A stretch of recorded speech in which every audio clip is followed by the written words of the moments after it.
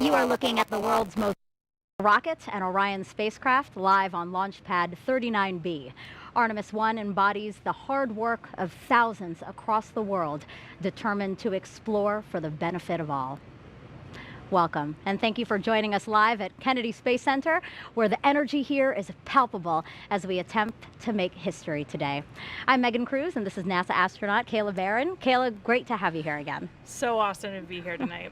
Well, some of you may know this, but Kayla served as a mission specialist for NASA's SpaceX Crew 3 mission. It launched to the International Space Station in November of last year, and she lived and worked there for about 6 months. Today, I am thrilled to have her here with me to talk about this rocket behind us illuminating beautifully the night sky here in Florida. Yeah, it's so awesome to be here tonight. When I first walked up and saw the view from the desk here, I was just blown away by how close it is and what an awesome view it's going to be when we get to launch time. Yeah, it's a magnificent view, and I know you're especially excited about this because if we launch today, this will be the first launch that you actually see from the ground. Exactly. I've never been able to come see a launch in person, except for my own, of course, but that's a little bit different perspective. Very different, yeah. But to be here for the world's most powerful rocket and the first test flight of Orion and SLS is just amazing. Yeah. So our 2-hour launch window opens at 1:04 a.m. Eastern Time. So Kayla, tell everyone, why are we returning to the moon? We are returning to the moon to learn more about it. The moon is a perfect place to learn more about our solar system, how the moon formed, but also how the Earth and the rest of our solar system formed. And we know so little about it. There's a lot to learn by returning there and doing some awesome geology work, but it's also the perfect proving ground for our continuation, exploring further into our solar system and eventually going to Mars. Right. We need to test all the operations concepts, all the equipment, habitats, rovers, suits, all of these things. And so it's the perfect place to test all of those things out and learn the things we need to do something that's almost hard to wrap your head around, going all the way to another planet. Absolutely. Really ambitious goals, and it all starts here with Artemis 1. So Artemis 1 is the first flight test of NASA's brand new Space Launch System, or SLS rocket. It's the world's most powerful rocket and will send an uncrewed Orion spacecraft farther around the moon than any of the Apollo missions before it. Artemis 2 will be the first crewed mission around the moon, and then Artemis 3 will use a brand new human landing system to bring astronauts to the surface of the moon. Future Artemis missions will dock to Gateway, NASA's lunar orbiting space station, before descending to the moon. So Kayla, what must we demonstrate with Artemis 1 before we put astronauts on board for those future crewed missions? This is our first integrated test flight of the rocket, the Space Launch System rocket, and Orion, the capsule that crew will fly in on Artemis 2. And so it's really important for us to put all of those systems together and actually send them to do a mission, test all those systems in real time in concert together. We do a lot of testing before we get to this moment, before we get to launch day, but it's not integrated, and we're not actually putting the systems under all of the real world stresses they're going to see. Right. So we want to see the rocket perform, we want to see Orion make it around the moon, go super deep into space, and then come home and successfully re-enter. So the heat shield actually has to withstand the fastest and hottest re-entry we've ever seen in human spaceflight. So that's a big thing we want to see. The heat shield perform successfully, and then of course recover the vehicle, test all of that. So it's a lot, but it's the important first step before we put crew on the vehicle. Yeah, lots of eyes on this one for sure.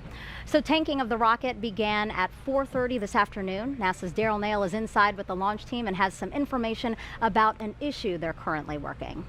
Right, Megan, the launch director gave the go for tanking shortly after 3 p.m. this afternoon, but as of right now, there is a red crew, as they are named, a specially trained team of individuals out at the pad making an unplanned change to a replenish valve on the liquid hydrogen side.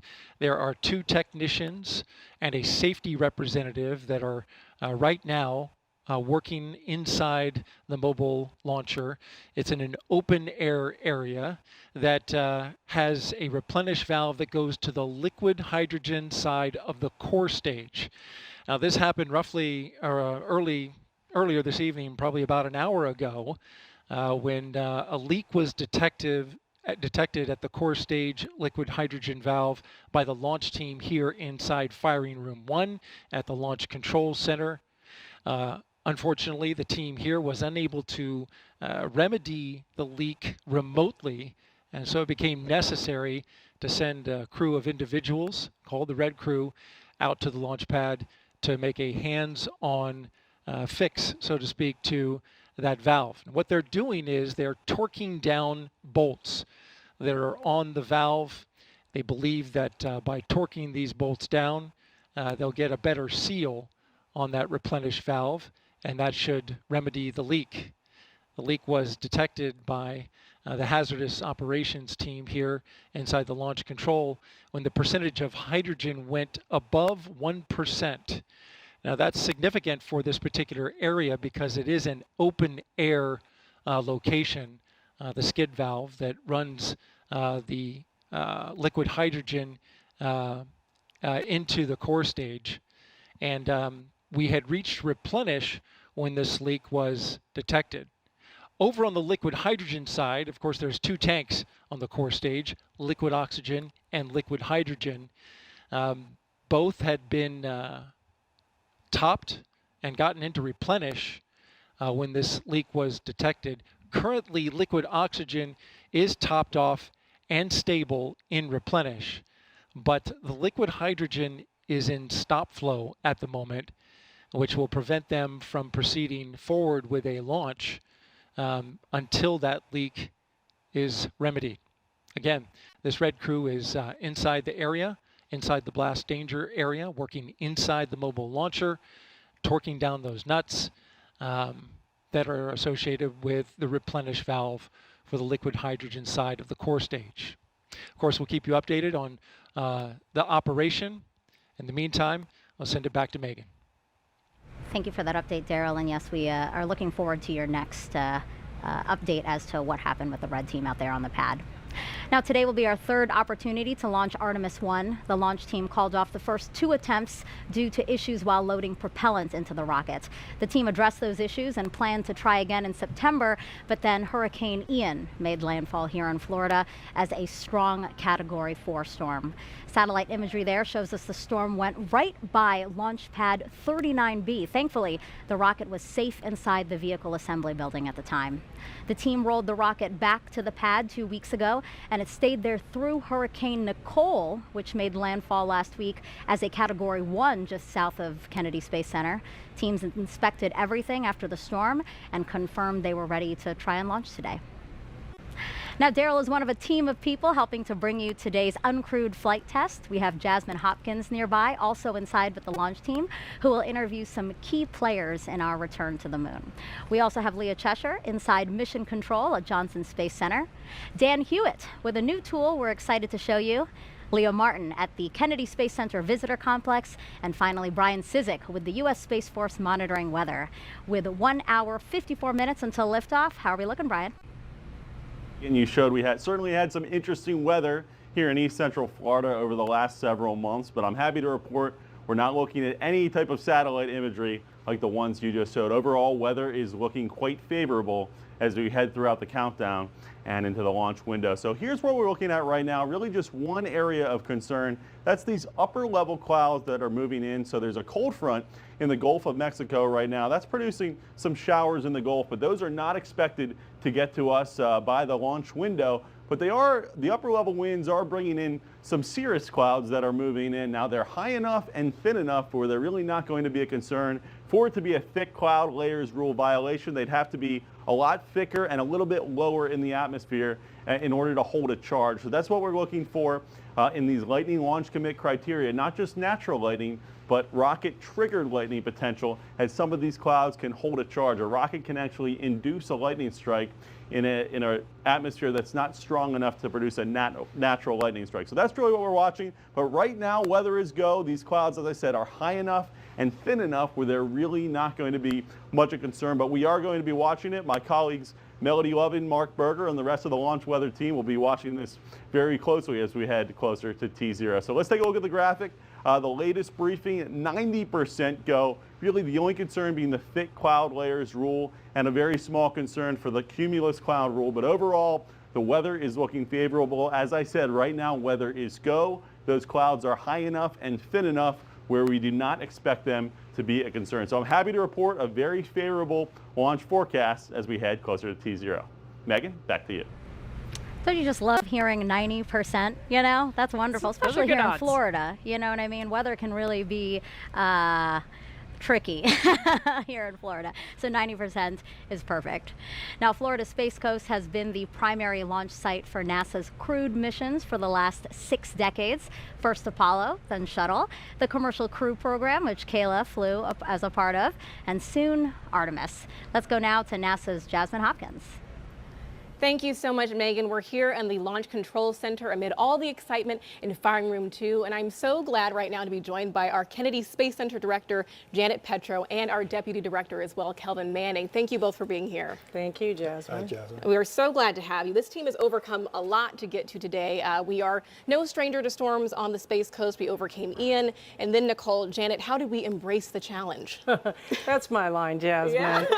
I got to say, I couldn't be more proud of the team out here. Everything we did to get to this point, and then to have those 2 storms thrown at us at the last minute. Nicole, all the evacuations. As you know, one time we remained at the pad, and the other time we had to roll back to the VAB. But I got to tell you, across the workforce, whether it was our program people, across the agency, our institutional support organizations, they all came together and worked as a team. And so here we are tonight, looking forward to a great launch. Right, we're a very strong team, and we have been at this for years, for decades. We started off during the Apollo program, but now we've evolved into what we're calling a multi-user spaceport. Kelvin, what does that mean?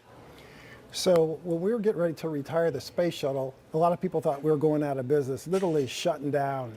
But our leadership team, we had a vision to create what we called a multi-user spaceport to become the world's premier government and commercial spaceport. And so that's happened over the last 10 or so years, probably a lot faster than we thought it would.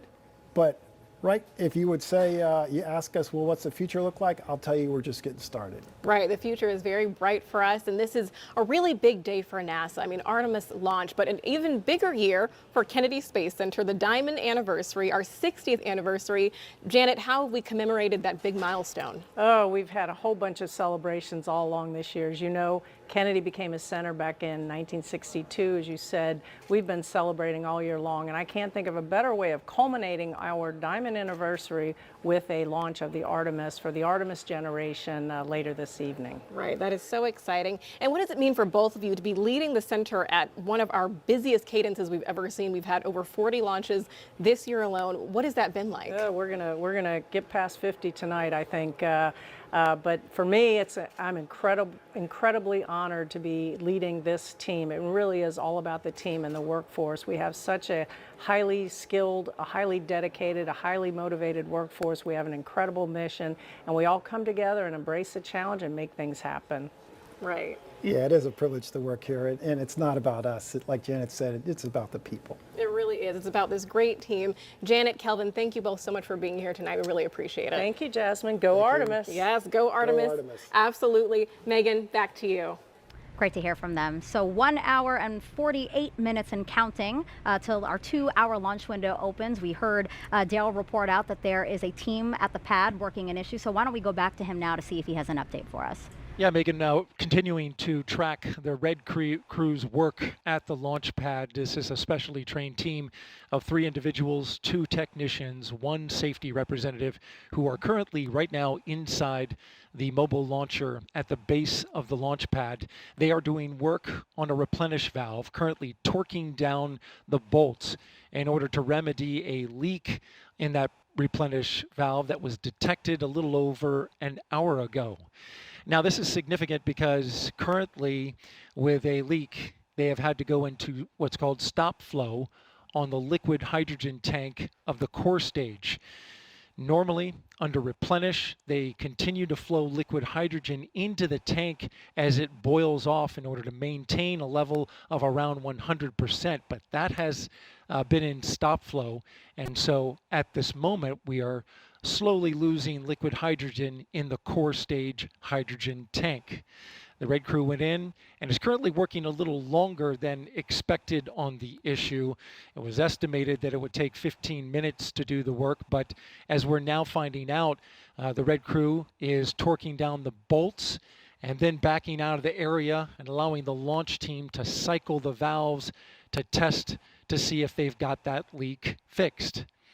So as they do this, we understand they will cycle this work, go in, cycle the valves, torque them down again if it continues to leak, and then back out and test the work. And this may continue until they have it fixed. The red crew going onto the launch pad isn't a totally uncommon occurrence, certainly new with the Artemis program, but work like this was done in previous space programs. The red crew is specially trained for this work. They are accustomed to working around in hazardous operation, especially a fully tanked rocket. Again, we are tracking Red Crew's operation out at the pad. It's expected that this will eat into the launch window, which currently we have liftoff at 1:04 a.m. Eastern Time, but the window runs 2 hours to 3:04 a.m. Eastern Time. Again, monitoring the Red Crew's work. We'll have more updates for you a little later on. For now, back to you, Megan. Thank you, Daryl. Some quick programming notes. For the first time ever, we are broadcasting a launch in 4K. You can watch it on NASA's YouTube channel or check your local provider to see if you have NASA's UHD channel. The audio of our broadcast is also available on the local amateur VHF and UHF radio frequencies you see at the bottom of your screen. So if you're here along the Space Coast and interested in that, make note of those frequencies now. Or you can watch today's launch with live commentary in Spanish. That broadcast starts at midnight on NASA en Español's YouTube page, which we're showing you now at the bottom of your screen. Now, Kayla, why did NASA choose the name Artemis for our return to the moon? Well, in Greek mythology, Artemis is the twin sister of Apollo. So it's really a connection back to the Apollo era, the amazing things we did as part of the Apollo program. But we wanted to give a nod to the future. You know, Sure. it's a new set of missions. We're with new objectives. So it's a connection to the past with an eye towards what we might do as part of the Artemis generation. Yeah, let's talk about what those future ambitions might be. I mean, landing the first woman and first person of color on the lunar surface, that is a worthwhile ambition. Oh yeah, absolutely. I think we've come a long way since Apollo in so many ways in the space program, but one of the ways we've evolved is our astronaut corps more closely reflects the nation it represents now. Sure. So those crews will be more diverse, and we think those diverse perspectives, not only in our astronaut corps, but our larger team, only make us a stronger one. Yeah, all right. Well, coming up, we are going to hear from some of the Apollo astronauts and learn more about what we will accomplish for humanity by going back to the moon. We'll meet some of the women shattering glass ceilings to bring Artemis to life, including NASA's first female launch director. We'll also show you the Space Launch System up close and what happens when the cutest group of visitors gets the surprise of a lifetime. Plus, we'll take you around the world to show you how people are marking this historic mission. And Kayla and I will also take your questions live. You can send those our way by using the hashtag Artemis. We already have some questions from some celebrities. I know you're going to love these questions, so you're going to have to keep watching to find out who sent those in. And we also invite you to share your moon-inspired content using the hashtag NASA MoonSnap. Here's a sample of some that's already been sent in. This one's beautiful. The flower in the foreground there, the moon in the background illuminated so beautifully. Here's an awesome one. Looks like we have an eagle here flying over the moon. Just beautiful. It's been really cool to see all these artistic submissions. Oh yeah, really creative. And we're going to compile as many as we can and show them later in the broadcast. Now, let's check back in with Daryl. We do like to check in with him as much as possible to see if we can get any updates from the launch team. Go ahead, Daryl. Yeah, Megan, we just saw the red team give a thumbs up to the camera as they are doing their work out at the launch pad. Currently, they're torquing down some bolts to the specification required in order to try and stop what has been described as an intermittent hydrogen leak in the area. It went above the 1% threshold, and so that is a violation of the HAZGAS limit in that area. The team continuing to work. As you look at the rocket on the pad, they were called out to the pad about a half hour ago, and they appeared to be making their way, at least have stepped back from the area of work The way that the workflow has been going is they torque down the bolts, step back a little bit. The launch team then cycles the valves to check to see if the leak is still there, and then they come back in, and this has happened a couple of times, and start torquing the bolts again. The rocket was nearly fully tanked. The core stage was in replenish for both hydrogen and oxygen.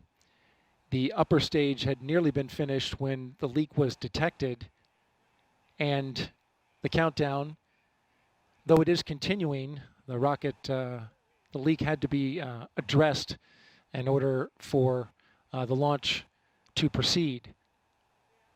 The replenish puts the hydrogen back into the tank after it boils off, and so currently we're in a stop flow which no longer allows a replenishment of the hydrogen tank, and that would not allow us to have a launch without those tanks being in total replenish, and also in a vented configuration, which has also been put on hold. I'm sorry, not a vented configuration, but rather an engine bleed has been stopped. And so that would need to continue as well in order to get the engines conditioned for launch.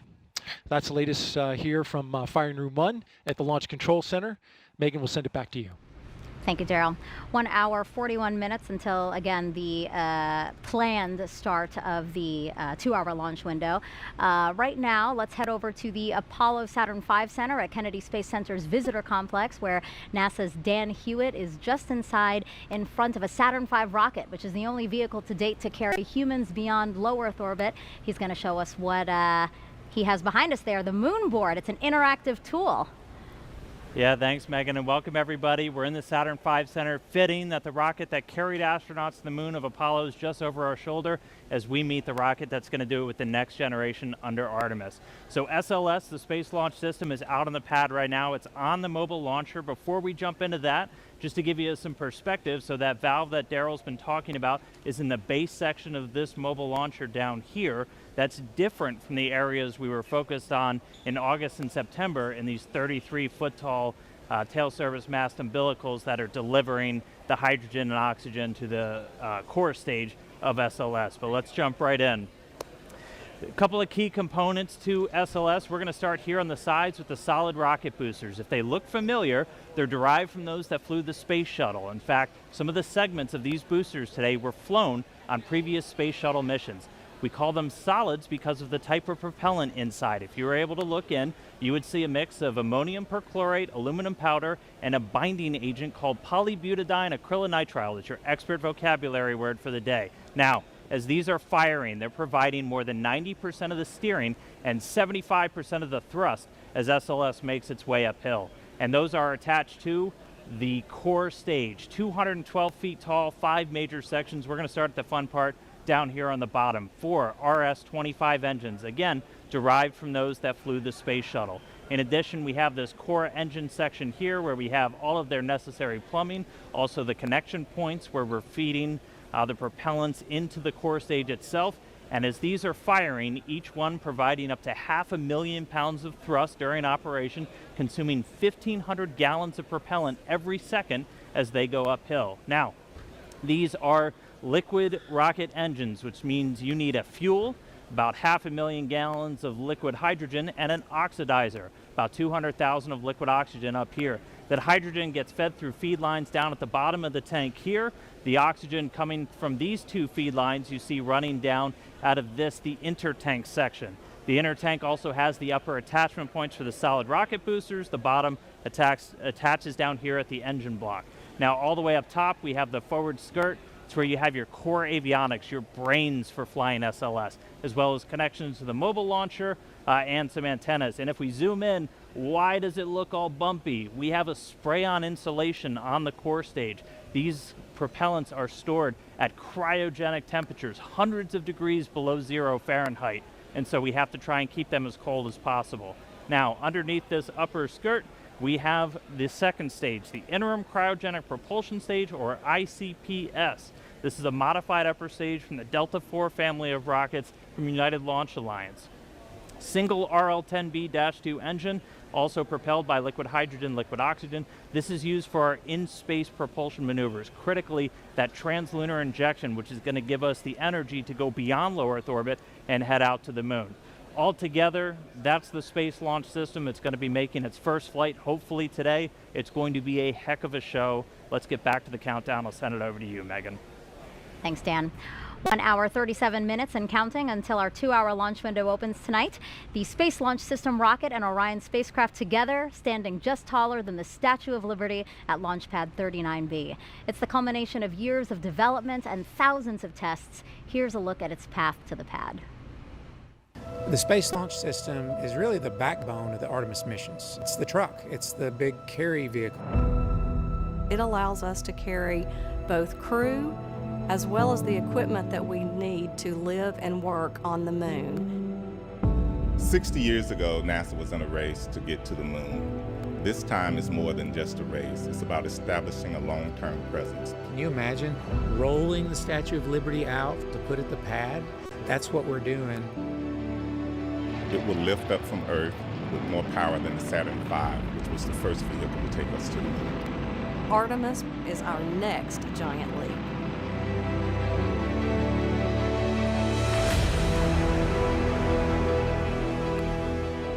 The difference between the Apollo program and the Artemis program is really the focus on sustainability and using the moon as an outpost for further exploration. This time, we're going back to learn how to live and work on the moon. The Space Launch System really is the culmination of our knowledge for 60 years of building rockets. We started by looking at over 1,700 different potential components that would go into the rocket, and by looking at the way we could reuse some of the most reliable equipment that was flown on the shuttle. We took those and we put them together into a system that had enough energy to make sense to do the mission that we've been asked to do. We're moving from low Earth orbit, like you see in the International Space Station today, to moving beyond that, to taking the next step in exploration. It's 322 feet tall. It's got 700,000 gallons of cryogenic propellant in the core stage alone. It can produce 8.8 million pounds of vacuum thrust. The Space Launch System is really a national rocket, a national asset too. We have worked with contractors as well as with our NASA experts, our science and engineering department, our safety and mission assurance team. To get the Space Launch System designed, developed, and produced, it has taken thousands of companies across the country. It comes together by train, it comes together by plane, it comes together by barges. So all of that culminates at the Kennedy Space Center for the launch of the first Artemis mission. Everybody has worked together to ensure that we have a safe and reliable rocket.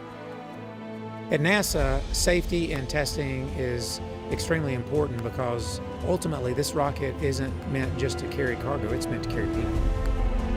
It takes all types of education, all types of backgrounds, all types of diversity to do the things we do, and it'll be great to see a diverse crew land on the moon. Where the Space Launch System comes in is providing that reliable transportation so that we can start flying these rockets on a routine basis to take people and to take payload to that outpost, the moon, and also the gateway system.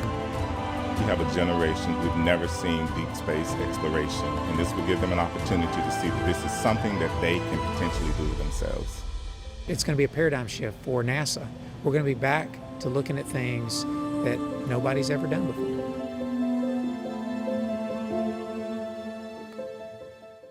A lot to look forward to, and it all begins with launch. Afterwards, our friends at Johnson Space Center in Houston will control Orion once it's on its way to the moon. Let's get an update of operations there with NASA's Leah Cheshire. Thanks, Megan, and welcome to Mission Control Houston, home of the red, white, and blue flight control rooms. But today we're in the white flight control room, which is just across the hall from where you usually see us in the International Space Station flight control room, like this morning when we conducted a spacewalk outside the space station. Now, this white flight control room has been used before during some space station missions, plus commanding Boeing's Starliner. Previously, this room was used for space shuttle missions and was renovated in 2014 to support our use with the Artemis program. Today's flight director is Judd Freeling, a flight director of 11 years who will lead the team through the ascent portion of the mission. After Freeling's shift today, flight director Rick LeBrode will lead the team through the rest of the mission all the way to entry and splashdown when Freeling will step in again. Other console members will be monitoring the various systems on Orion like propulsion, solar arrays, and trajectory, and they arrived on console about 5 hours ago. And you might also be surprised to learn that there is indeed a Capcom or capsule communicator on console today as well. While there are no crew on board, Jay Marshke and other capsule communicators will be training throughout the mission in preparation for Artemis 2 and beyond. The Capcom is the single person in the room who speaks with the crew, gathering info from mission control team and keeping streamlined communication with the astronauts in space. We're counting down to liftoff when teams here will really jump into action and monitor the first Artemis flight, sending Orion further than any crew-rated spacecraft has gone before. But for now, Megan and Kayla will send it back to you at Kennedy Space Center to keep walking us through the events of the day. Well, you just heard Leah remind us that no one is inside Orion today. Again, it's because Artemis 1 is a flight test to prove we can safely return crew from lunar orbit on Artemis 2. And when we launch the first crewed mission, NASA has a very diverse and talented core to choose from, including Kayla here. We're looking at video now of some of your friends who got to go to the pad. That looks fun. Yeah, it's always so exciting to see the rocket on the pad because you know you're getting close to launch. So we're all just really excited to see how this test goes today. I wish I could have gone out there with them. You and me, what happened? We didn't get our invite. And I thought this was fun too. Some of your friends also got to fly over the pad in T-38s. Here's video of that now, incredible video. So these flyovers were common during shuttle, right? Yeah, and we still try to do them whenever we can. We actually use the T-38 jet as a training platform. It's a chance for us to practice making real-world decisions in a high-risk environment, practice working as a team, and a good analog for spaceflight. Okay. But we also like to fly by the pad when we can, when we have a rocket out there. It's a way of saluting and thanking the team for all the work it took to get to this moment. That's great. Yeah, a worthwhile thing to do because, yes, the team has worked so hard to get to this moment. And you spoke about training. Has training already started for Artemis 2 for you guys? We've been developing the training, but the crews aren't assigned yet, so they're not in dedicated training flows yet. But our team at Johnson Space Center, where we train for human spaceflight, are working on all of the things that we're going to need to teach the crew and the best ways to go about that. Once we get that crew assigned, they'll be straight into training right up until launch day. Awesome. Cool, cool, cool. All right, I can't wait to hear who gets assigned. And the absence of crew today doesn't mean Orion is empty. There are plenty of other interesting things flying on Artemis 1, including several technology demonstrations and science investigations we're going to show you throughout the broadcast. There are also some mementos like these seeds that we have right here, right, Kayla? Yeah, we have an example of the moon seeds that will be flying as part of this mission today. And the idea actually comes from an Apollo 14 astronaut, Stuart Roosa, who flew seeds with him to the moon, hundreds of them, and then brought them back to Earth. And then they were planted all over the country and the world, and they're called moon trees. And so we're kind of carrying on with that idea on Orion for this launch. Yeah, I love that. And the seeds that are flying on Artemis 1, it's going to come back and they're going to distribute it to a number of organizations through NASA's STEM program. So it's really a neat idea. And so these moon seeds are part of what's inside Artemis 1's official flight kit, along with more than 10,000 other mementos, like this Apollo 8 commemorative medal you see here, a nod to 1968 when humans first orbited the moon, and a bolt from Apollo 11, 1969, when humans first landed on the moon. Those items are on loan to us from the National Air and Space Museum, and once back on Earth, will be exhibited there, so you can check them out. There are also a variety of flags, pins, and patches like these Artemis 1 patches that will be distributed to people who contributed to this flight. Now, NASA spacecraft, both crewed and uncrewed, have carried mementos like these since the 1960s. Astronauts are also allowed their own personal flight kits, so I was wondering, what did you bring with you for your Crew 3 mission? I actually brought a couple of examples to show you. The moon seeds inspired me to share that I actually brought some vegetable seeds that's with awesome. me. So these are kind of fun. They're dragon themed. So I got dragon carrots and dragon beans since I went up on a SpaceX Crew Dragon vehicle. Sure. And then of course, I think the most important, meaningful thing to all of us is usually pictures of our family and friends. So have like a picture family. of me and my family at my sister's wedding. Friends backpacking in Alberta, Canada, and then my in-laws right side up together on a family vacation. And I also brought some flags, some American flags, and then United States Navy flags since I'm a naval officer. So things like that, I think it's just so human to want to bring stuff with you, right? Souvenirs, who doesn't love that? Yeah, absolutely. But I think for most of us, pictures of our family and friends, things that connect us back home, are the most important. Yeah, 6 months might not sound like a long time for people, but it is, right? Wouldn't you say? And you're also so far, it's nice to have those tangible things that remind you of home. Absolutely. Yeah, really important for us. Cool. Thank you for bringing those. It was really fun to look at. All right, 1 hour, 27 minutes and counting until launch. And we have our first questions from social media. So let's take a look at the clip here. Kayla, you're going to notice a familiar, handsome face. Hey there, I'm Chris Evans, and I play Buzz Lightyear in Pixar's Lightyear movie. I was wondering, when we fly future Artemis missions with astronauts, how many people can fly on board the Orion capsule at once? My nephew's probably asleep, but he's a big Buzz Lightyear fan, so he's probably going to enjoy watching that question tomorrow. But we can get 4 astronauts in the Orion space capsule. It's a little bit bigger than the Apollo capsule, about 30% more habitable volume. And so instead of supporting 3 crew for about 2 weeks, Orion can support 4 crew for about 21 days. Okay, good. Good first question. Let's take a second question now. Can a microbiologist be an astronaut? Absolutely, and we already have microbiologists who are astronauts, like my training classmate Zena Cardman. So yeah, we hire people from all sorts of different backgrounds. All you have to do is have a STEM degree. Beyond that, you can come from any pathway. So some of us are military astronauts like me, either aviation or I'm a submariner, but we have a ton of people from different scientific and engineering communities, including microbiologists. Yeah, I love that it's so diverse, because I think diversity really adds to what you guys can do. Yeah, and those unique perspectives, I think, make us stronger as a team whenever we're tackling a new problem. Having people with different, not only academic backgrounds, but all of these scientists, a lot of them have different field experience. So like Zena worked in some really extreme environments in Antarctica, in caves, doing a lot of her research. So it's not that different than what we're hoping to do at the South Pole of the moon. So these perspectives are really important for us to form the best team that we can. Yeah, that's interesting. All right, I think we have time for one more question, so why don't we pull one up? What is the coolest part about Artemis to you? I mean, I think I can't even quite get my head around how it might feel for the crew to orbit the moon on Artemis 2 and see it up close. And then, of course, on Artemis 3 to actually land on the moon and conduct a moonwalk. It's just going to be incredible to have that view back of our home planet. And so just the thought of sending human beings back to the moon, it's just super exciting for all of us. I honestly didn't know how you're going to answer that, because there is so many things to look forward to pinpoint, the thing that you're most excited about. I thought that was going to be a hard question, actually. All right, so great questions. Keep them coming using hashtag Artemis wherever you're watching this broadcast, and keep sending those moon-inspired content too. Again, that's hashtag NASA MoonSnap, and we're going to show some of them later in the broadcast. Okay, 1 hour, 24 minutes and counting until hopefully liftoff of Artemis 1, and it's time for another update with NASA's Daryl Nail, who's with the launch team as they were monitoring a leak. Yeah, that's right, Megan. We're inside the firing room number 1 here at the Launch Control Center at the Kennedy Space Center.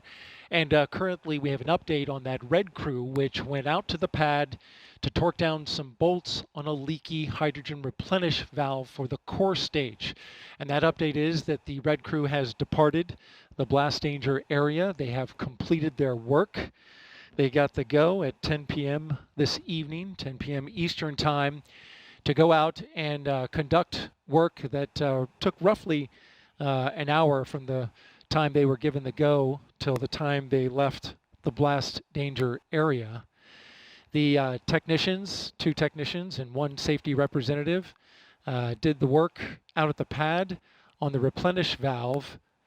And now that they are on their way back, The team is now examining the work and whether or not that leak is still there.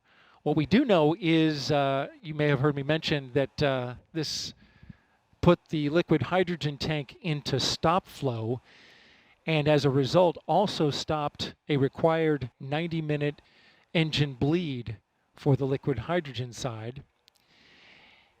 Teams have come to the conclusion that only a 45-minute bleed is required at this point. They can resume the bleed at the point that they left off, and it'll be enough to meet that requirement for launch.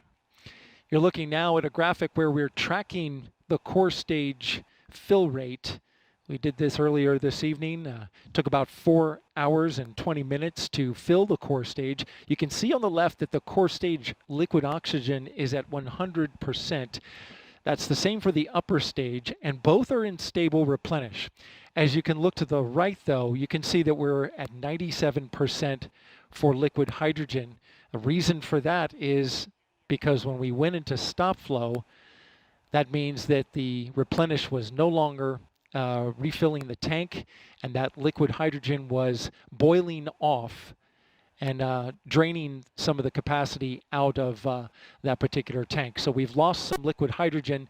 The plan is to resume, of course, the filling of liquid hydrogen, which goes into that into the liquid hydrogen tank on the core stage and then vents out on that flare stack that you see to the right, where excess hydrogen is burned off.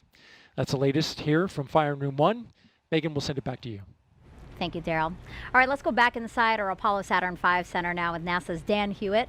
We last sent humans to the moon using the rocket behind you. Can you show us how we're going back now with Artemis? Absolutely. Thanks, Megan. So Artemis 1 is going to take us from planet Earth around the moon and all the way back, and I'm going to show you every step of the way. Like every great space mission, it starts with a launch. In this case, 4 RS-25 engines, 2 solid rocket boosters ignite, sending SLS and Orion into the sky. On the way uphill, we'll have a number of jettison events, things coming off the rocket. One of the most visible, these 2 large solid rocket boosters, a little over 2 minutes into flight, will break away. We'll also have the launch abort system come off once we're high enough, and then 3 fairings, which are protecting Orion's capsule and service module during the flight through the thicker parts of the atmosphere. Now, after the core stage has consumed its propellants, we'll hear MECO, main engine cutoff. Those 4 engines will cut off. The core stage will drop away, handing over propulsion duties to this, the interim cryogenic propulsion stage. Its first job is a perigee raise maneuver. Perigee just means the lowest point of your orbit. This will give us a nice circular path for Orion around our planet. While it's there, we can really check the spacecraft out, make sure everything from electrical systems, guidance, navigation, and control, communications are all functioning before we commit it to heading to the moon. And we do that with this, the trans-lunar injection. This will be about an 18-minute firing on today's timeline, and this is done to give us enough energy to get out of low Earth orbit and make our way to the moon. Shortly after that, the ICPS will separate. It'll do a disposal burn, sending it around the moon and into an orbit around the sun. But from there on out, propulsion duties get handed over to the European service module. It's going to make a couple of outbound trajectory correction burns on the way out, critically testing that orbital maneuvering system engine, that large one on the very bottom that's going to be needed when we start making our maneuvers around the moon to get into what's known as distant retrograde orbit, or DRO. To do that, we're going to do the outbound powered flyby, dipping in about 70 or 80 miles off the lunar surface, really pushing with that large engine. That's going to slingshot us around. We're going to do a final orbit insertion maneuver, and then we will be in DRO, distant retrograde orbit, this dotted line right here. Distant, we're about 40,000 miles off the lunar surface, and retrograde, because the moon orbits the Earth in a counterclockwise fashion, we're going to be going clockwise, opposite retrograde. It's a very stable orbit, doesn't require a lot of energy to maintain your space there, really lets us put Orion through the paces, learn about using this spacecraft in deep space. But eventually it'll be time to come home. We'll fire up the engines once more, do a departure burn. This is what commits us from departing the moon and heading back home. We'll dip in close to the surface once more for the return powered flyby and execute correction burns on the return transit as we target a splashdown in the Pacific Ocean. Before that happens, the spacecraft separate. The European service module's job is done. It drops away to burn up, revealing the heat shield. This is goal number one for this flight, is testing that heat shield at lunar return velocities, because when we hit the upper atmosphere, we're going to be moving more than 20,000 miles an hour, heating that up to more than 5,000 degrees Fahrenheit. So really need to make sure that that can withstand that heat of reentry. After it makes it through, parachutes deploy, Orion splashes down in the Pacific, a Navy ship and other recovery assets are standing by to pick it up out of the water and bring it in to the first mission in the Artemis program. So that's all still going to unfold. It all starts with launch today, though, so let's get back to the countdown. Over to you, Megan. Our return to the moon would not be possible without our partners across the country and the world. So joining us now is Frank Davina, head of ESA's European Astronaut Center. Good evening to you. Good evening. Well, so I want to ask you, talk to me about Airbus and how that company and ESA contributed to the Orion spacecraft. Well, Airbus is of course the lead manufacturer and integrator of the service module of our Orion capsule, and that will fly to the moon. So this is a very important part, of course, because without the service module, it's clear that we would not get to the moon or would not be able to return from it. So it's a very important partner for ESA, but there are industries across Europe, not only Airbus, but across Europe, that are contributing to the service module in Italy, in France, Belgium. Really, it's a really European project. Yeah. Frank, we've been close partners, NASA and the European Space Agency, for decades now, and partnering on things like the space station, scientific exploration, and of course commercial crew missions. Matthias Maurer, ESA astronaut extraordinaire, was on my crew, Crew 3. Can you tell us a little bit more about what makes these partnerships so important? Well, it's important, these partnerships, because we want to do sustainable exploration of the moon. We want to explore space on a sustainable way. And I think partnerships in that sense are essential. One nation alone, could they do it? The US maybe, yes. Europe certainly could not participate to a lunar program by themselves, or could not do it by themselves. But I think if we do it as a partnership, we can go a lot further, we can do a lot more. We can leverage technologies, we can leverage talent in all these countries across the globe that can really push the partnership forward. So looking ahead to future Artemis missions, we're going to have ESA astronauts on board those. Have you guys begun preparing for that training, anything like that? We have actually started preparing already for lunar missions, surface missions. We have a program called Pangaea in ESA, which is basically, there are NASA astronauts participating in those trainings. Stephanie was just over with us just 1 week ago, doing field trips, and we are actually starting to prepare to see also which technologies do we need to use that we can at the best possible way do science on the moon, because of course we just do not go there to walk around or do two things. We want to do real science, we want to do discoveries, we want to live there for a sustainable way. So which technologies do we need? And that we are actually starting already in the European Astronaut Center. We actually started already more than 5 years ago developing this training program. So yes, we are involved again together with our NASA colleagues and colleagues from the international partners to start preparing crew to really do sustainable surface exploration of the moon. Yeah.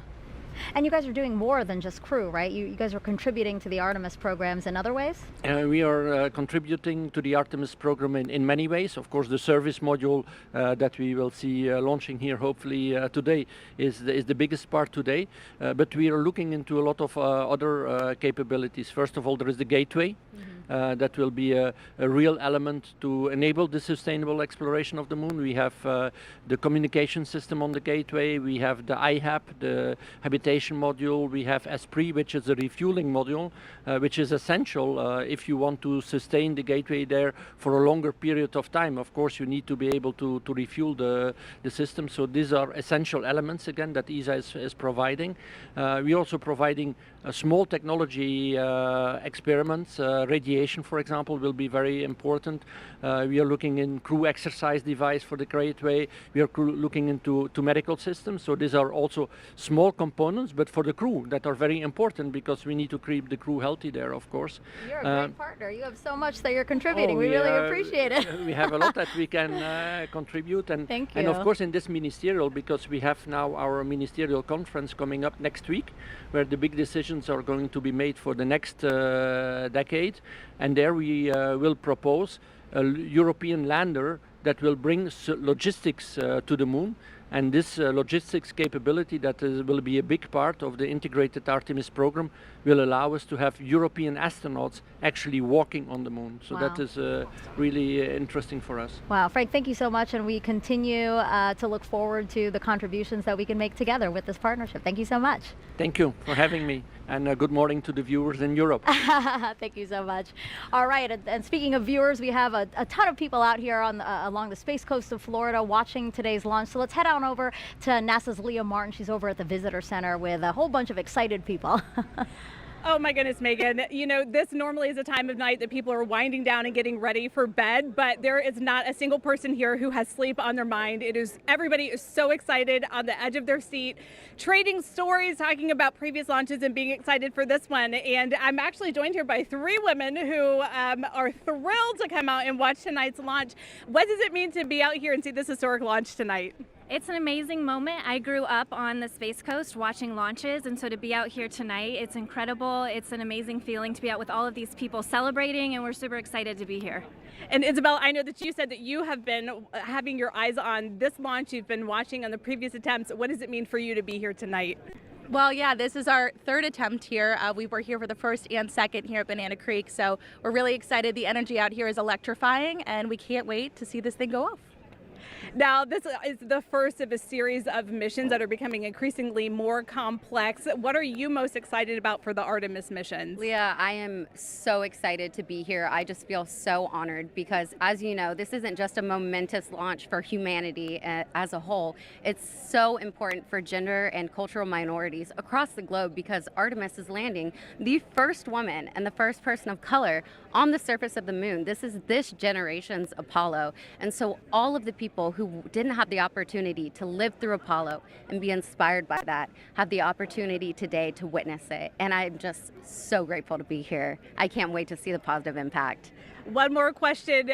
This is going to be something that you guys, I'm sure, will remember for your entire lives. How are you marking this? Do you have any special plans of capturing these memories and being able to pass them on to people in your life? Well, my son is growing up here. I didn't grow up here, and so he's going to grow up here on the Space Coast, and I just can't wait for him to just grow up with the Artemis missions. Well, Megan, we're out here. We have our eye to the sky, and we can't wait to see it go. Back to you. Really great interviews, and wow, I saw that drone shot that we had showing all of the bleachers filled with people there to watch the launch. That was incredible. If you're just joining us, welcome to NASA's live launch coverage of Artemis 1, our return to the moon in almost 50 years. I'm NASA's Megan Cruz, and this is NASA astronaut Kayla Barron, who flew on NASA's SpaceX Crew 3 mission and returned home earlier this year after living and working on the International Space Station for about 6 months. I gotta ask you, how was that experience? It was incredible. We had such an amazing time up there. The Expedition 66 crew was awesome. I've been saying since I got back that we're the happiest crew in the history of the space station, and nobody's been able to really challenge me on that yet. You guys look very happy in that photo. Oh man, we were just like a family up there executing an incredible mission. Some amazing science experiments. We got to do 3 spacewalks. It was just, you couldn't have planned a perfect first mission for me, Matthias, and Raja, and of course our veterans up there, Mark and Tom. It was amazing. We had an incredible time. Yeah. Wow, look at that photo of you in the cupola. That is amazing. Yeah, the views are beautiful. It's just like every time you look out the window, it takes your breath away. Wow. And now here you are adding some valuable insight into Artemis 1. This is our 3rd opportunity to launch NASA's brand new Space Launch System rocket and Orion spacecraft. This is an uncrewed flight test to pave the way for future crewed missions, starting with Artemis 2. And Kayla, you could be chosen to fly on some of those future missions. How does that make you feel?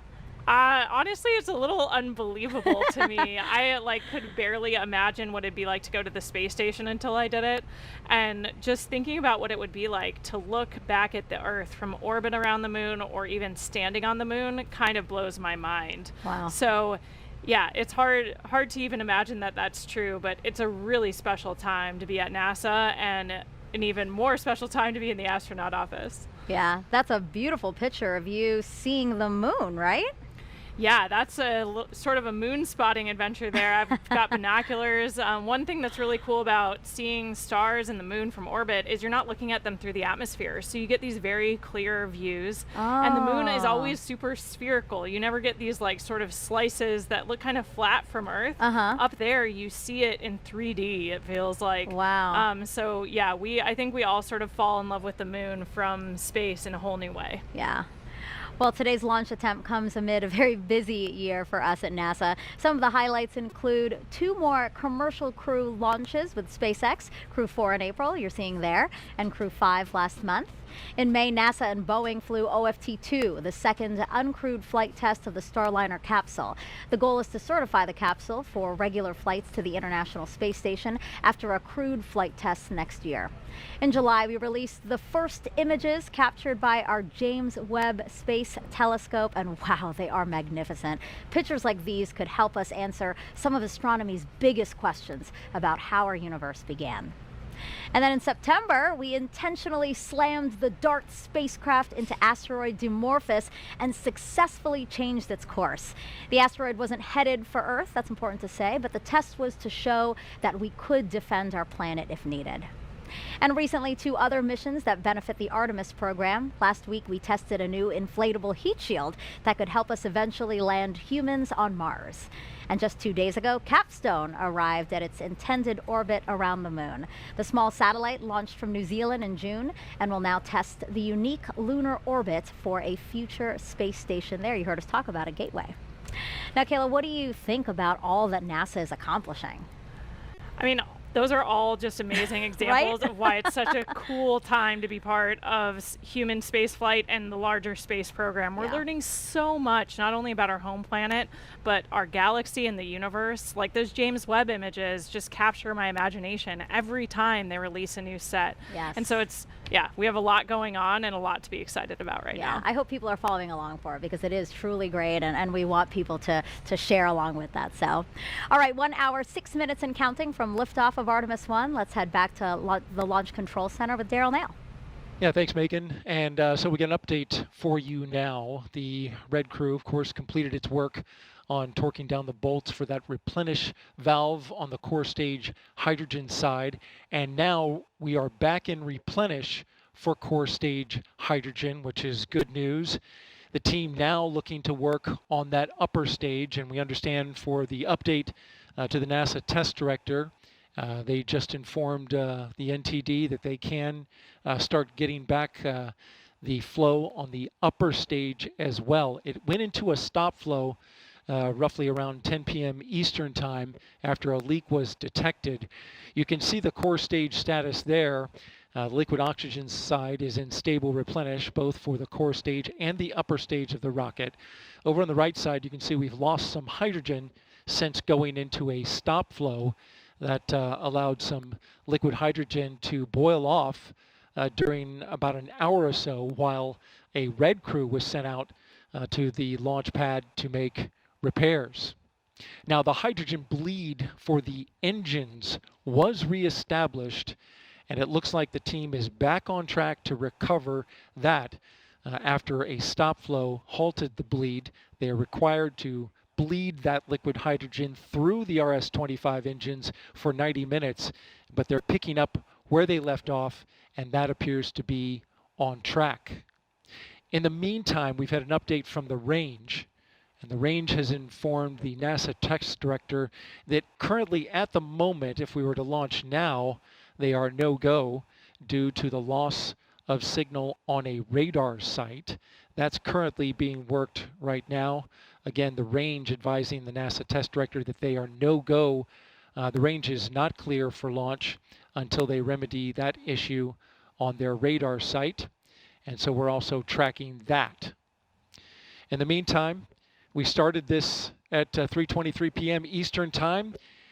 Got the core stage tanked in about 4 hours and 23 minutes, and now looking to get everything back on track to try to make that launch window at 1:04 a.m. Eastern Time, which has a 2-hour window associated with it, all the way to 3 a.m. Eastern Time. That's the latest from the firing room. Megan, back to you. Thank you, Daryl. Now, there may not be astronauts aboard the Orion spacecraft for this flight test, but there are some passengers there with very important missions. Inside the Orion spacecraft, as we fly around the moon, we have some cool experiments going on to help us understand what the environment is like. Although there's no humans aboard Artemis 1, we do have a few special passengers aboard that will help us pave the way for future Artemis missions. So there's basically 3 occupants riding. You can kind of think about it like 3 astronauts. We have a moonican. We will also have 2 torsos that are learning about the moon and learning about the environment for our astronauts before they go. We have a mannequin on Artemis 1. We call him our moonican for short. That moonican is called Commander Moonican Campos. The name is actually in homage to Arturo Campos, who was an important person who helped bring the Apollo 13 capsule home. The moonican will sit in the commander's seat, and it will wear a suit just like our astronauts will wear. Moonican Campos is actually weighted to simulate an actual human aboard the Orion spacecraft. So it will help us understand what our astronauts will experience as they go to the moon and home. The Orion Crew Survival System suit and the Orion seat were designed simultaneously to fit together as a seamless package. The actual design of the suit was built into the Orion seat such that when they're in the suit, in the seat, it is a true cocoon of protection for them. During this test flight, the seat will actually be instrumented with accelerometers. Sensors that tell us how much the chair is shaking during launch and re-entry and how many G-forces or gravitational forces it experiences. We expect Commander Moonican Campos to have a very exciting ride on his way to orbit. The thrill of launch, the experience of weightlessness, the excitement of landing. What we learn on Artemis 1 with our mannequins assistants will help us better understand how a human will actually behave in the seat, both for landing and for launch to allow us to ensure their safety. In addition to the moonican, we'll have 2 seats that have basically what's like a human dummy, an upper torso that are detecting how much radiation they're experiencing. It's called the Matryoshka Astrorad Radiation Experiment, MARE. MARE is an international collaboration with German Aerospace Center, DLR, and with Israel Space Agency. The MARE experiment consists of 2 anthropomorphic phantoms called Helga and Zohar that are simulating a female body in a space radiation environment. One of those will be wearing a safety vest, the Astrorad radiation vest, that we hope will help protect our astronauts from radiation. Each one of the 2 phantoms will be equipped with about 20 battery-operated radiation instruments. So between the 2, we'll be able to determine how well we can protect our astronauts from radiation events. Space radiation is a mix of high-energy heavy charge particles that originate from the sun. To put things in perspective, 1 year of Earth exposure to cosmic rays is equivalent with 1 day of space radiation exposure in deep space. The purpose of the MARE experiment is to learn more about the radiation exposure as well as the biological effects of different organs. So basically, it's like we have 3 occupants inside Orion that are learning about the moon and learning about the environment for our astronauts before they go. Going back to the moon with new exploration goals and new technologies will help us gain better understanding of the challenges we encounter with deep space exploration. We will have to develop new technology and solutions to meet really difficult challenges. But that's what NASA does. That's what Artemis is all about. And we have one more passenger to tell you about. It's everyone's favorite Beagle that's had a special connection with NASA ever since Apollo.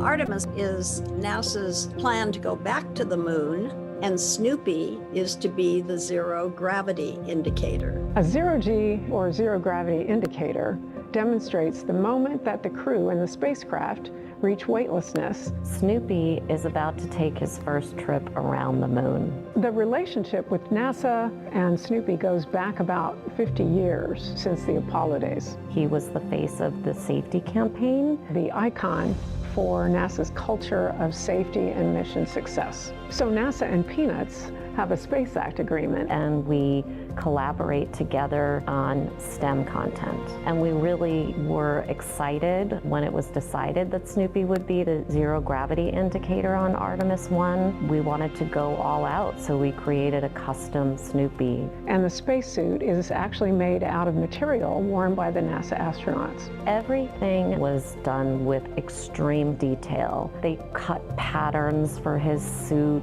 even how his collar worked and how the NASA Meatball logo looked. We're very excited. I'm personally very excited. I can't contain the excitement I am feeling about this day. Snoopy is going farther in space than he's ever been before. This is a day that we've all been waiting for. It's fantastic. And we snapped this picture of Snoopy and Orion. He's comfortable and ready for his journey to the moon. Lucky for us that Snoopy has this twin that's staying here on Earth. That way we can take a closer look at how cute he is. And this orange suit, I mean, it is amazing. It's actually the same material that would be worn by Artemis astronauts, right? Yeah, you know, the suits we'll be wearing in Artemis ultimately are an update of the suits that the shuttle crews wore. They're this iconic orange color, and we've updated them though with new technologies and also new crew capabilities so that they can best protect the crew in our return to the moon. I actually got to work with that suit team before my assignment, that's cool. And so the suit's kind of near and dear to my heart. Yeah, I think we have a picture of you wearing the suit as part of when you were helping to design it, right?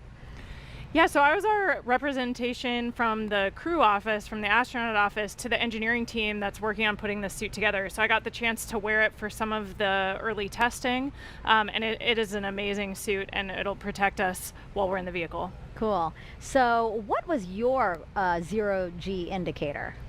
Yeah, like the video mentioned, we always choose stuffed animals. So we actually had a turtle. We named her Pfau, which is German for peacock.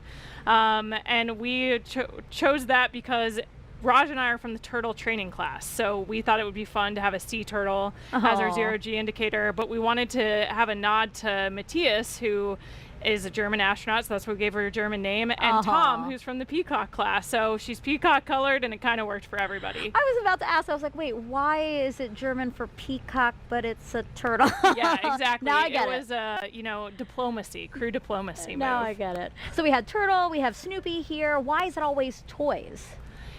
I think the tradition goes back to crews taking stuffed animals from their children and sometimes flying the stuffed animals of their kids.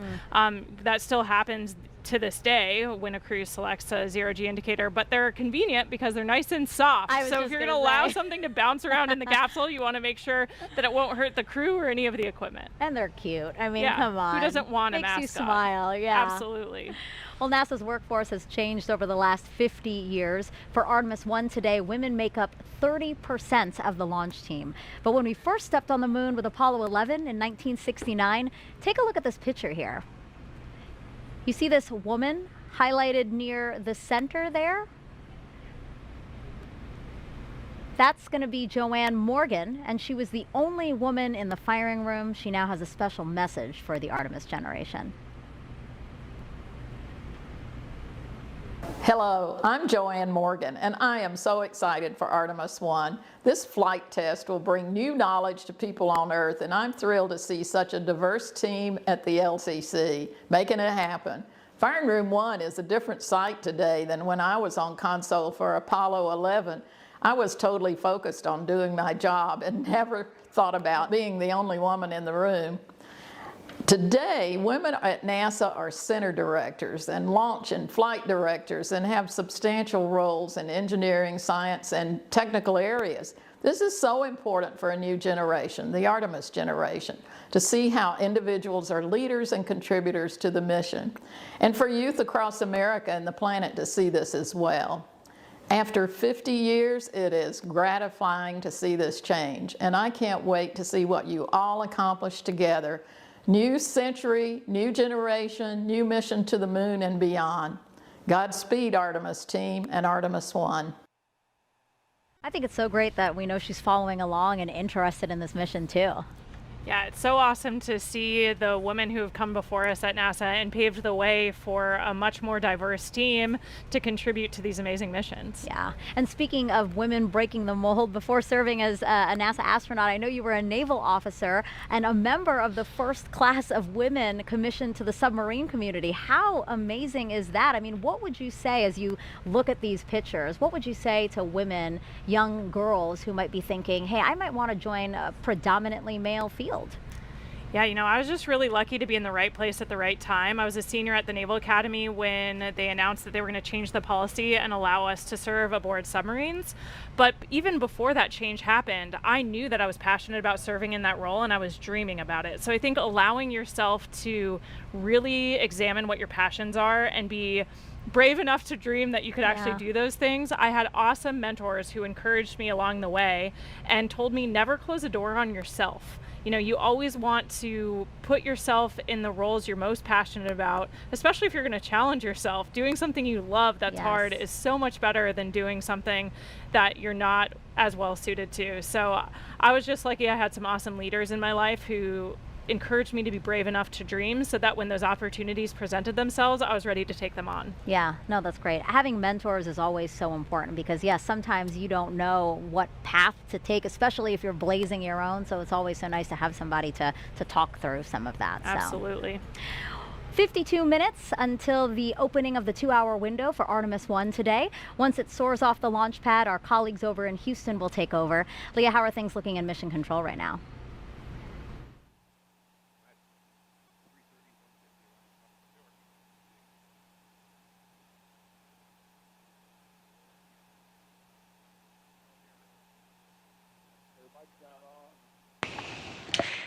Hey Megan, I'm here now, and thanks for joining us again here in the White Flight Control Room here at NASA's Johnson Space Center. So you might be wondering why Johnson Space Center will control the flight of Orion after liftoff, even though it's launching at Kennedy Space Center, and that's all about how our flight control centers are designed. Launch control is at Kennedy, while mission control is in Houston, and we also have the SLS Engineering Support Center at NASA's Marshall Space Flight Center.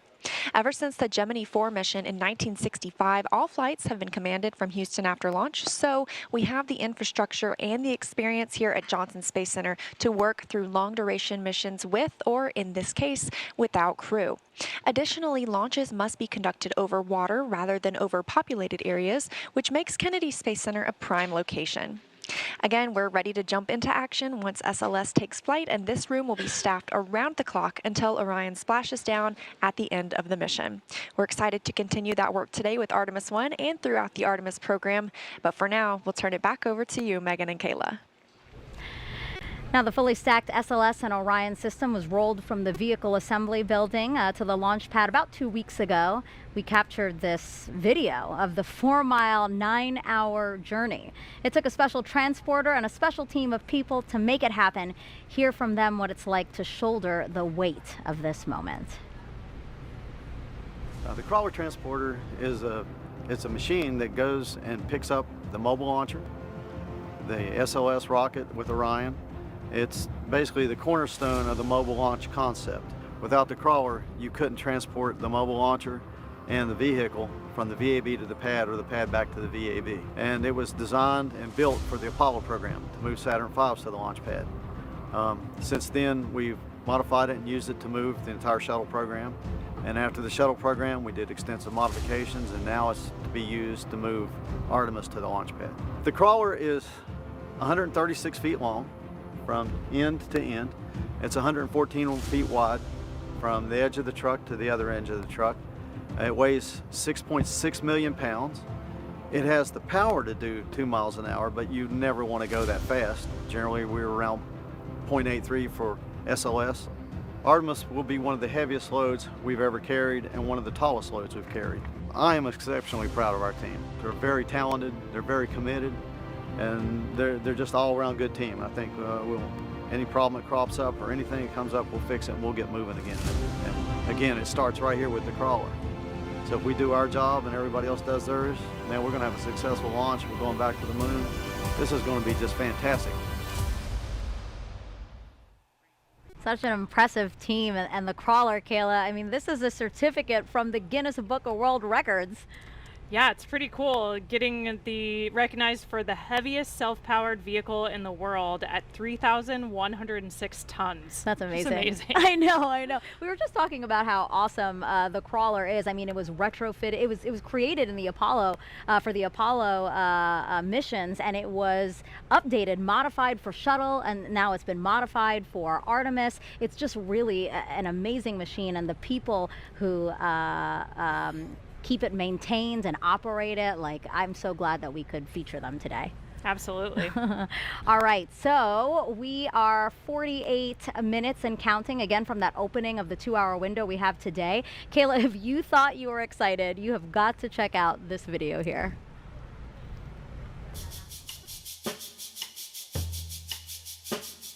This is really cool. We got some children that are on a bus, and they're going to come here to the vehicle assembly building, and the administrator and I are going to jump on the bus and surprise them. We're going to give them the opportunity to come in and go up the elevator with the rocket. Wow! That is so cool!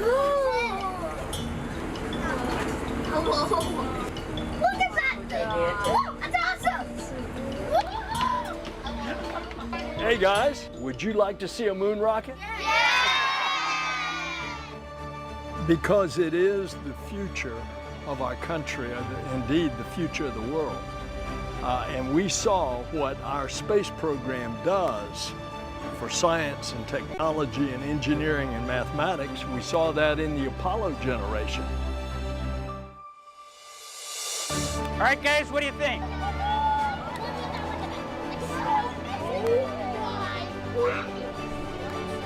What I hope to achieve today is inspiring a new generation. I mean, the more people that we can get to see up close and personal this rocket, it's awe-inspiring. And I cannot wait till the launch. When America sees our rocket actually launch on a test flight to the moon, you know, it's just going to spark a whole new push for what we are doing. Best day of my whole life ever. It's going to be incredible. It was a dream come true. This rocket is definitely going to the moon. I think it's really amazing. I was actually really excited because I've never seen a rocket like this close up. Now we have the Artemis generation. This is a new generation of us going back to the moon to learn and live, and then we're going to Mars. I told you they were so excited. They're so cute. Their faces, it was amazing. I think my face looked pretty similar the first time I walked into the VAB and looked up at that rocket. I mean, the building is huge, and standing at the base of the rocket just takes your breath away. The scale of it, you know, 322 feet, especially stacked on its end like that, is just amazing. So yeah. I almost relived my first time in the VAB through their eyes. And it was really cool. There was this opportunity where they got to just ask any questions they wanted. I was there, so they were asking me questions. They were asking the administrator, Bob Cabana as well, and they just hands shot up. They just had questions, and then sometimes I didn't really know the answer, and they're like, well, it's this, and I was like, oh my God, they know so much and they're so interested in it. I mean, again, this is why we're doing this. This is part of the inspiring the next generation. Absolutely. Whenever I get a chance to interact with kids kind of any age, all the way from elementary school up through college, the human spaceflight program, and Artemis in particular, I think really captures people's imagination and gets them interested in everything it takes to do something so daring and so complicated. Yeah. And actually, before we move on, an interesting note about the opening music in that video. It's an original composition called The Artemis Generation, performed by the Cooper Middle School Band percussion section of McLean, Virginia. And to continue to inspire the Artemis generation, NASA invited students to take part in a national essay contest, challenging them to imagine what it'd be like to lead a week-long mission to the moon's South Pole. Here's the first winner now. I gazed out of our moon pod window just before it was time to exit. My crew of 3 and I had been working for years to get here. Our crew consisted of a botanist, an engineer, a doctor, and me, an astrobiologist. We'd been picked because of how well we got along together, with our complementary STEM backgrounds and our naturally upbeat personalities. Houston, this is Artemis Crew 1, initiating airlock sequence, I said over my microphone. I looked at my crewmates, and as I stepped over the pod, I felt so gratified, becoming the first woman on the moon.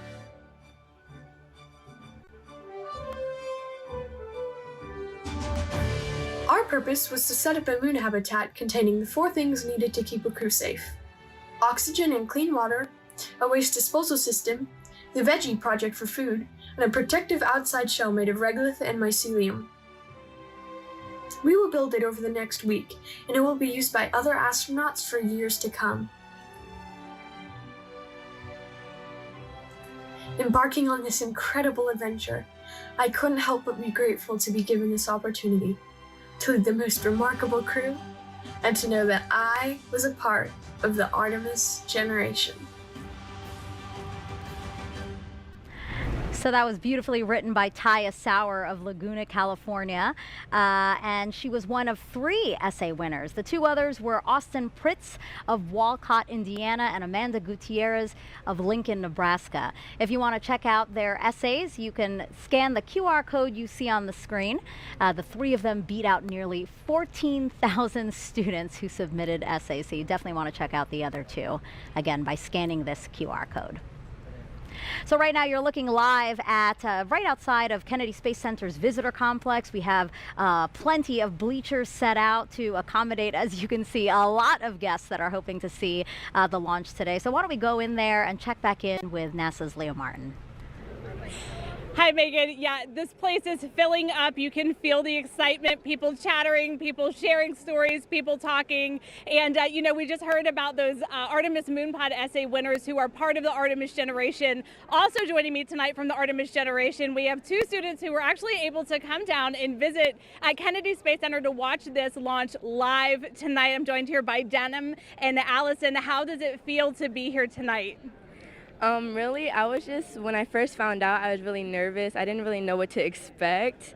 Like, we really just looked at each other and we kind of screamed. Yeah. Just out of excitement? Yeah. How did you feel? Honestly, it was like amazing. It was surreal. Like that we have this opportunity out of so many people who applied for this. It was like outstanding. And you guys actually got to take a tour of Kennedy Space Center a little bit earlier this week. What was something that you got to see that was just really outstanding? I think it was the shuttle experience, like how it is when the rocket ship goes on up with people in it. It was honestly really fun doing it and learning like how they feel at the moment. And Denham, what do you think it will be like to watch the world's most powerful rocket launch tonight from just across the river? Well, really, I don't really know what to expect because I've never really done this before, but I feel like it would really be outstanding. I might shed a little tear, but I don't really know. Like, I'm really excited to be here, and it's amazing. Like, it is amazing, and I don't think you're going to be the only one shedding tears tonight. Megan, we're super excited, eyes on Artemis, and we're ready to see the launch. Thanks so much, guys. Now, Kayla, are you ready for more questions from social media? We're getting them in. Always. All right, let's take a look at the screen now. We have another celebrity question. Hey, I'm Keke Palmer, and I play Izzy Hawthorne in Pixar's Lightyear, and I can't wait to see Artemis 1 launch today. How will going back to the moon pave the way to Mars? Thank you, Keke. Yeah, what an awesome question for tonight. I mean, the return to the moon is going to give us a chance to test all of the capabilities we need to operate on Mars. Mars is really far from home. It's going to take us 6 months just to get there, and that's with ideal planetary alignment and expected advances in propulsion technology. Then we'll spend about a year plus on the surface before it's 6 months home. And so the moon is a lot closer. We can get there in 3 days. The communications delay is a lot shorter, and so we can really test our operational concepts a lot closer to home. The moon's super far away. It's 250,000 miles, but that's way closer than Mars. So it's going to give us a chance to test all of our technologies so that we know what we need to develop in order to take that next step. Yeah, we call it the next giant step for a reason. Mars is very, very far, like you said. All right, let's take another question from social media. Kayla, what inspired you to be an astronaut? You know, my journey was a little bit different than some of my colleagues. I didn't grow up specifically dreaming of becoming an astronaut. I don't know what the barrier was there. I was aware of and inspired by the space program, but I never allowed myself to dream of becoming an astronaut until I had served on a submarine, actually. I think that operational experience that's so similar to what we do in the space program, if you think about it, we're sending humans to live, work, and do something of importance in a place where people aren't supposed to be, the depths of the ocean or the vacuum of space. And so I think those experiences gave me the confidence to even dream that I could become an astronaut, and then inspired me to apply in the first place. And that doesn't deter you, again, like being in a place where, yeah, we're not supposed to be a confined space at that. Yeah, I think those parallels, I got a chance to meet an astronaut after serving on my submarine, Kay Heyer, who's also a Naval Academy graduate, class of 1981. And hearing about her experiences working on the space station really made me click. All of a sudden I said, the space station's a submarine in space. Yes. And it sounds silly, but I had never made that connection before. And once I did, I just couldn't stop dreaming about it. Oh, that's so cool. I love that your story isn't, you know, the typical one, as you said. Okay, I think we have time for one more question. Is Snoopy ready and excited? Of course. I think like any crew member, Snoopy's been training for this moment. He knows what to expect in a nominal and an off-nominal launch and all the actions expected of him. So like any good crew member, he's ready to go. And he has his suit that's been tailored to him. It's especially made for him, the way that the astronaut suits are especially made for them. So yeah, I think he's ready. Yeah, seeing the moon up close, he's ready to go. So keep those questions coming. Use that hashtag Artemis and tweet or drop them in the comments wherever you're watching this broadcast. And don't forget those NASA Moon Snaps. Hashtag NASA Moon Snap for your moon-inspired content. Okay, we are now 37 minutes from the opening of our 2-hour launch window today. Let's check back in with Daryl with the launch team. Yeah, we've had a couple of issues that the launch team has been working, and we have an update on both of those. First of all, is the leak, the liquid hydrogen leak in the replenish valve out at the mobile launcher. We understand from the launch team that that leak has not recurred. The work that happened out at the pad is that the Red crew and the work that they did out there remedied the leak. That's good news. And now the liquid hydrogen tank on the core stage is back in replenish at this moment. And the upper stage of the rocket, liquid hydrogen side, is in fast fill. You can see from the graphic there that we are back up to 100% over on the liquid hydrogen side on the right hand of the screen.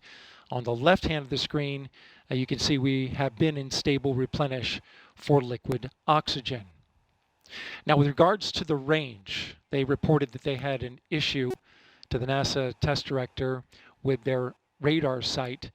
Later found out that that was actually a bad Ethernet switch that was cutting out and not providing them the data. The range reported that they will swap out that bad switch, and they're currently working on that. They advised at the time, about a half hour ago, that it would take them about 70 minutes, or about 25 minutes into that work. They did just recently update the NASA test director to say that it's going to take them a little bit longer because they're going to need to re-verify this Ethernet equipment once they have it installed. Again, that work is ongoing, but at the moment, if we were launching right now, the range is no-go as a result of that bad Ethernet switch. The Dolly Loop file, which helps steer the Space Launch System through the upper atmosphere, has been uploaded to the rocket, and so we're good to go there in terms of other configurations that are ongoing. But we are continuing to monitor communications of the launch team about holding to the top of the window, currently slated for 1:04 a.m. Eastern Time. But we do have 2 hours, and we have yet to see whether or not the launch team is going to be able to make enough adjustments in order to hit the top of that window. No slip yet, but we're monitoring their work, and we'll give you an update when we have it. Back to you, Megan. Thank you, Daryl. Really great news about that leak. Kayla and I actually said, wow, that's really great news. So we'll wait on your next update. Let's go back live now to Kennedy Space Center's visitor complex, where we have NASA's Dan Hewitt inside there with our new moon board. Dan, let's focus in on Orion now. It has 3 main elements, right? That's right, Megan. And Orion is the spacecraft that's going to be carrying our Artemis astronauts off of planet Earth and then returning them home. As you said, 3 major components, so we'll jump in here at the top with the first one, the launch abort system. This is a critical safety feature on Orion, designed to pull the capsule away from the SLS stack in the event of an emergency on the pad or the way uphill. And it does that using 3 solid rocket motors. The first one, the abort motor, can fire within milliseconds of automatically detecting an issue, pulling the capsule away to a safe distance. After that, the attitude adjustment motor. This one will fire. We can cancel out any rates, put us into a nice stable glide before we get ready to fire the jettison motor. This is the one that will actually take the launch abort system off of Orion, allowing it to then deploy parachutes and parachute down to safety. I will note the jettison motor, the only one that fires no matter what on a normal mission. It's going to fire once we're high enough in the atmosphere. And for Artemis 1, that is the only motor on this that is active. The attitude and abort motors are inert for Artemis 1. And that's all focused on protecting this, the Orion crew module. This is where you have your astronauts physically inside. In the capsule, you have everything you need to keep a crew safe, happy, healthy, thriving in deep space. You have a pressurized environment, seats, crew displays, toilet, everything that you need. On the outside, couple of critical features. On the bottom, the heat shield. Remember, this is goal number 1 for this mission, is testing that heat shield. It's an ablative structure made to survive that fiery re-entry at the end of a mission. Along the outside, you see these small gray circles. Those are reaction control system thrusters. Orion can use that at the very end to control the yaw, pitch and roll as it's hurtling through the atmosphere. We have windows. You need windows to look outside. 2 on the front, 2 on the sides, 1 in the side hatch, 1 up top in the very top docking hatch. Those are different layers of glass and acrylics for pressure and thermal control. We have a docking system, an uprighting system, parachutes, all for the very end of the mission. Third and final piece, down here at the bottom, the European Service Module. This has all of the propulsion assets for after SLS has done its job. Starting on the bottom, the large orbital maneuvering system engine. This is the one that's providing the most thrust for all of those key maneuvers around the moon. 8 auxiliary thrusters also around the aft to the bottom part of the service module to provide some additional push as well.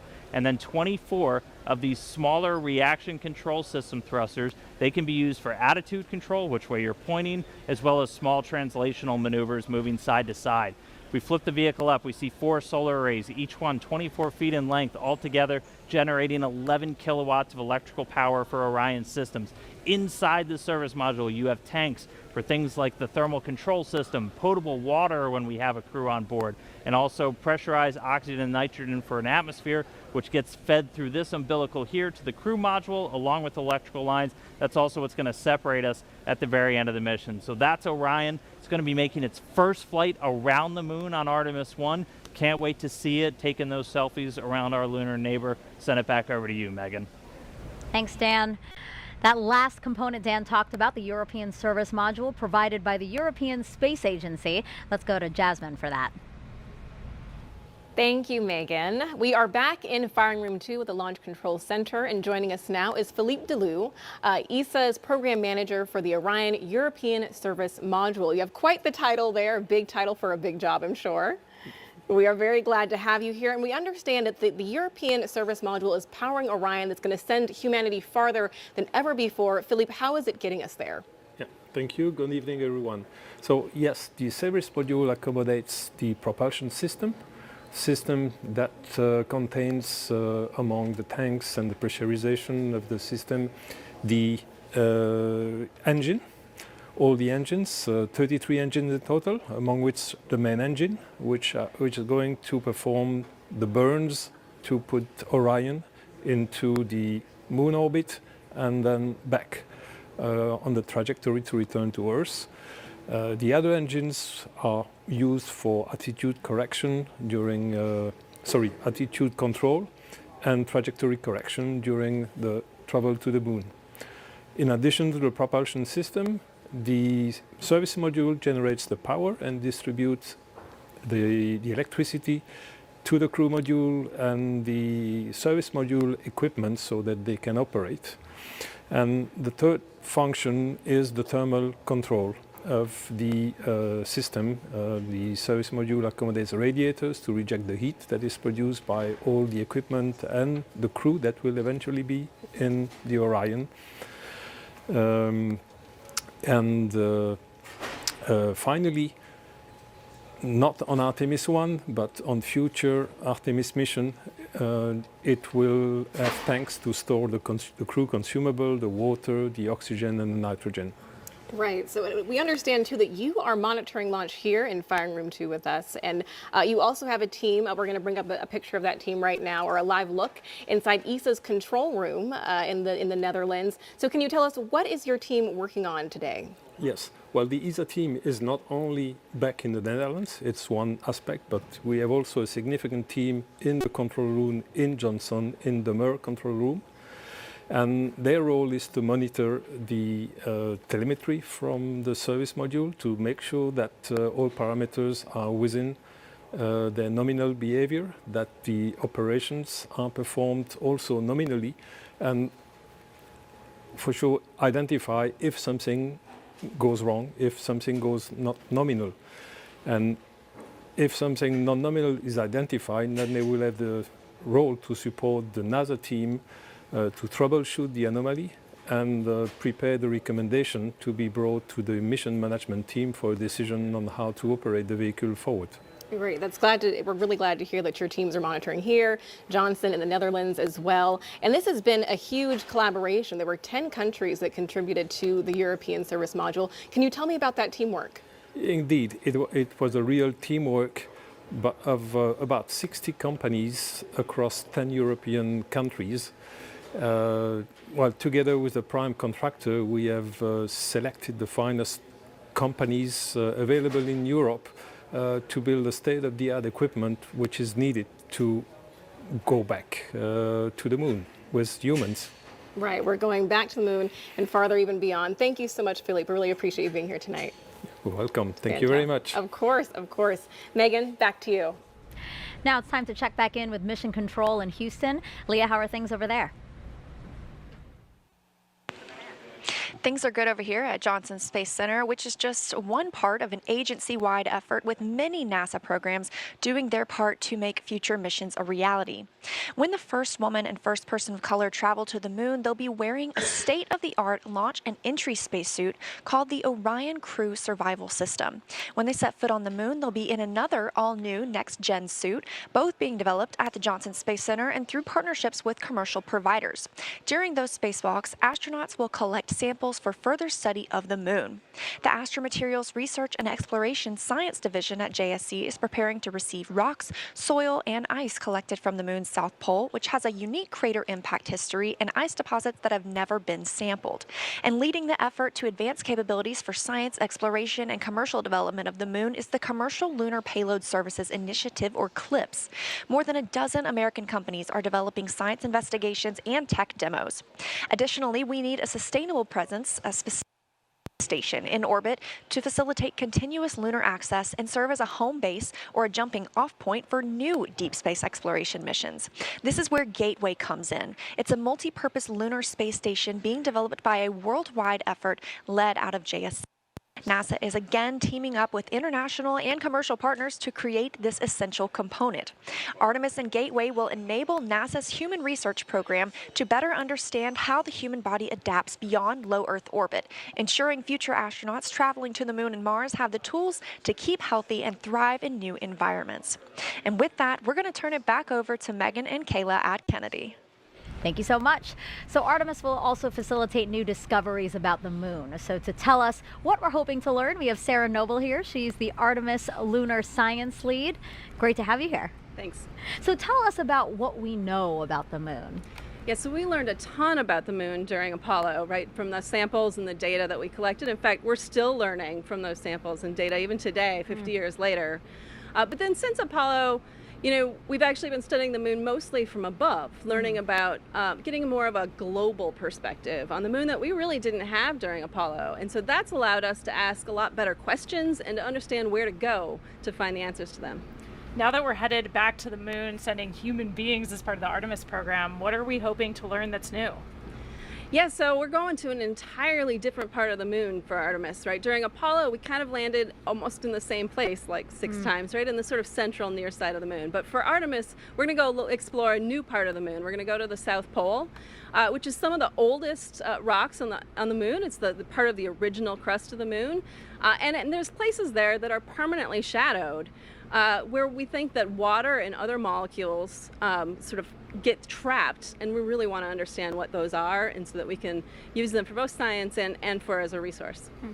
Sarah, we're also planning to land a rover at the South Pole of the Moon in late 2024. Can you tell us about that? Yeah, absolutely. The Viper rover, the Volatiles Investigating Polar Exploration Rover, is going to go land near the South Pole, and it's actually going to explore some of these permanently shadowed areas. It's going to dip into them, drill down, try to find out what that water is, what else is there, what form that water is, how much is there, so that we can really understand it both from a science perspective, and if we want to use it as a resource, we will understand how to extract it. So some people might say, you know, we have all these rovers, we have access to machines that can do a lot of the work on the surface of the moon for us, so why is it important to return humans to the moon? Yeah, it's not an either-or proposition, right? There are some things that robots are better at and some things that humans are better at. And it turns out that humans are much better field geologists. We're really much more efficient and better at that. Plus, we can do better. We can deploy more complicated instruments, and we can use tools in ways that it's very difficult for robots to do, so we can collect better samples. And one of the great things is that we can bring back a lot of samples, right? When we do robotic sample return, it's usually a very small amount. But if you look at what we brought back from Apollo, it's a large amount of samples that literally hundreds, probably maybe thousands of scientists have been able to study over the years and over generations. And that's a lot of brain power to put behind those samples. So again, that's how Artemis and Apollo are different. Now we're utilizing machines and people. That's right. To hopefully together. advance. Yeah. That's right. Perfect. Sarah, thank you so much for your time. Thanks for having me. So in honor of our destination, the moon, we asked you all to create moon-inspired content and share them with us using the hashtag NASA MoonSnap. We got so many wonderful submissions, so why don't we check them out now?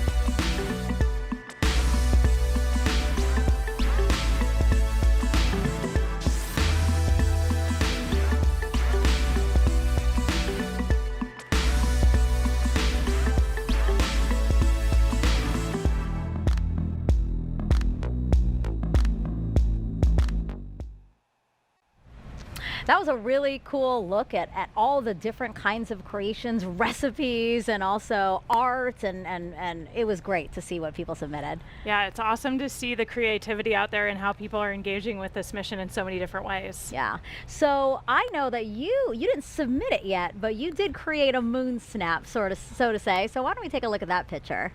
Yeah, this is one of my favorite pictures of the moon that I was able to take from orbit. I think for me, it kind of reminds me of that iconic picture of moonrise or Earthrise from the moon from Apollo. And it's kind of that in reverse. I think there's something about seeing the moon from orbit around the Earth that makes it seem a little bit easier to imagine what it'd be like to have that view from the moon looking back at our home planet. Yeah, you should definitely submit that because that's an amazing photo. Did you take that yourself? Yeah, out of the cupola window aboard the space station. Wow, the resolution's great. The cameras we have up there are incredible. Yeah. It's awesome. So I haven't taken a moon snap, so I had nothing to submit. So how do you feel about creating a moon snap with me? Let's do it. All right, well, take that, if you don't mind lifting it up, and we're just gonna snap a photo here. Oh, lighting.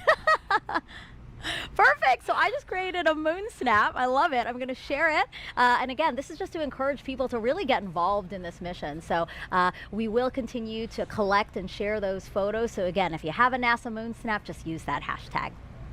Okay, Artemis 1 comes amid a very busy year and exciting year at NASA. Some of the highlights include 2 more commercial crew launches with SpaceX, Crew 4 in April, and then Crew 5 last month.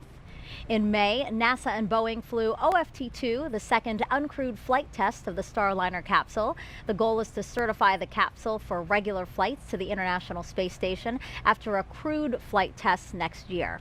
In July, we released the first images captured by our James Webb Telescope, and oh my, those are really beautiful, fascinating photos, and they're going to really help us answer some of astronomy's biggest questions about how our universe began. And then in September, we intentionally slammed the DART spacecraft into asteroid Dimorphos. Boom, look at that. And we successfully changed its course. The asteroid wasn't headed for Earth, but the test was to show we could defend our planet if needed. And recently, 2 other missions that benefit the Artemis program. Last week, we tested a new inflatable heat shield that could help us eventually land humans on Mars. And just 2 days ago, Capstone arrived at its intended orbit around the moon. The small satellite launched from New Zealand in June and will now test a unique lunar orbit for a future space station there. Artemis 1 heralds a new era in the history of human spaceflight. It marks a pivotal next step in humanity's return to the moon, ushering in a new generation of astronauts, technology, and research. This critical flight test sets the course for a bright future at the moon. It represents our ability to safely send Artemis astronauts and critical hardware to lunar orbit. Humanity will experience Artemis in different ways than we did Apollo. We will explore new areas of the moon with 21st century materials, technologies, systems, and operations. Gateway will be humanity's first space station to orbit the moon, built with next-generation technology. Gateway will not only provide a deep space outpost for future lunar expeditions, it will also serve as a station for landers, experiments, and supplies. Starting with the core power and habitation elements, Gateway will grow with increasing capability as international partners contribute new habitat and refueling modules, observation windows, external robotics, and more. Gateway will enable longer stays and more science to be conducted on and around the moon than ever before. And one day, it will help set the stage for missions to Mars.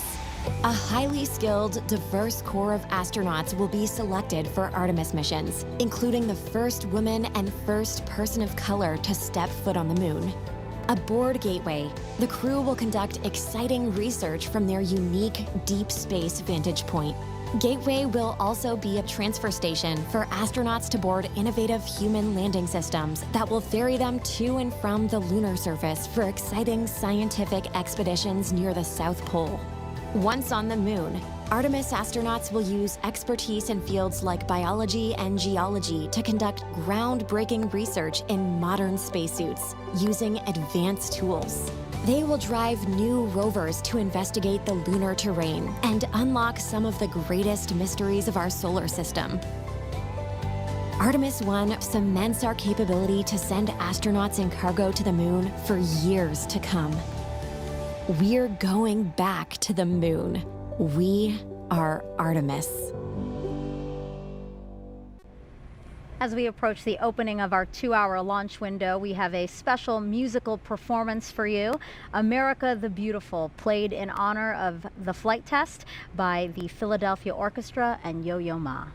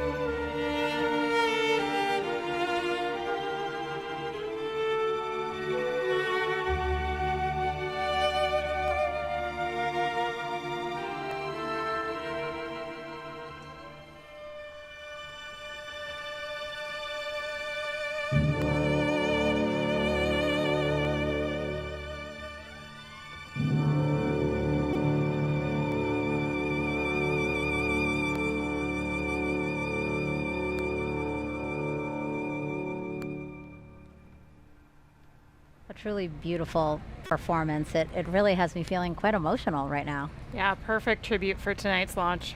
You know, it's just, it gives me a sense of pride, really, to just remember that our country continues to lead our nation in space exploration. So, and as such, the White House is closely watching this historic launch. Earlier this year, Vice President Kamala Harris came down to Kennedy Space Center and met with NASA leadership as well as astronauts. She also toured our facilities where teams are working on hardware for future Artemis missions. Before leaving, she signed a piece of the Orion spacecraft that will fly on Artemis 3. She's doing it right there, which will return astronauts to the lunar surface. Okay, Kayla, time for more social questions. So let's take the first one. You know now the drill. It's going to be a celebrity question, so let's take that. Hey guys, I'm Jack Black, and I'm super excited for the Artemis 1 launch today. I was part of a little movie called Apollo 10.5, A Space-Age Childhood, and I have a few burning queries. Question the first. How is Artemis different than Apollo? Artemis is different than Apollo because we're returning to the moon, but this time we're going to stay. So rather than a short visit where we can do some amazing science, but it was pretty limited by these short visits, kind of a small area of the moon, we're going to the South Pole and we're going to learn how to live there long term. So we're going to be building habitats, we're going to have rovers, we're going to have all of this infrastructure on the moon supporting scientific discovery, but also that next big step to Mars. I love seeing celebrities also take part and ask questions because it really shows that this is something that's captivating a lot of people. So that was really fun to see Jack Black. Also, query the first. That was funny. All right, let's go to the second question. How does it feel in space? Being in space is amazing. I mean, for us launching to orbit around the Earth and then go to the space station where I just was for 6 months, we're in an apparent microgravity environment. So for us, it feels like we're weightless, like we're floating. So you have to relearn how to live and work in that space. But once you get used to it, it's a lot of fun. Yeah, we were just talking, Jessica Watkins, another NASA astronaut, was just here. And she was saying that actually when you came back on Earth, that was an adjustment as well because you got so used to living on the space station. Yeah, the transition home was actually a lot harder for me than the transition up there because our vestibular systems kind of remap. We start ignoring all the sensors in our inner ear that tell us how our bodies are moving because the space environment is so strange, but we really need that on Earth to balance and control our bodies. Sure. So when we get back, it takes a couple of days before we feel comfortable again. Really interesting. Thanks so much for those. Okay, so we are 10 minutes until the opening of our 2-hour launch window today. So why don't we head back over to Daryl. Daryl, tell us what's happening now. Yeah, Megan, we actually have about 10 minutes before we go into a half-hour hold.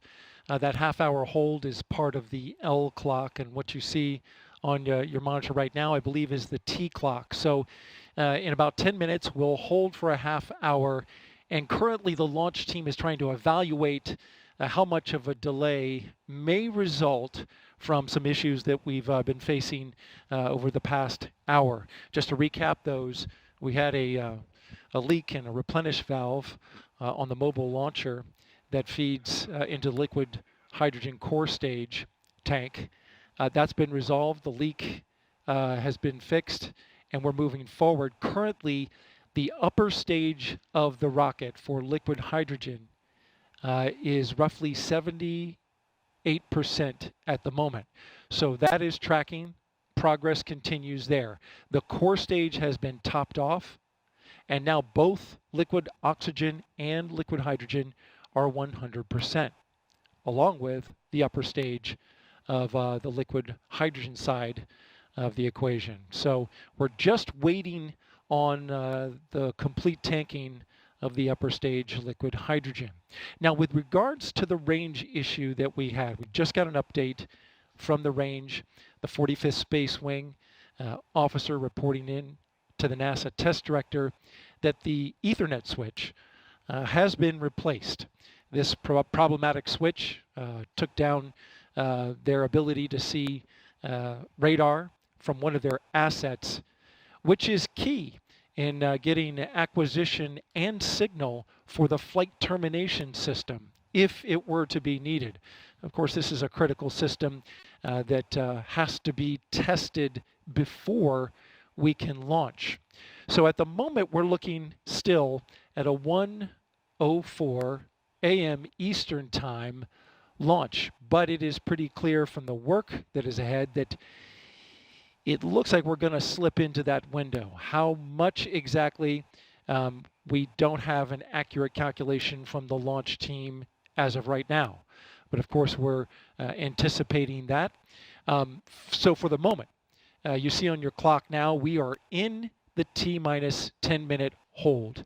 We just entered that, and now roughly we're looking at 28 minutes to resume terminal count. The launch team will assess what work needs to be done, how that syncs up with the range getting back online with their equipment, and then we should have a new T0 for you soon. That's the latest from Firing Room 1 here at the Kennedy Space Center. Megan, back to you. So things are obviously still very dynamic. We're going to come back to Daryl as much as possible. Now, to understand where we are going, we have to know where we have been. To do that, we spoke to some of the special few who walked on the moon and those who sent them. We choose to go to the moon in this decade and do the other things, not because they are easy, but because they are hard. Because that goal will serve to organize and measure the best of our energies and skills. It's been 50 years since we've been to the moon, and we've got a great program called Artemis. We're going back.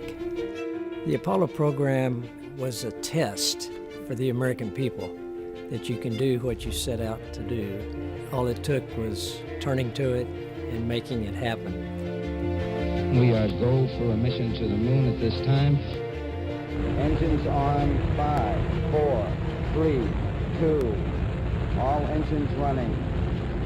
Launch commit, liftoff. We have liftoff, 49 minutes past the hour.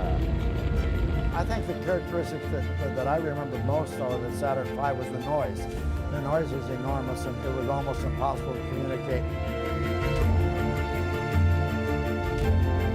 We're go, train tight, we're go.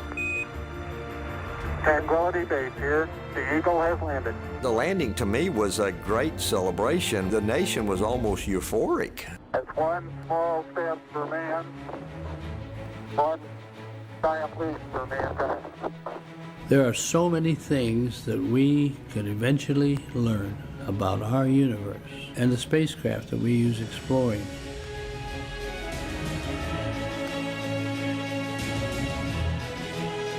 We are a nation of explorers. During Apollo, we were on national TV literally every day because we were doing something visible that Americans could see and they could feel and say, look what we are doing. And I believe Artemis is going to come up and say, look what we are capable of and what we are doing now.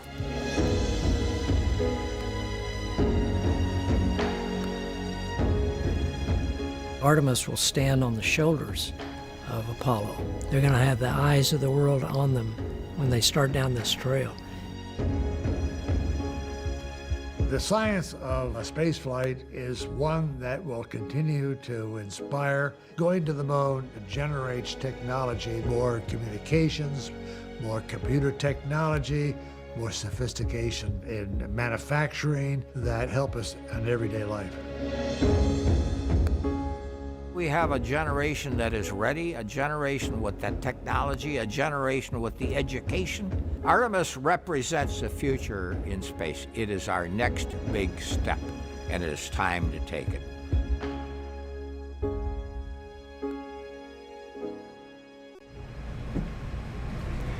If you're just joining us, welcome to NASA's Kennedy Space Center, where we are showing you a live look of another visitor center. This is the U.S. Space and Rocket Center. Wow, take a look at all of those people who are there hoping to watch the launch today. You know, this is the visitor center for the Marshall Space Flight Center in Huntsville, Alabama. That center played a crucial role in contributing to the Artemis program, so I'm not surprised that there are a bunch of people there watching.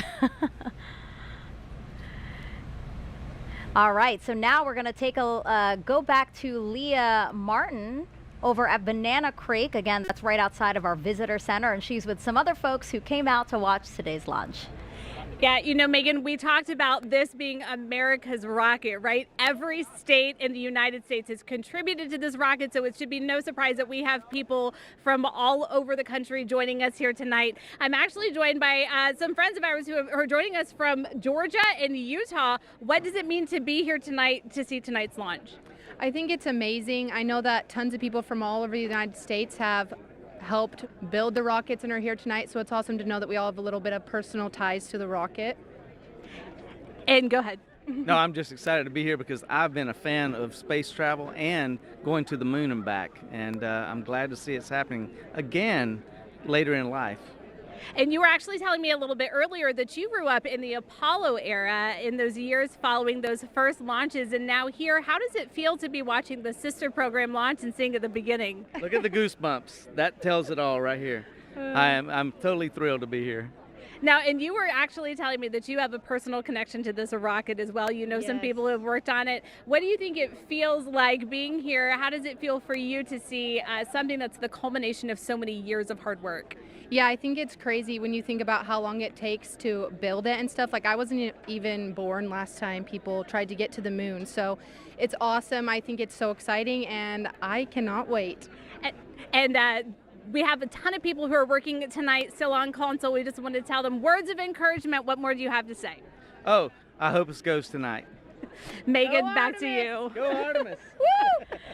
Go Artemis. Yes, I love that. And again, I just love these drone shots that we're showing of all the people who are here ready, hoping, anticipating launch today. So now let's head back over to Dan. So Dan is in the Apollo Saturn V Center, which is right next to this crowd that you're seeing here. He's inside there, and he's going to tell us more about SLS using an interactive state-of-the-art tool we're calling the Moonboard. That's right, Megan, and everybody, welcome back to the Moonboard. So just to recap, SLS out on the pad, on the mobile launcher. Daryl's been walking you through all of the tanking, all of the preparation. We had that hydrogen leak that was in the base of the mobile service structure here. That's been remedied. We haven't had any issue with those tail umbilicals that we were tracking so closely back in August and September. So everything looking really good with SLS. Just to recap, most powerful rocket we have ever built. It's propelled by 2 solid rocket boosters and 4 engines on this core stage. Now these solid rocket boosters are going to be firing for the first roughly 2 minutes of the flight, a little more than 2 minutes. And we call them solids because of the type of propellant in there. If you forgot it already, it's aluminum powder, ammonium perchlorate, and polybutadiene acrylonitrile. It's a binding agent that's inside. Solid propellants are extremely stable. They're very reliable. But once you ignite them, they're going to keep burning. You can't really throttle them up and down like you can with liquid-fueled engines. You can throttle just based off of the distribution. So you basically put more propellant in some areas and less in others as you're trying to really throttle the rocket down, which we do as we go through things like max Q, maximum dynamic pressure. And just a reminder, as these things are firing, they can steer, they can gimbal. The bottom part here, gimbal just means you can really direct, and they're providing 90% of the steering as SLS is making the flight uphill, and more than 75% of the thrust with those 2 firing at the same time. And again, they're attached to this. This is the core stage, 212 feet tall, the largest single stage we've ever constructed. It's been through the green run test, a lot of preparation for this flight today, and it is propelled by these 4 RS-25 engines. Now these are liquid fueled rocket engines, so you have a fuel and an oxidizer, and one of the great things about liquid fuel is you can throttle them in real time. You could kind of like the gas in your car, you can go faster or a little bit slower. So these throttle up to 104% of their rated thrust at the time of liftoff. We throttle them down as we go through max Q, so the maximum amount of pressure on SLS in the way uphill, and then throttle them back up until they've consumed all of their propellants. And they're consuming that propellant at more than 1,500 gallons a second. That is just an astronomical amount of fuel that's running through these engines to produce that thrust. Each of these up to 500,000 pounds each during their operation. And of all the different components, we've got this engine block section down here. You have all of the associated plumbing, everything to feed those propellants down to these engines. You also have these 2 attachment points here, and that's where we actually tank the SLS rocket. So a lot of focus on those in the previous attempts. They've cooperated spectacularly so far today, and we've been able to fully tank this core stage. And a reminder, you have a fuel, about 500,000 gallons right here of liquid hydrogen, and then an oxidizer. You need those two together, and then an ignition source. That's what gives you your reaction, your thrust, your basically controlled explosion that then comes out of those rocket engines. So fully tanked, these are cryogenic fuels, hundreds of degrees below zero, so we've got a spray-on insulation across the entire vehicle. As it's sitting out there in the Florida air, it's a little bit warm tonight, but we need to keep those hundreds of degrees below zero. It takes a lot of energy to do that, so the less you have to use to keep them cold, the better, which is why we have that insulation. So we're going to be seeing SLS take flight for the first time tonight as we clear all of those final issues. Again, this is going to be one heck of a show when this thing launches into the night sky. So with that, send it back over to you, Megan. If you're just joining us, welcome to NASA's Kennedy Space Center for live launch coverage of Artemis 1. I'm NASA's Megan Cruz, and this is NASA astronaut Kayla Barron. It's been great having you these past 2 hours. It's been so awesome to be here for this historic launch tonight. So right now we are awaiting a new T0. The launch team had to work through some issues, and they're doing a great job at working through those issues. So now we're just waiting to see a new T0, since we had been aiming for the top of the launch window, which opened does open at 1:04 a.m. Eastern Time. Now, today is a big deal. Apollo 17 in 1972 was the last time humans stepped foot on the moon. That the rocket you see right there behind us, illuminated in the darkness there, is the first step back towards getting us to the moon. Now, Artemis 1 is the first integrated flight test of NASA's deep space exploration systems. That's the ground systems here at Kennedy Space Center, the Space Launch System, or SLS rocket, and the Orion spacecraft. We will send an uncrewed Orion spacecraft farther beyond the moon than any of the Apollo missions before it. For Artemis 2, Orion will have astronauts on board as it orbits the moon. Then future Artemis missions will land the first woman and first person of color on the surface of the moon. So Kayla, why do we want to go back to the moon? The moon's a super interesting place to study. It can tell us a lot about the Earth, its own formation, but also more about our solar system. And we also want to return, this time in an international partnership, for a permanent presence on the lunar surface that'll teach us everything we need to know to travel onto Mars. Mm-hmm. And what about for you? I mean, you have the possibility of maybe being selected for those future missions, because the Artemis program can choose from any of you guys, any of the NASA astronauts. It's a crazy time to be a NASA astronaut and even imagine that that could be real. I think we're all just honored to be a part of the team that's doing this. We're just a small representation of all of the amazing human beings around the world that it takes to do something as audacious as returning to the moon, learning what we need to go onto Mars. So we're just all excited to support the program in any way we can. But of course, a ride to the moon would be incredible. So yeah. I think we're all just dreaming about those moonwalks. Now, since Artemis 1 is setting the stage for those future crewed missions, is there anything in particular about this 26-day mission that you will be watching? Is it re-entry?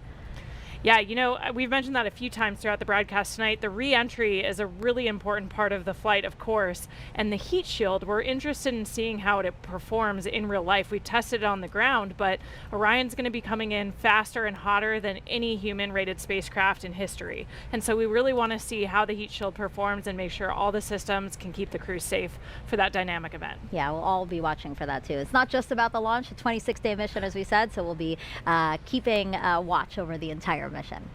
Our workforce now is very different from what it was during the Apollo era. When Apollo 11 launched, there was only one female engineer in the firing room. Today's launch of Artemis 1 is led by NASA's first ever female launch director. Take a look at how she and other women across NASA are shattering glass ceilings. When I was a little girl, I wanted to be an astronaut, a scientist, a doctor, a fighter pilot. When I was a little girl, I wanted to grow up to be strong and independent. When we were asked to draw a picture of what we wanted to be when we grew up, I drew an astronaut standing on the surface of the moon. All I thought about was when I was going to get to NASA. It's a huge honor to be NASA's first female launch director. To be the launch director for Artemis, NASA has so many wonderful women pioneers, so many heroes to me. Some of the most amazing women in my eyes are people like Katherine Johnson and the other women that you've seen in Hidden Figures. Sometimes it's difficult to believe that I'm on this side now wearing this blue flight suit with all of the other astronauts, representing this iconic image that had so inspired and excited me my entire life. Being of South Asian heritage, Kalpana Chawla was just such a big thing for me growing up. I've always looked up to Sally Ride and Mae Jemison, who really laid the foundation to allow people like me to be in the position that I am now. All of these women were pushing those boundaries and breaking those glass ceilings. Now, of course, there are some fantastic women in leadership positions that inspire me every day. So much has changed since the Apollo program. During the Apollo 11 launch, we had one woman, one out of 400 engineers in the room. And I look at our team today, it's much more a reflection of the world that we live in. A big piece of why it's so important to have women and diverse backgrounds, because it allows us to bring everybody along with us on this journey. It doesn't really matter what you look like. If you've got the brains and you have the knowledge, we need you at the table. We are at such an exciting time in human spaceflight right now, and Artemis is such a huge part of that. We haven't been to the moon in many, many years. We have a lot of younger generation folks that have never seen that happen. We will understand so much more about the moon, about the Earth, about our solar system. We're going to stay. And to me, that's an amazing idea. The moon is going to be the blueprint for how we go to Mars and out into the solar system and maybe beyond. It is incredibly exciting to be part of this Artemis team. It still feels pretty surreal to think that I might one day walk on the moon. To see a woman and a person of color on the surface of the moon, to be able to say that space is for everyone and that we go to space to make life better here on Earth for everyone. I know that tears will be in my eyes.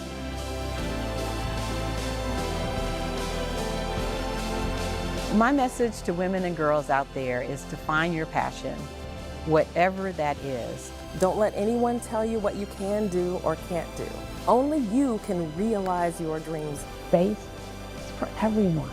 And if me being in this role helps to send that message, I think that's a great thing. And I just actually love that I don't feel like a woman at NASA. I just feel like a person at NASA. The women of NASA are Artemis, and we make a difference every day. I am NASA's Spacewalk Office Hardware Manager. I'm the Program Scientist for Space Biology. I'm the Director of NASA's Johnson Space Center. I am Artemis. I am Artemis. 私は Artemis です。Yo soy Artemis. As some Artemis. Ana. Je suis. Ich bin I Artemis. am Artemis. I am Artemis. I just love the way that that video ends with you and all these other women saying, I am Artemis. What do you think, why is it so powerful to just hear those three words, I am Artemis? Why does that resonate so much? I think it just represents how far we've come since the Apollo era and how we take advantage of the incredible diversity our country has to offer. Having seats at the table for everyone, you know, spaces for everyone. You heard that a few times in the video, and I think we're proving that out every single day in our work, not just at NASA, but with our international partners. I think it's so important to our ability to succeed on these really complex missions. Yeah, I thought that was a very powerful video, and I'm glad that people got that message, young girls in particular. Another person who you saw in that video is Pam Melroy. She's a former astronaut and NASA's deputy administrator. So why don't we head over to Jasmine Hopkins, because Pam is there with her now. Thank you so much, Megan. Yes, I'm honored now to be joined by Pam Melroy, NASA Deputy Administrator. This is just a fantastic night. And we just saw that powerful video with you among so many of the great women here at NASA. What is so important about us now being ready to send, you know, the first woman, the first person of color to the moon? Yeah, I loved watching that video. Just inspires me. So many of those women are my friends, but also they're just such fantastic engineers and scientists and just so many roles at the agency. I've always thought one of the strongest teams that you could ever find is a family, and families have men and women, and so our teams are stronger, I think, when we have that balance and that diversity.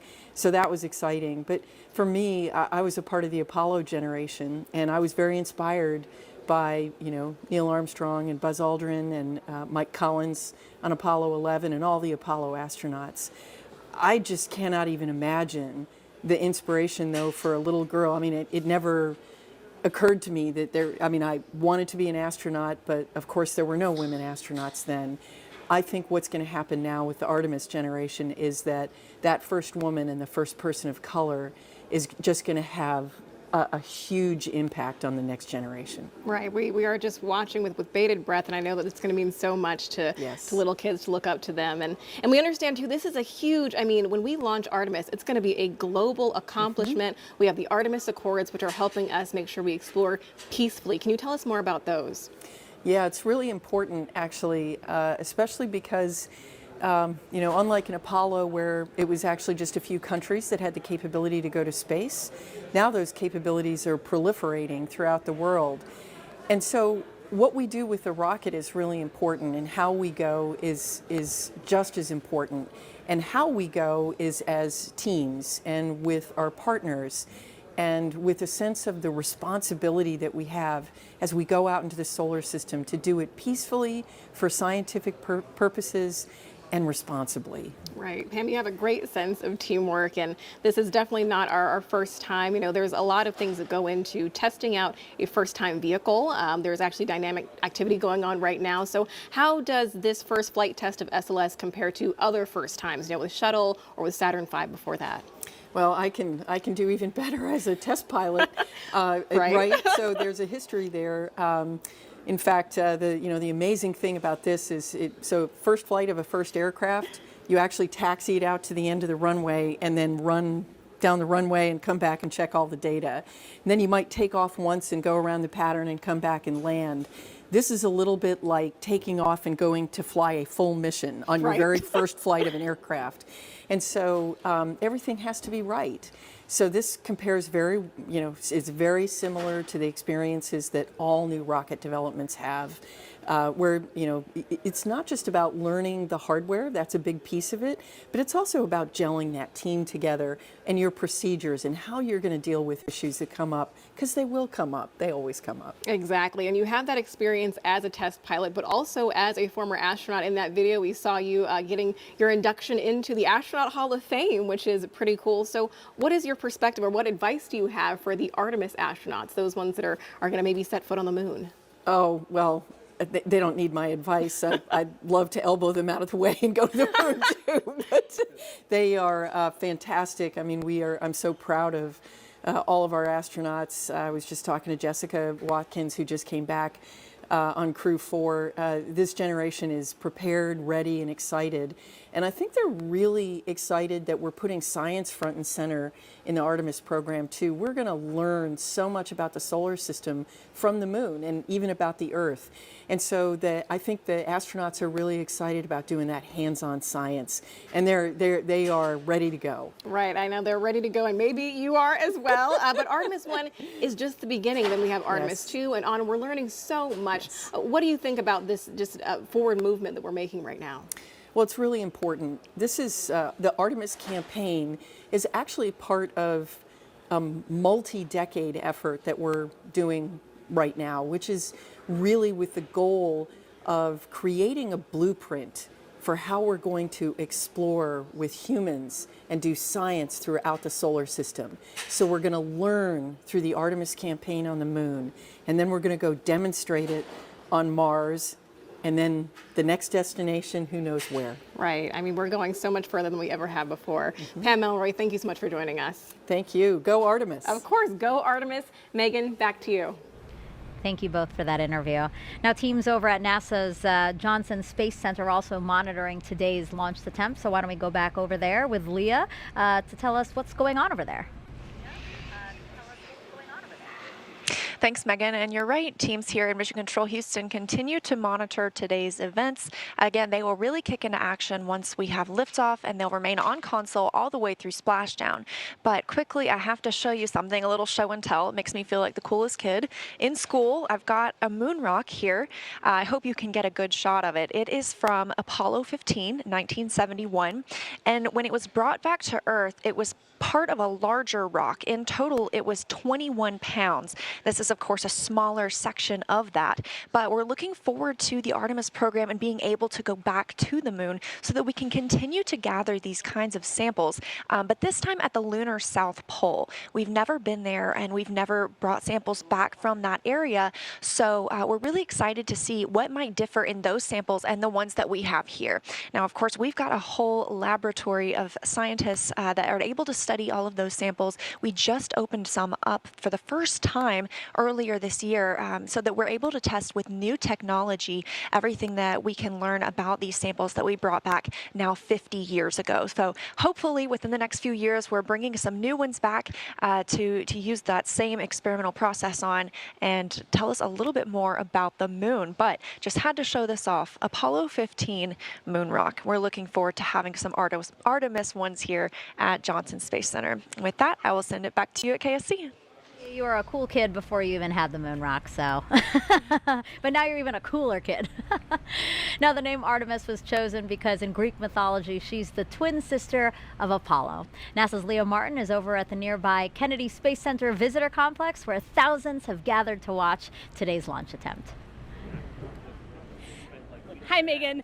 I'm actually joined here tonight by a very special group of guests here from Stennis visiting Kennedy Space Center. Why don't you tell me, Ryan, what it is that ties you to tonight's launch? So we were lucky and privileged enough to be able to test the core stage of the SLS rocket that's going to launch today. We got to green run, which is a full duration hot fire.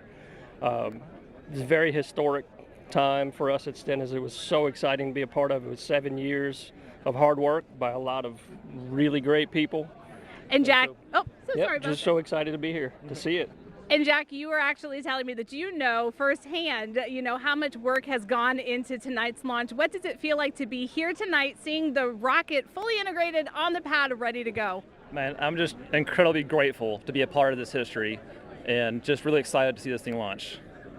And Barry, you were telling me that you know also firsthand, the adversity that these teams have overcome to be here tonight. Do you have a word of encouragement, anything that you'd like to say to the teams all across the United States right now, both at Kennedy and at JSC, who are just sitting in these seats ready to get the rocket launched tonight?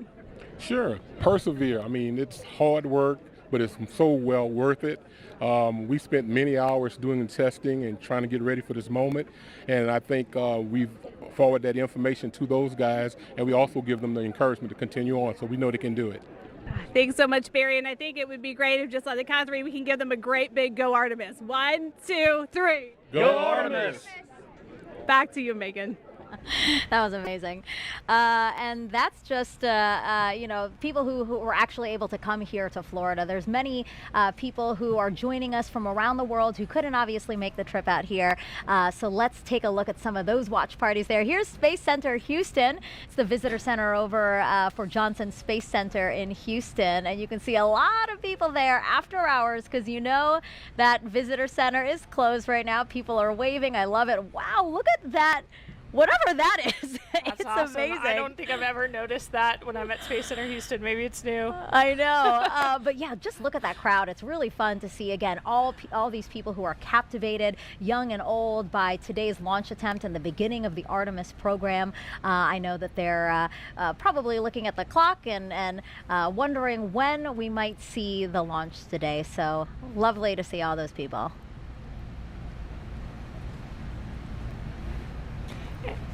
And there's the Space and Rocket Center, where we have a ton of people waving their flags, cheering us on tonight for this incredible launch this evening. I love that. They totally look like cheerleaders, and they're embracing it. I love it. And yeah, this is the U.S. Space and Rocket Center. This is the visitor center over in Huntsville, Alabama. As I've said before,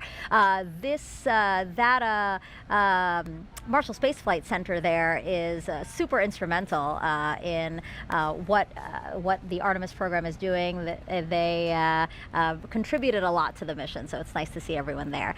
And then here is Airbus in Bremen, Germany. Germany. So Airbus is the main contractor for the European Space Agency, and together the company and ESA, they provided the European Service Module, which is an important part of the Orion spacecraft. So we have quite a bit of people there. A more reasonable time over there in Germany. It is 7 a.m. So I'm going to say Guten Morgen to them.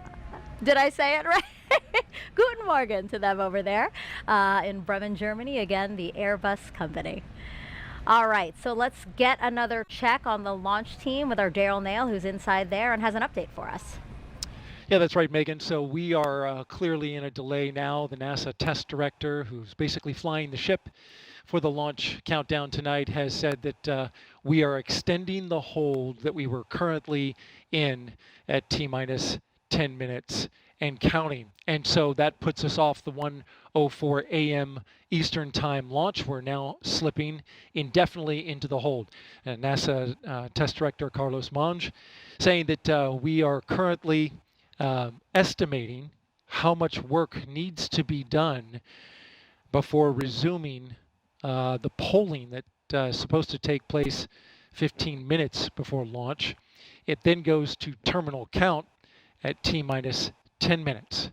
Now we've got an update on the tanking of the upper stage liquid hydrogen tank. Currently 95% filled. We're in topping on that tank. It is the last of 4 tanks in the Space Launch System that needed to be completely fueled up before we launch.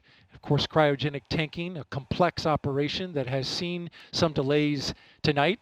We had a roughly hour delay after a replenish valve on the core stage liquid hydrogen side required hands-on work by a Red Crew team that went out to the launch pad and tightened down some bolts on the valve and got it fixed before leaving the launch pad, and then launch team verifying that that work was complete. Now currently we're awaiting some work with the range. The 45th Space Wing, which oversees the range here and makes sure that the airspace and the ocean out over the flight path is clear, and also has the responsibility to destruct the rocket should it go off track. They have been working on some issues with their equipment and sending a flight termination signal to the rocket. There is testing that must happen with the flight termination system that was delayed by a bad Ethernet switch. Switch has been changed out, and now the range is looking to start testing their connectivity to the rocket in order to preserve that safety function that they are responsible for. So again, we are slipping now indefinitely into the launch window. We're awaiting the launch team to evaluate just how much time is required to complete the work to get this rocket ready to launch. And of course, when we have a new T0 for you, we'll report that out right away. Megan, back to you. Daryl, thank you so much. As NASA prepares to explore the moon, here's a look at the spacesuits and tools that will help us to do that.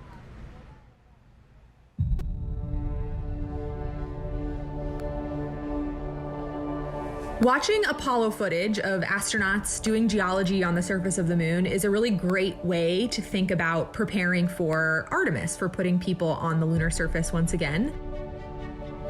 We learn a lot in how they did science operations on the moon and what it's like to work on the moon. You see them doing geology. You see them taking rock samples, putting in a drive tube to take a core sample. You see them bouncing along the surface of the moon on the lunar rover that they used in Apollo 15 through 17. So it's a great way to help drive technology development for the next generation of spacesuits and geology sampling tools. There's these facilities that help us train like we are on the lunar surface.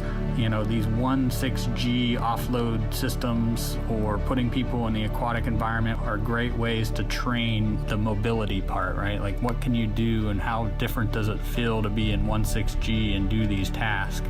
We've been training astronauts in geology and geoscience for decades now. The Apollo astronauts had literally hundreds of hours of training in geology before they flew to the moon. It's often said that the Apollo astronauts had the equivalent of a master's degree in geology by the time they flew to the moon. In the intervening decades since Apollo, we've been training astronauts who fly to the International Space Station because when they're on the ISS, they spend time observing the Earth, looking out the window, taking pictures of what they see on the Earth's surface. Now that we're looking at putting astronauts on the surface of the moon, we also take them into the field. We take them to field sites here on Earth that resemble field sites that we expect them to see on the moon. That's the reason why we take them out into places that are unique, like volcanic landscapes or places that are analogous to the lunar surface, to train them on the scale and fidelity of science that you just can't recreate in these facilities. And so by combining this classroom and field training, we're able to prep them for fundamentals of geology, the major driving lunar science questions that we have that we hope to address with the Artemis program, and teaching them how to do field work in relevant analog environments. For just science aspects of developing new spacesuits, can it get you to where you need to go? And then once you get there, can you do the cool science that you need to do? And so that's, can you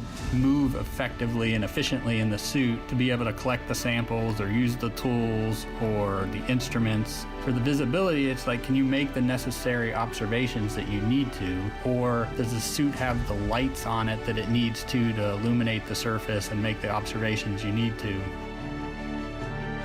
The lunar South Pole holds tremendous resources that are going to allow us to continue to explore. This is a place that we've never been before. There's so much to be learned from getting boots on the ground and exploring a unique place that challenges us as humans and also helps us develop technologies that make our everyday life that much better. We think there might be volatiles present at the South Pole. By using these volatiles, we'll be able to do things like create drinking water, create rocket fuel to launch astronauts back to Earth. And so by harnessing the power of the land, we'll be able to help astronauts establish that long-term sustainable presence.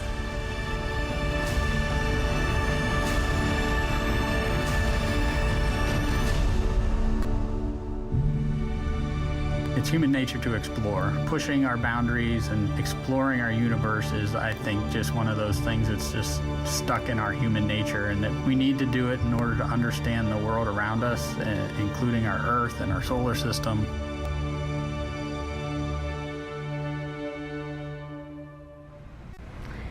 We just heard there how curiosity is just a part of us.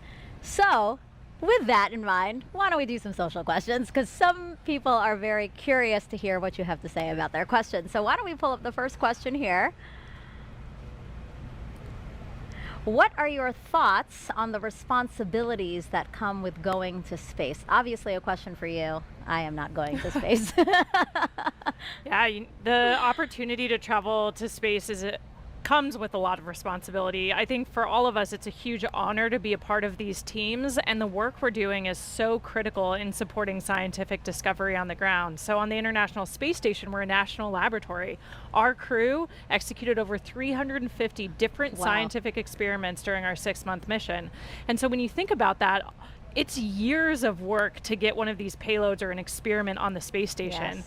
And sometimes that's someone's life's work you're holding in your hands and executing.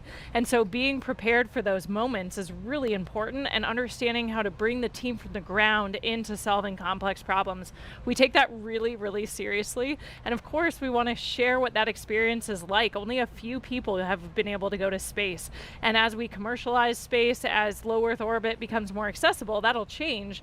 But still, it's only available to some of us. So we really want to share what that's like and the perspective we gain from our time up there. It's really great to see and hear that you guys acknowledge that, right? Like that this experiment that you're holding, that you're working on for 6 months, somebody has been working on literally for years. I mean, I've talked to some scientists and they're saying, oh, this has been my life's work, 20 years of my life's work. So yeah, that was a really good question. I like that question a lot. Okay, we have another one from social media here. Astro Kayla, have you considered what you might say if you had the opportunity to be the first female to set foot on the moon's surface? No, I have not considered that.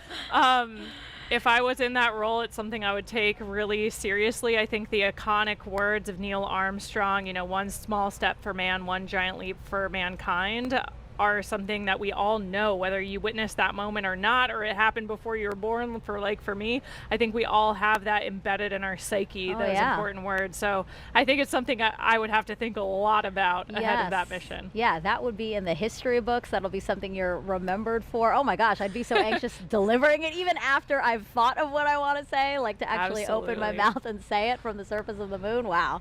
Yeah. That we'll have to think about that one for sure.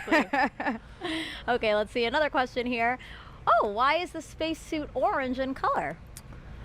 That's an awesome question that I wish I knew the answer to. Megan and I were actually talking about that earlier when we had Snoopy up here. It's a continuation of the same suit that we used during the shuttle era, and I was kind of hypothesizing that maybe it's to help forces if for some reason when we landed in the water we had to get out of the capsule for some reason, it would be easy to see us. But that I'm gonna have to take a phone a friend on that one, I think, to know the real answer. I'm sure somebody will be commenting on social media right now with what the real history behind the orange suit is. I'm trying to think about it too. I'm thinking, does it have anything to do with SLS being orange because of the foam match your insulation? vehicle. Yeah, why not? Maybe it's that. I don't know. I don't know. We got stumped. That was our first one that we got stumped on. Do we have another question? All right. If you could name one of the moon's craters, what would you name it? Oh man. What would you name it, Megan? I don't know. That's a big decision. I thought you might say the name of your zero-G graph. Oh, FOW? Yeah, maybe. I don't know. That's a pretty big responsibility, I think, to name these geological features. And a lot of the craters on the moon already have names. So I'm sure there's some that maybe they haven't named, they're too small, or we haven't explored them yet. But a lot of them already do have names. Like, we're going to be exploring the edge of Shackleton Crater as part of Artemis mission. So a lot of them are already named and mapped. Yeah. Thanks for throwing it back on me. I was like, I don't know. Do you think our parents or husband or fiance are now upset that we didn't say them? I don't know. I mean, I don't think so. I think they understand. All right. These are big decisions. This is. All right. Last question here, for this segment at least. What will Orion do when it gets to the moon? So for this mission, Artemis 1, it's actually going to orbit the moon and then go into a distant retrograde orbit.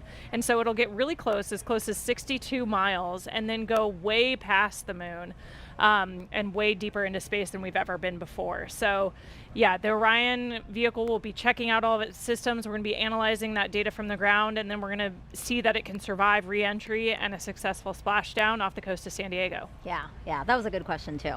Okay, well again, just keep those questions coming. You know, we are entering into this launch window, and we do have time, so we'd love to hear from you, and we'd love to try at least to answer most of your questions. So you've been hearing throughout the broadcast all the different science that returning to the moon will enable us to do. So there's actually something called the Prime 1 mining experiment, and that's going to robotically look for ice and other resources below the lunar surface. NASA's first Polar Resources ice mining experiment, also known as Prime 1, will robotically look for ice and other resources below the lunar surface. Thanks to data from spacecraft orbiting the moon, scientists believe that the polar regions contain water ice in the form of ice just below the surface. With the right technologies, that ice is a game-changing resource that can be mined and used to produce propellant and breathable oxygen for future explorers. Under NASA's Commercial Lunar Payload Services Initiative, the agency selected intuitive machines to fly and land Prime 1 on the moon's south pole. Prime 1 will land near the Shackleton Crater to drill into the lunar soil in an area that could contain water ice. Prime 1 is made up of two instruments: Trident, the regolith and ice drill for exploring new terrain, and M-SOLO, the mass spectrometer observing lunar operations. Trident will drill up to 3 feet into the lunar surface, extract lunar soil, and bring it up to the surface. Trident drills to its maximum depth in multiple phases, stopping at different increments. As it reaches each desired depth, it will pause and retract the drill string to deposit lunar soil on the surface for analysis. This is where M-SOLO comes in. M-SOLO is a commercial off-the-shelf mass spectrometer modified for spaceflight. It will evaluate the chemical elements and compounds released from the lunar soil for water and other chemical compounds.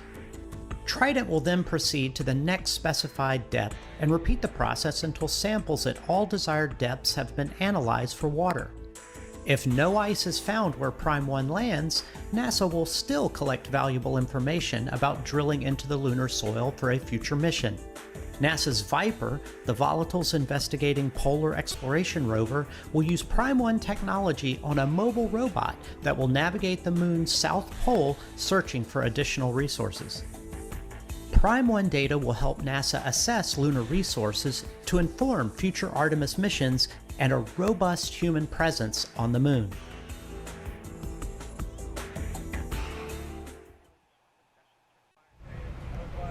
So we are still awaiting a new T0 for today's launch attempt, but for more on what to expect when we launch for this first day, let's go to NASA's Dan Hewitt. He's inside our Apollo Saturn V Center at the KSC Visitor Complex.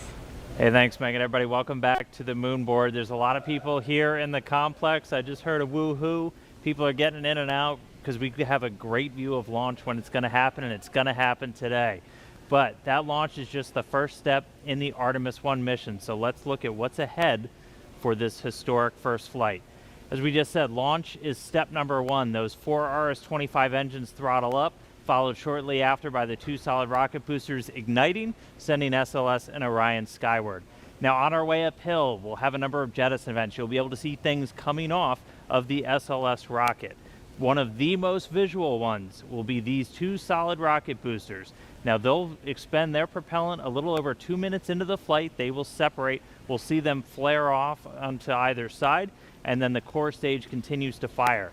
We're also going to see the launch abort system come off the top. Once you get high enough in the atmosphere, it's no longer required. You could actually do aborts using engines on Orion and its service module. I will also note that on the launch abort system, it's got those 3 solid rocket motors. The jettison motor is active. The abort and the attitude ones are not for this flight. We don't have people, so we're not flying a fully active abort system. We also have 3 fairings that are there to protect Orion, the service module and the crew module, as we're flying up through the really dense parts of the Earth's atmosphere. Next up, we'll hit core stage separation. So we've got 4 main engines. We'll hear MECO, main engine cutoff. Those engines will shut down, the core stage will separate, drop away. It's eventually going to splash down in the ocean. And that hands over the propulsion duties to this, our upper stage, the Interim Cryogenic Propulsion Stage, or ICPS. Its first job is to execute what's known as a perigee raise maneuver. So the perigee is the lowest part of your orbit. You have a perigee, that's your low part, and an apogee, that's your highest point. We're going to raise up the perigee, and that's going to actually put us in a nice circular path around the planet.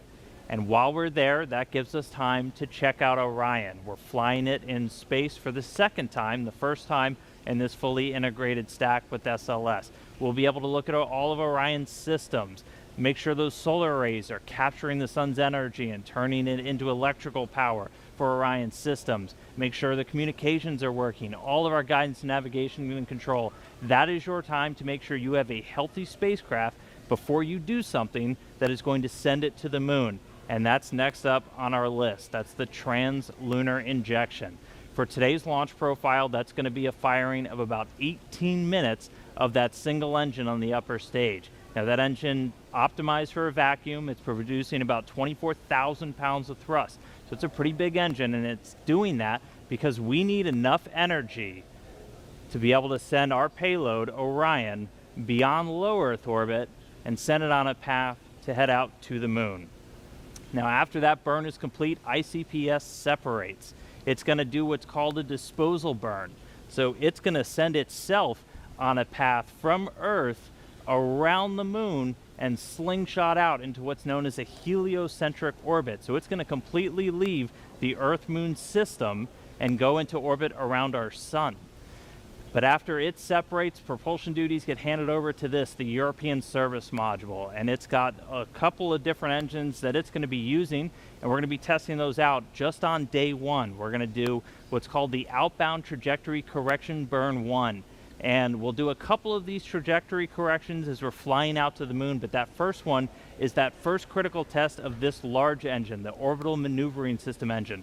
That's the one that has the most thrust, generating about 6,000 pounds of force in a vacuum, and that's what's going to be doing a lot of our maneuvers, or giving us that pushing power as we do these maneuvers around the moon to enter into what's known as distant retrograde orbit, or DRO. And that's this dotted line that you see around here.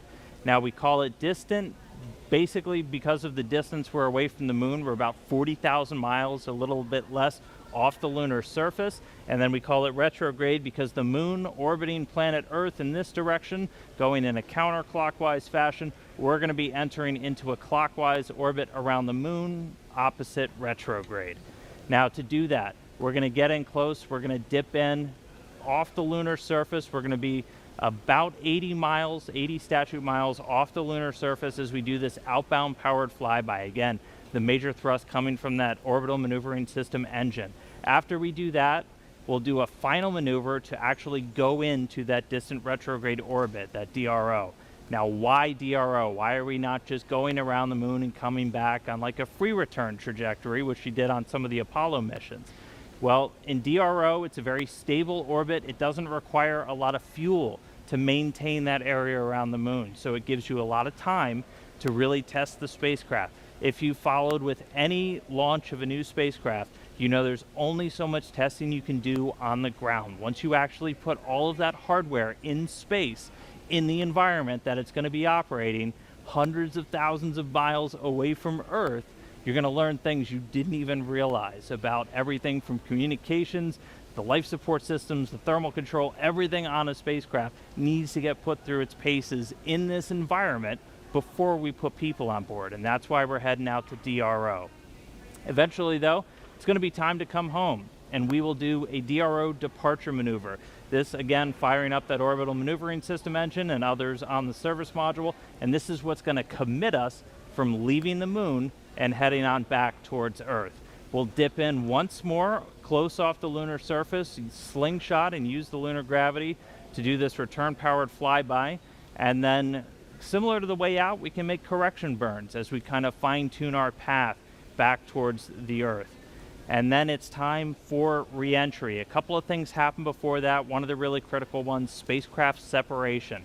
We're going to detach the European service module shortly before re-entry. Its job largely done. That burns up in the Earth's atmosphere and reveals on the crew module the heat shield. I circled it earlier. This is goal number one of the Artemis mission. Artemis 1 mission is testing this heat shield at lunar return velocities, because when we make that trip around the moon and we come back, we are going in speeds of excess of 20,000 miles an hour. So when we slam into the Earth's atmosphere, it's going to heat that thing up to more than 5,000 degrees Fahrenheit. For the Artemis 1 profile, we're going to do what's known as a skip re-entry. So basically, you can come in too shallow and skip off the atmosphere, too narrow, and you're going to do what's known as a ballistic entry, which really heats things up. We're going to do kind of a mix where we're going to skip once off the atmosphere, and that we're still going to get the heat, but that helps to reduce some of the G loads on the crew. Once you're through that, you get to parachute deploy. There's 11 parachutes in total that are going to slow Orion down before it splashes down. We're going to be going from 20,000 miles an hour to about 300 miles an hour before those parachutes deploy, and then they do a final job of getting it in the water in the South Pacific. We've got these big orange balloons. That's an uprighting system, so even if Orion landed in the water upside down, those can inflate, and they put us back upright into what's known as stable 1. That's where you want your spacecraft to be, nice and upright in the water, especially if you're an astronaut in there floating. Now, we also have a large U.S. Navy ship with a big bay that's going to basically come up and swallow Orion into its deck, and you've got a couple of other assets in the area to help recover hardware, the forward bay cover, parachutes, things like that. But that's scheduled to happen 26 days after a launch today. So that's 26 days from liftoff here in Florida around the moon to a splashdown in the Pacific, and that will be the first mission in the Artemis program, the farthest we've ever sent a human-rated spacecraft in history, and just the first step before we put people on board. So That's a look at everything still to come. We're counting down to that launch. I'll send it back over to Megan and the team at the host desk, guys. A very comprehensive look at that. Thank you so much, Dan. If you're just joining us, welcome to Kennedy Space Center and our live coverage of Artemis 1, an uncrewed flight test that will return us to the moon in nearly 50 years. But some might ask, why the moon? Well, here's why. We are going.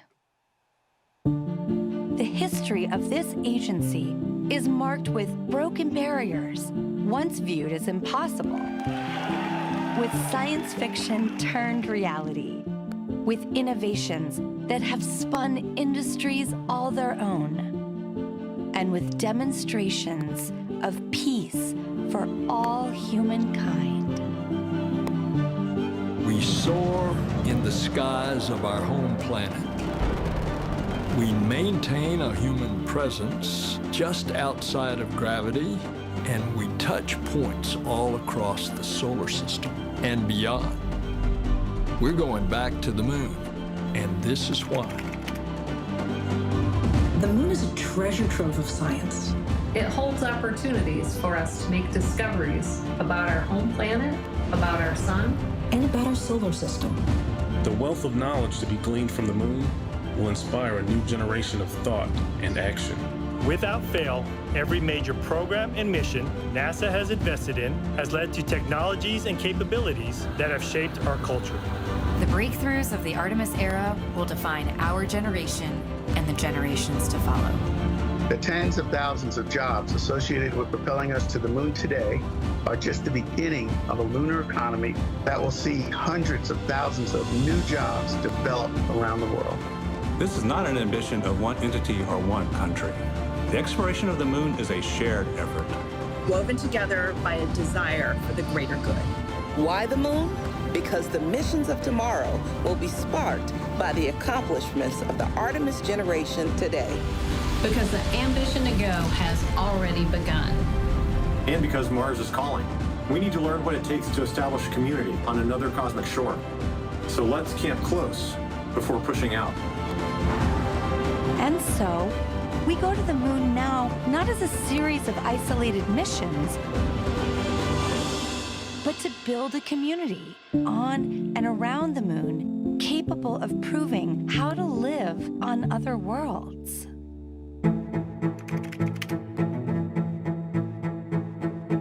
We'll use the lessons from more than 50 years of peaceful exploration to send a new generation to the lunar surface to stay. We will anchor our efforts on the lunar South Pole to establish the Artemis Base Camp, positioning us for long-term science and exploration of the lunar surface. We will prove what it takes to assemble a complex ship in deep space. We will perfect descending down to and returning from a distant surface. We will learn how humans can survive and thrive in a partial gravity environment. With improved spacesuit designs, mobile habitats, and with reconnaissance robots pre-positioning and relocating supplies.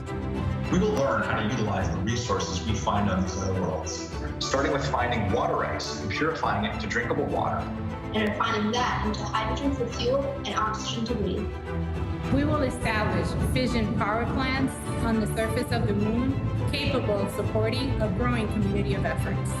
And we will expand the logistics supply chain to enable commercial and international partners to resupply and refuel deep space outposts. None of this is simple or easy, but nothing in our history ever has been. The Eagle has landed. You got a bunch of guys about to turn blue. We're breathing again. Thanks a lot. This kind of continuous lunar presence is a natural extension of all that we've learned in low Earth orbit. And what we will accomplish there will ensure the monumental missions to Mars are within reach. As we ready the launch of the first Artemis mission, and as commercial companies ready their lunar landers for the first private payload deliveries, we have already begun to take the next step.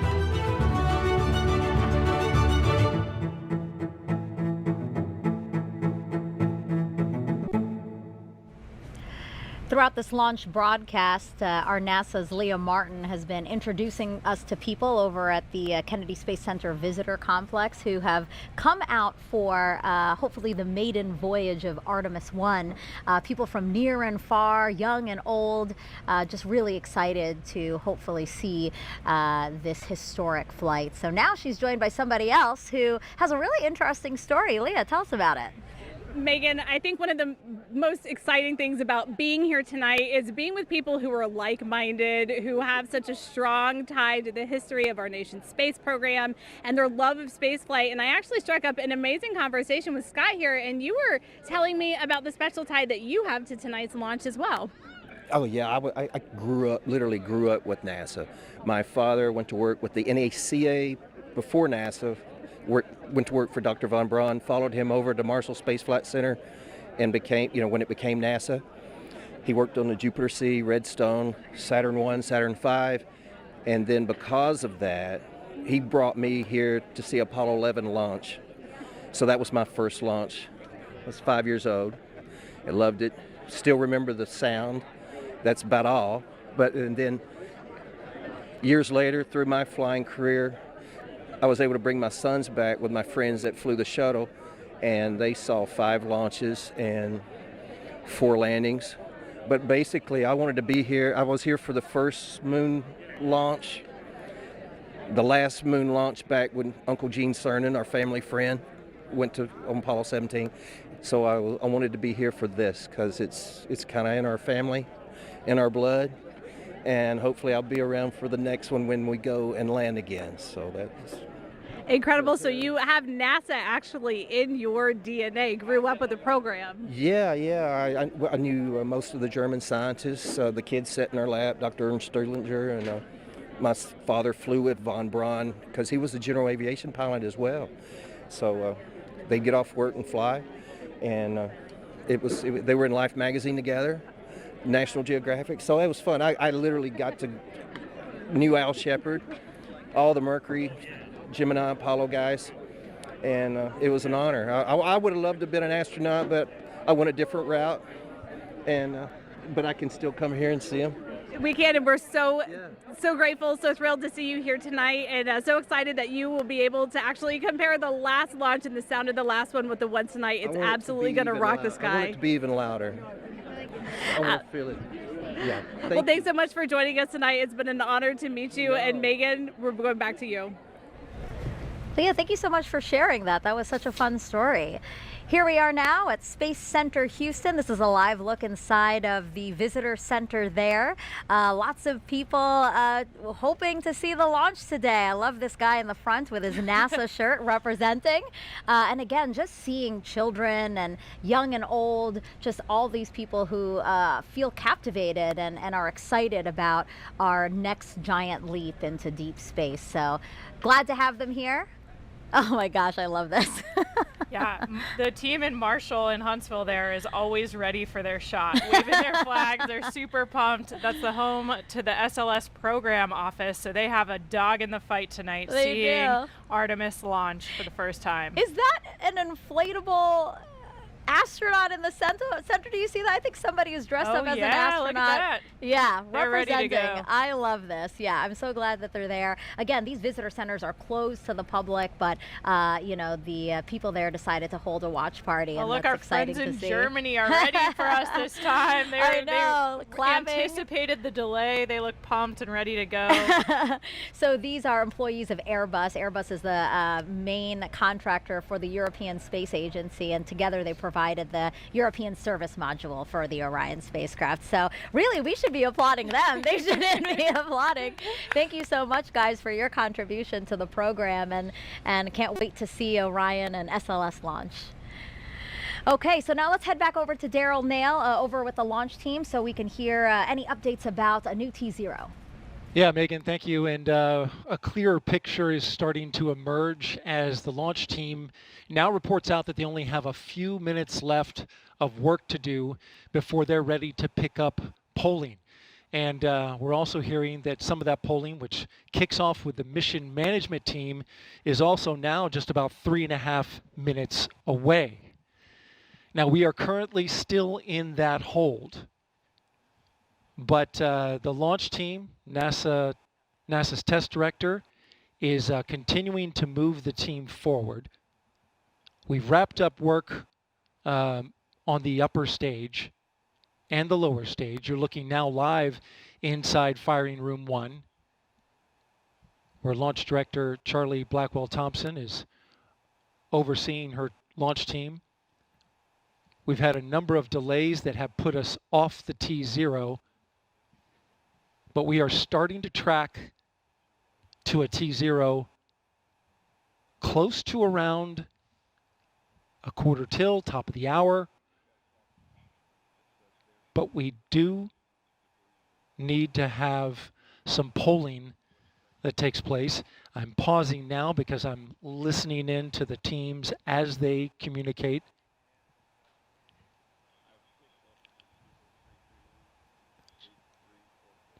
In this launch window, which we're currently 26 minutes into, and it's 2 hours long, it runs until 3:04 a.m. Eastern Time, we have what's called 40 cutouts.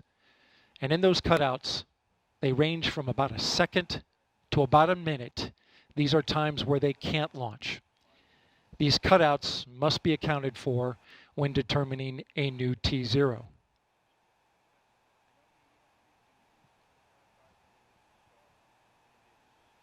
The upper stage of the rocket, which was the last to get ready and configured, just recently the team cycled the liquid hydrogen valves, which is required, and they are currently working on the LO2 valves, liquid oxygen valves in the upper stage. That work is almost done.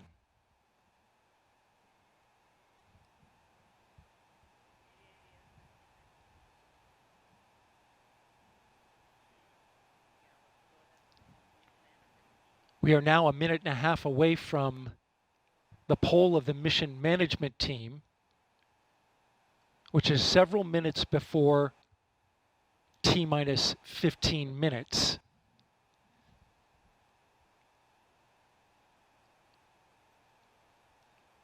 When that poll starts, we'll get a clearer picture of our T0.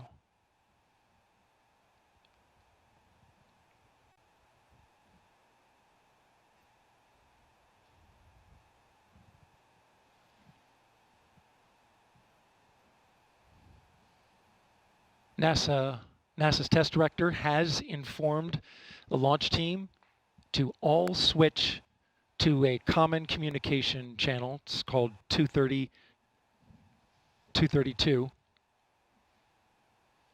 And what this means is that the entire launch team is now on one channel, and all future communication will happen there. Whereas there are many channels. Now they reduce it down to one.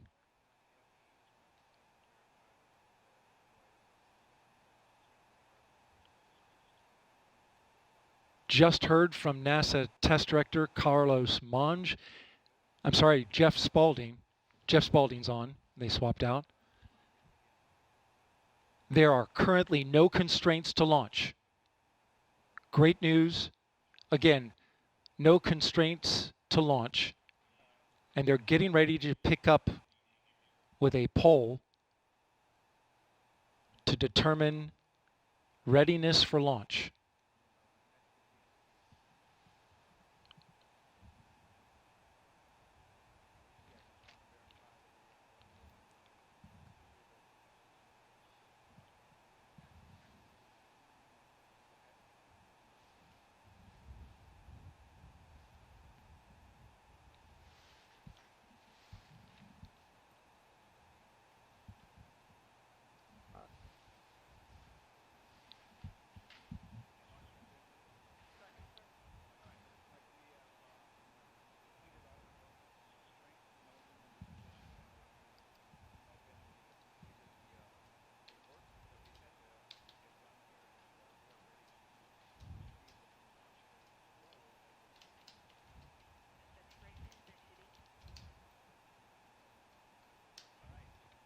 Okay, NASA test director Jeff Spaulding getting ready to conduct the readiness poll, so we are getting close. We're going to pull up the audio now so that you can listen in. LPs go. And rock. Rock is go. All right, copy all. And Launch Director NTD, our launch team is ready to proceed at this time. I copy all NTD. At this time, I will proceed with my poll. And attention on 232, this is the Launch Director performing the final poll for launch. Verify no constraints and go for launch. EGS Program Chief Engineer.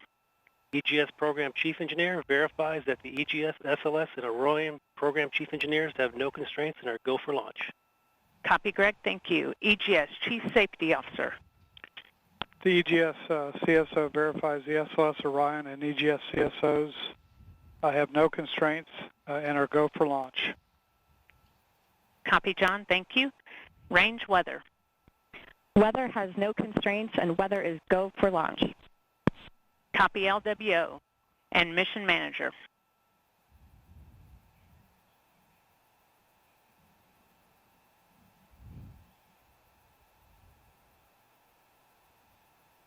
And Mission Manager, Launch Director.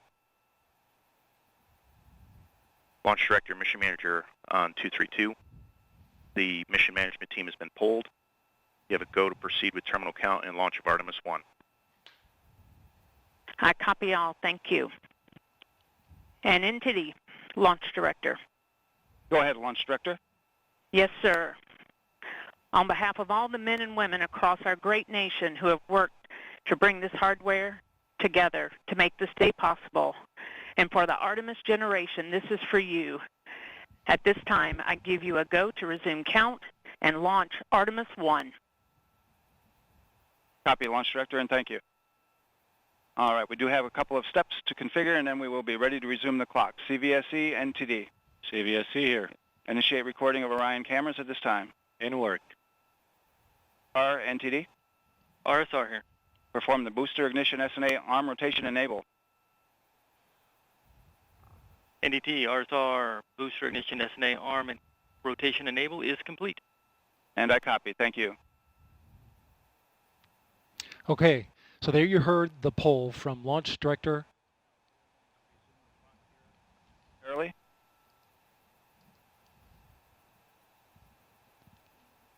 Getting ready to get that new T0 time.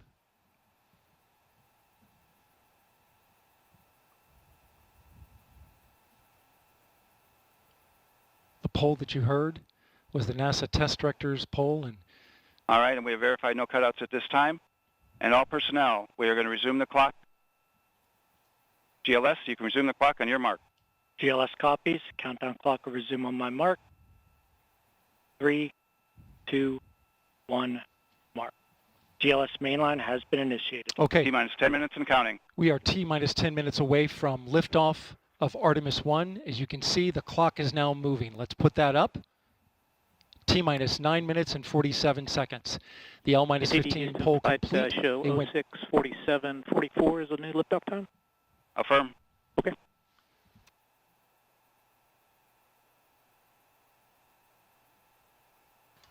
Oh, 1:47:44, 1:47 a.m. Eastern Time and 44 seconds.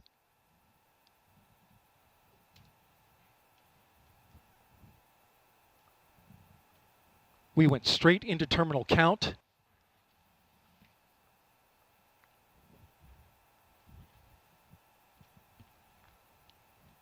Liftoff now 9 minutes away. So terminal count. Control has been given over to the GLS, the ground launch sequencer, a computer and software that is doing all of the commanding and monitoring of the Space Launch System.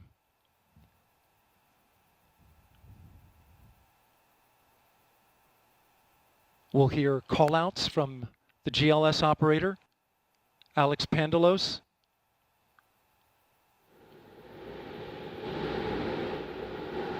As well as NASA Test Director Jeff Spaulding. GLS is pre-tensioning the umbilicals at this very moment. You can see them as they run down the rocket. That's getting them ready to detach. At liftoff, those arms will swing away. We'll let go of the rocket in a clockwise direction.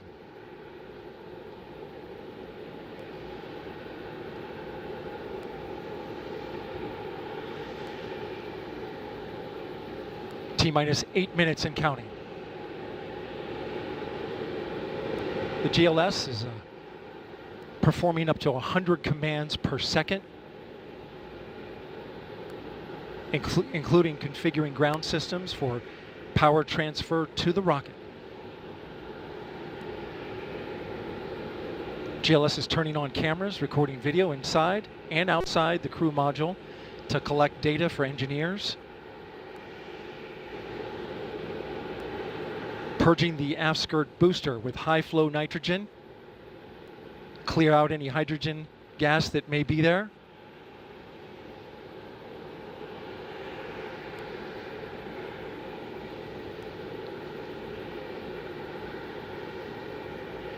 You can see the crew access arm is already retracted. When there is crew during Artemis 2, it would happen at T-minus 6 minutes. But out of abundance of caution, they went ahead and retracted the arm well ahead of liftoff.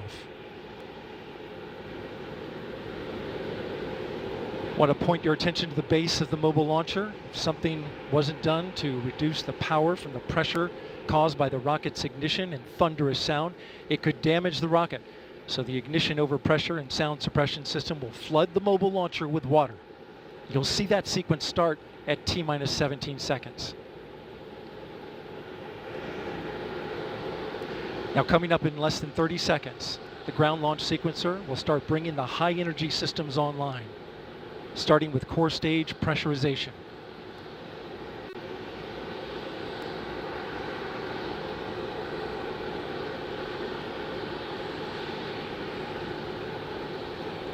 Firing room 1 is completely silent as they listen for the next call. GLS is go for core stage tank pressurization. The core stage tank is now pressurizing to flight levels. The replenish valve to the liquid hydrogen tank now closing. The liquid oxygen tank will come a little later. Now we're arming the Orion Ascent pyros and transfer to internal power.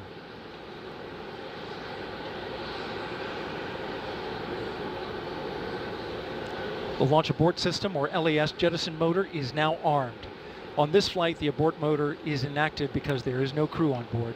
Up next is the flight termination system, or FTS, which gives the Space Force the ability to destruct the rocket if it goes in the wrong direction. Let's listen in for that.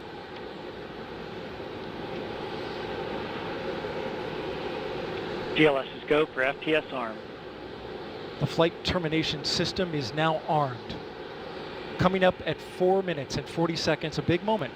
This is where the RS-25 engines and their bleed go to high flow. It's been a little tricky to dial in. GLS is go for LH2 high flow bleed check.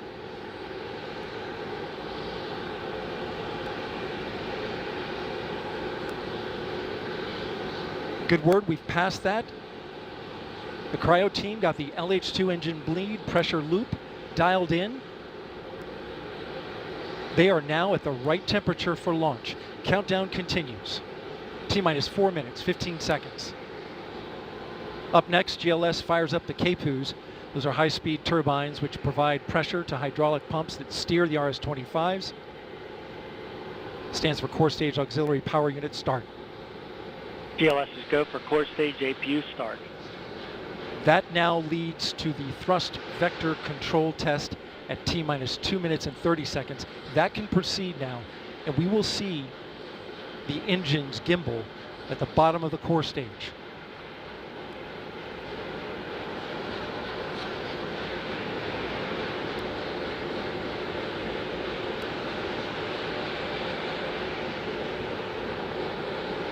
At T-minus 3 minutes and 10 seconds, you will hear the go for purge sequence 4. That's a helium purge of the 4 core stage engines downstream of the propellant valve, getting the air and moisture out.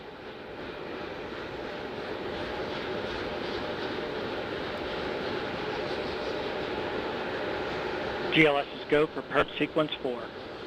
And in just a few seconds, GLS will close the core stage LOX vent, liquid oxygen. The white vapor cloud caused from the super cold gaseous oxygen condensing the water in the atmosphere will disappear. You see it coming out there now. And there it goes, it's closed. LOX vent closed, pressure rising in the core stage LOX tank to flight levels. Coming up in 15 seconds, look for that thrust vector control actuator test. Engines will gimbal.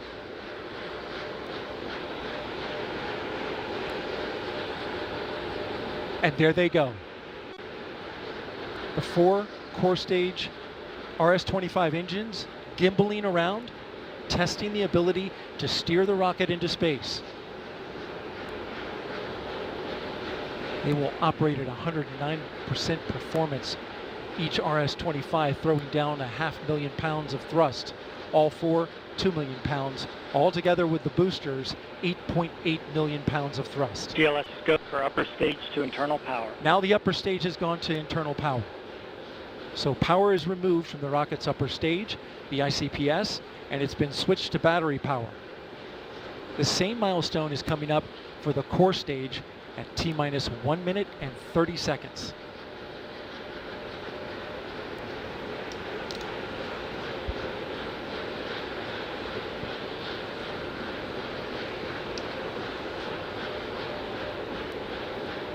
GLS is go for core stage to internal power.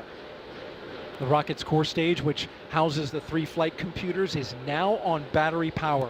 So there is no more hold time available because there's no more margin on the batteries. So if we have a hold, we'd have to recycle back to T-minus 10 minutes and recharge those batteries.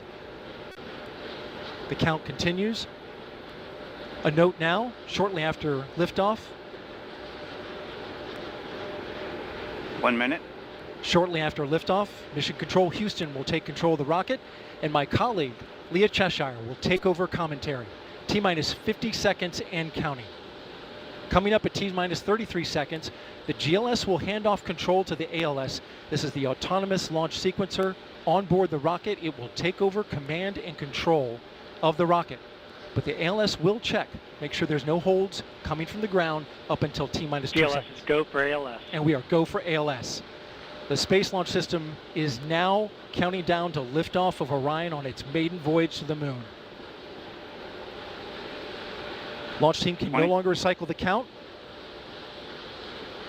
Sound suppressor water now 15. Flowing under the ML. And here we go. 10. Hydrogen burn-off igniters initiated. 7, 6, 5. Core stage engine start. 3, 2, 1. Boosters in ignition. And liftoff of Artemis 1. We rise together back to the moon and beyond.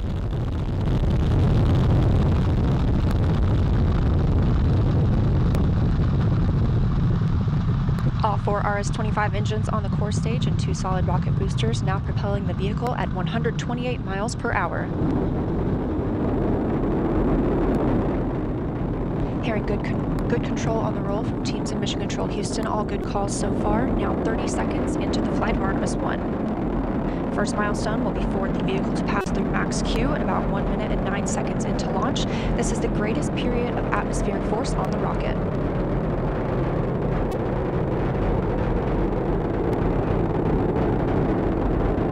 SLS now traveling 607 miles per hour.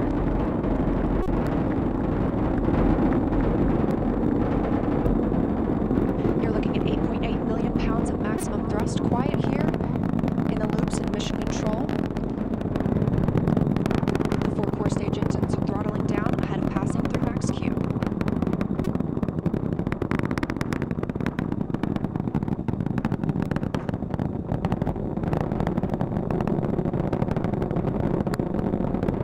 Now 1 minute, 21 seconds into the flight, traveling at 1,420 miles per hour.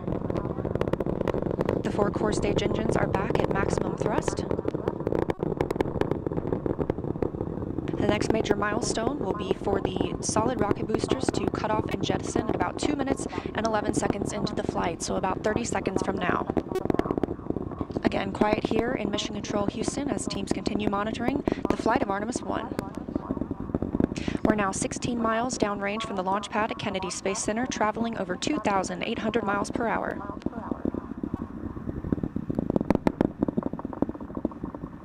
Standing by for solid rocket booster jettison and shortly thereafter.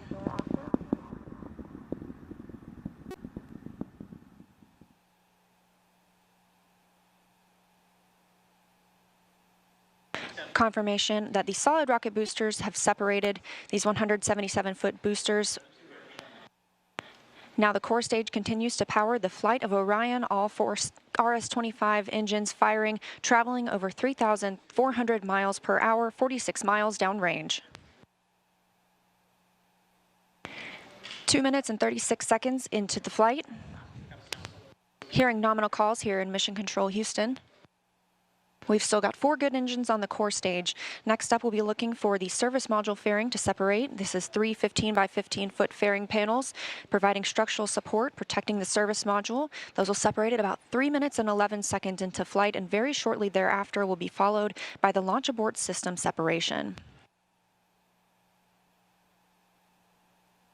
Just over 3 minutes into the flight of Artemis 1, now traveling over 4,060 miles per hour, 83 miles downrange. We just had confirmation that the service module fairing has separated.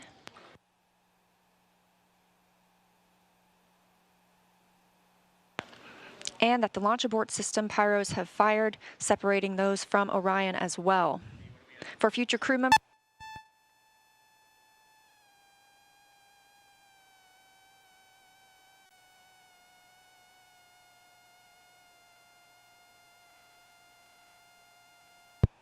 we just heard the call for 3 engine press, meaning if SLS were to lose an engine at this point in the mission, we could still achieve a nominal mission. We would just have an extended main engine cutoff time. However, we still have 4 good engines, all at maximum thrust right now, powering the first flight of Artemis at 5,200 miles per hour, 148 miles downrange.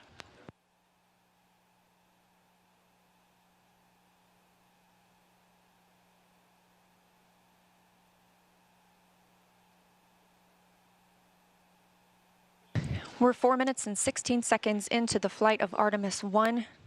So far, we've had a clean ascent.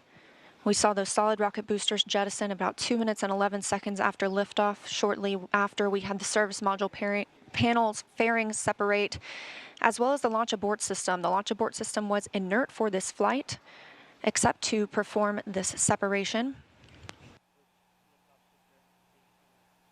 Those 4 core stage engines will continue to fire and power the flight of Artemis 1, now traveling over 6,800 miles per hour, 229 miles downrange. Booster flight controller reports that the engines are looking good.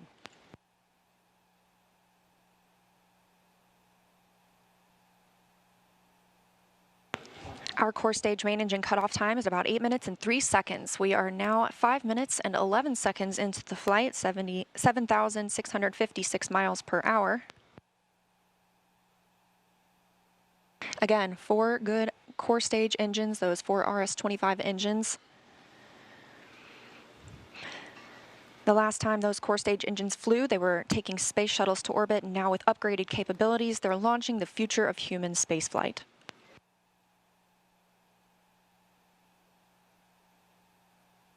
5 minutes, 42 seconds into the mission. We are now traveling 8,800 miles per hour, 345 miles downrange from the launch pad at Kennedy Space Center.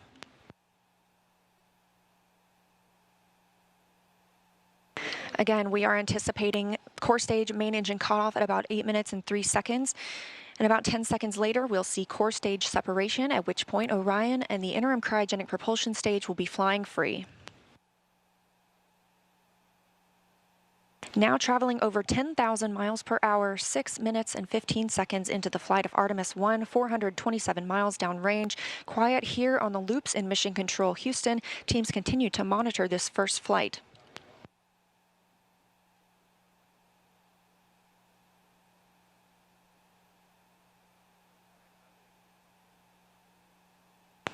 About a minute and a half now until that core stage main engine cutoff time. Our 4 core stage engines continue to fire at maximum thrust.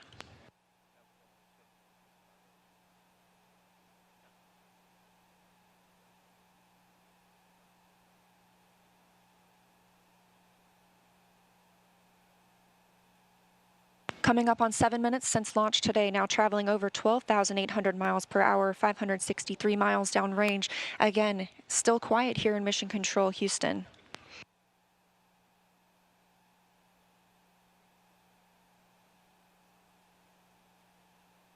As we prepare for main engine cutoff, the 4 RS-25 engines are beginning to throttle down.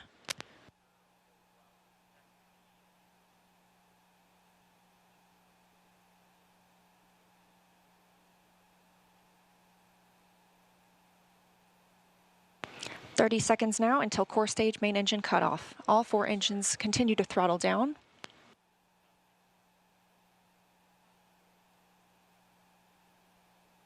Now 7 minutes 45 seconds into the flight, traveling over 16,000 miles per hour. Continuing to hear good calls here in Mission Control, Houston. We're standing by for core stage main engine cutoff.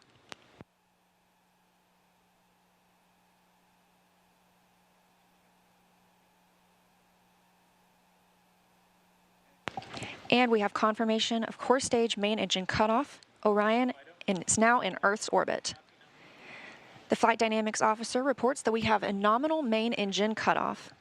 And we just heard the call for core stage separation. That means Orion and the interim cryogenic propulsion stage are now flying free from the core stage of the Space Launch System.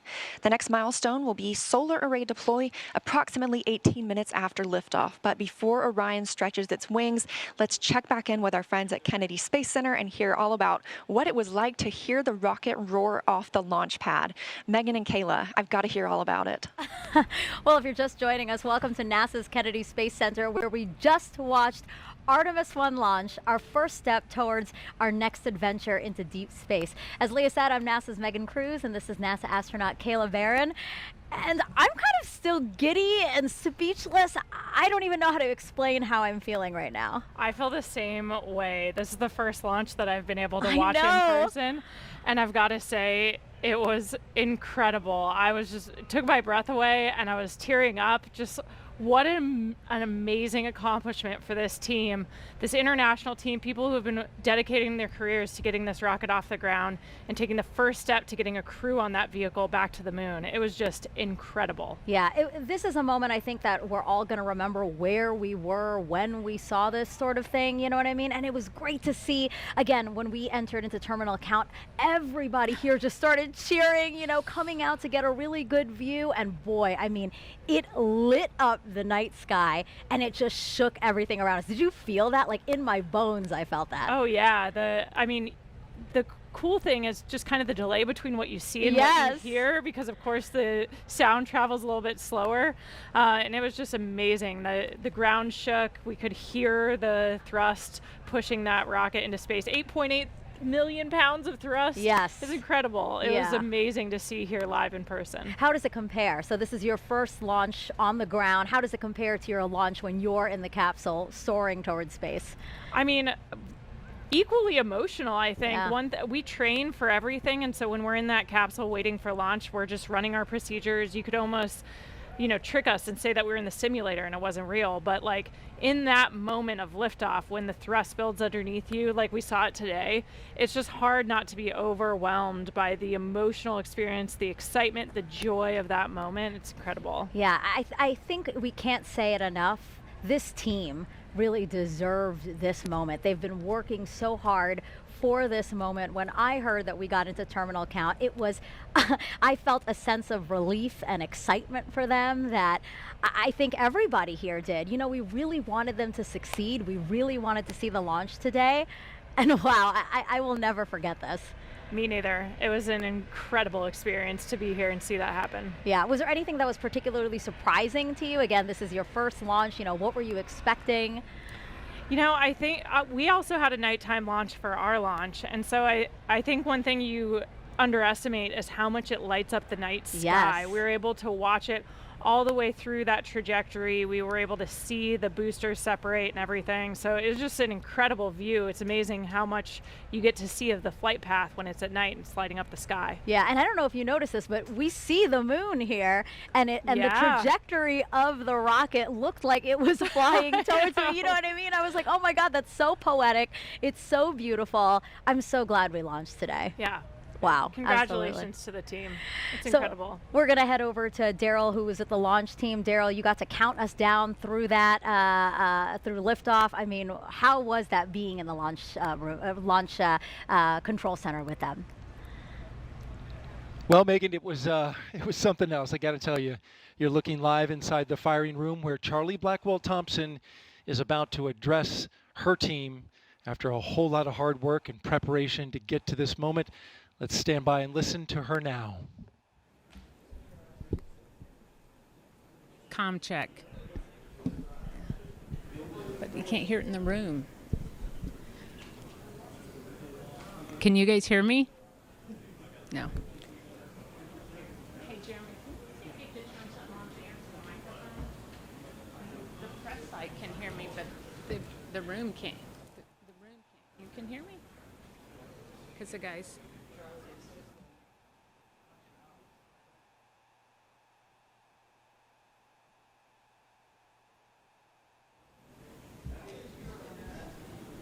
I don't know what he's telling me to do.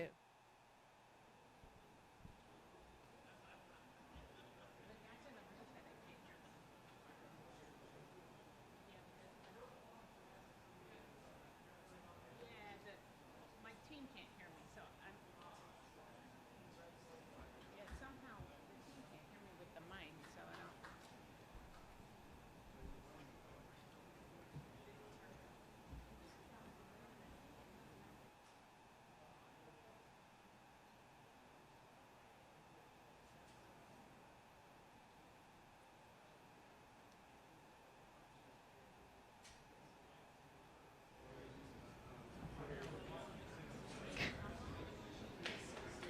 He's here.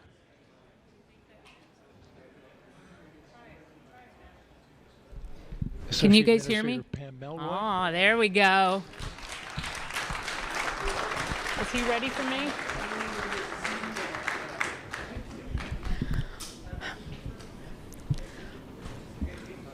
Well, for once, I might be speechless. So you guys know I have talked a lot about appreciating the moment that you're in, and we have worked hard as a team. You guys have worked hard as a team for this moment. This is your moment.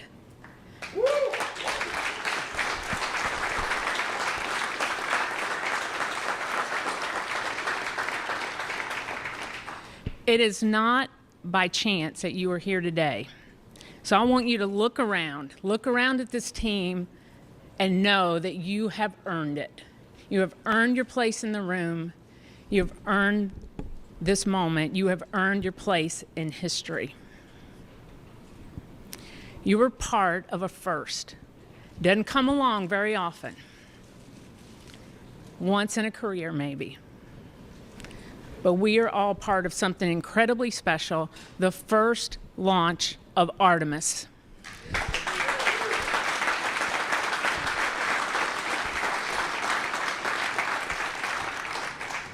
The first step in returning our country to the moon and on to Mars.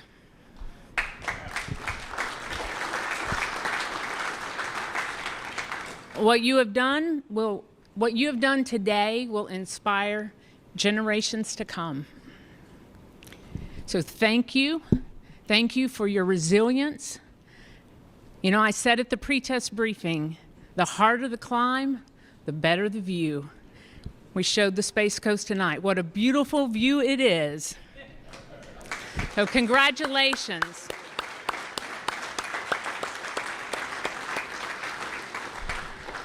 So we got a couple of traditions here in launch control.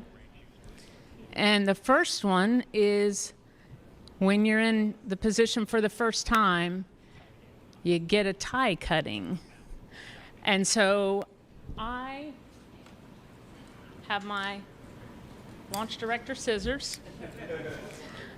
And I'm going to get my tie cut by a couple of legends that are here. And then anyone who wants their tie cut will be making the rounds in the firing room. You got your console chiefs if they want to do it. That's fine. If you want me to do it, you might have to wait a little while, but I'll stay all night if I have to. It'll be my pleasure to cut ties. So I'm going to take care of mine, and then I have one other presentation that I want to make this evening.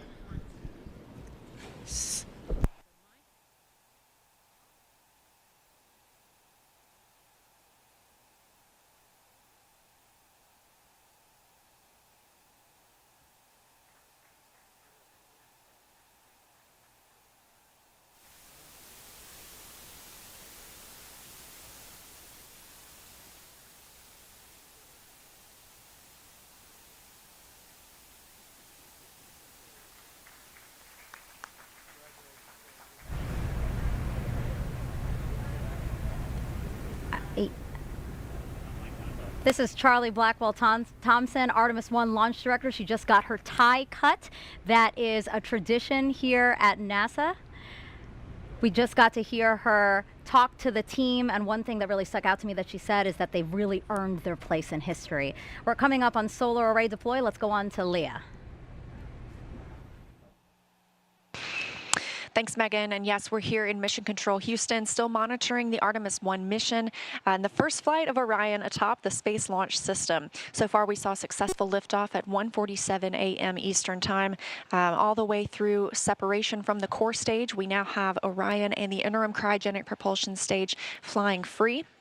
And we've just heard that we have initiated solar array deploy. So we are turning our focus to that. The spacecraft was running on battery power, but stretching these wings will allow it to stop relying on those batteries and significantly extend the time it can stay in space.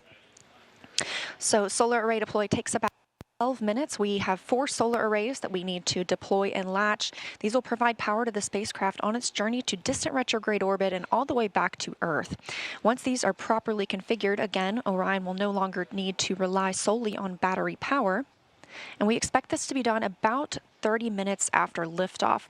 Right now, we're 19 minutes since liftoff today. Orion is now traveling 17,175 miles per hour. We're continuing to hear good calls here in Mission Control Houston from the flight controllers monitoring the mission. A little bit about these solar arrays as we wait. Again, we heard the call that the deploy has been initiated. We'll hear a little bit more about that once they start to unfold. These 4 solar arrays generate 11 kilowatts of power, which is enough electricity to power 2 3-bedroom houses, and they have a wingspan of 63 feet. Just one of these 6.5 by 6.5 foot panels has 1,250 solar cells. So you're looking at a total of 15,000 solar cells.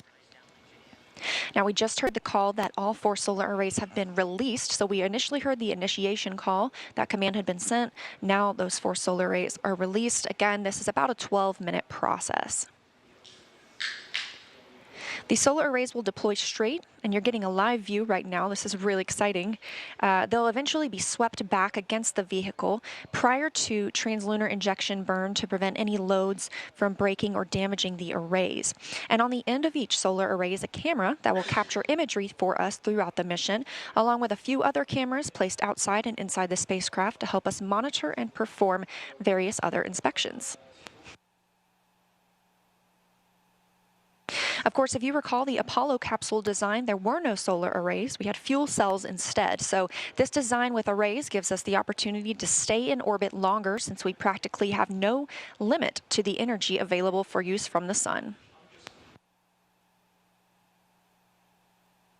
Coming up on 21 minutes since liftoff. Orion is attached to the interim cryogenic propulsion stage. You can see those 4 solar arrays unfolding now. And again, Artemis 1 is a flight test. It's paving the way for a sustainable presence at the moon. Looking forward to the future, Gateway will be our space station in lunar orbit. And we have some similarities and differences in the solar arrays unfolding right now on Orion and those that'll be on Gateway. So like we're seeing now, these are deploying autonomously. The Gateway solar arrays will as well. And while these generate those 11 kilowatts of power, the 2 rollout solar arrays, or ROSAs, on Gateway will generate 60 kilowatts of power. That ROSA design is currently being tested aboard the space station. We have 2 new ones installed and a spacewalk conducted earlier today, preparing for another set.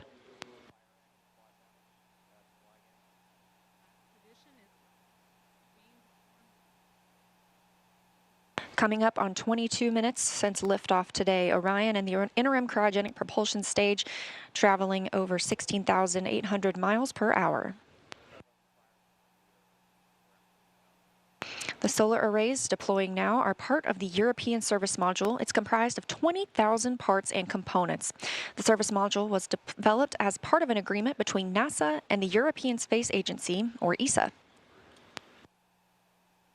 This is the first time NASA is using a European-built system as a critical element to power an American spacecraft.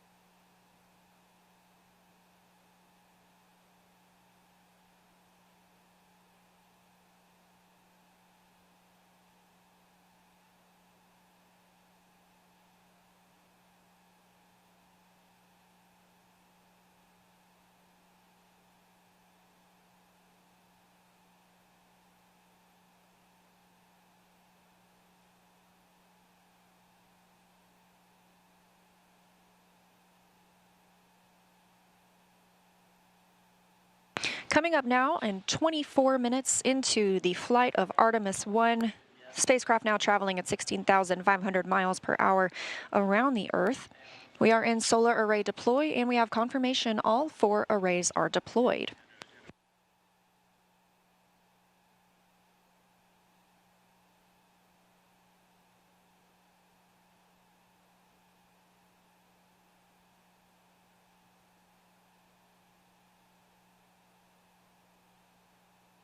Coming up in a little less than 30 minutes is the perigee raise maneuver.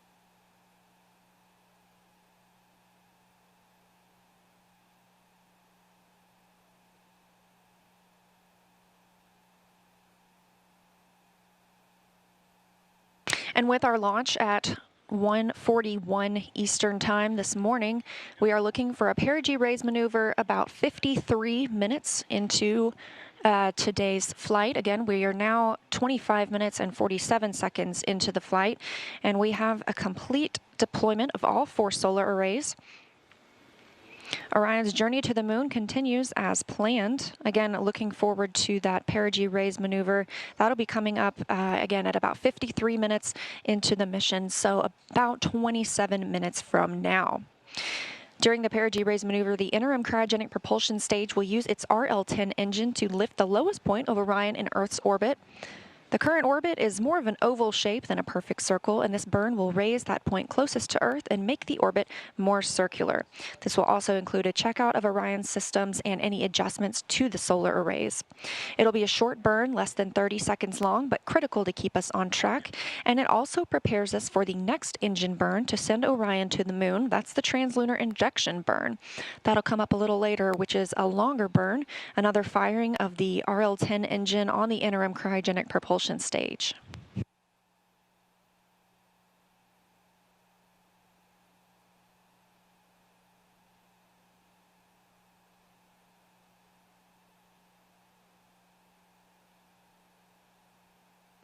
We caught a glimpse there of those solar arrays, and with all 4 solar arrays properly deployed, Orion's journey to the moon continues, and we've got more operational updates coming up shortly, but for now, I'm going to toss it back to Megan and Kayla at Kennedy. Leah, thank you so much. Our return to the moon will be different than the last time. We plan to explore more of the lunar surface and learn how to live and work there. With more on our destination, let's bring back NASA's Dan Hewitt with our new moon board.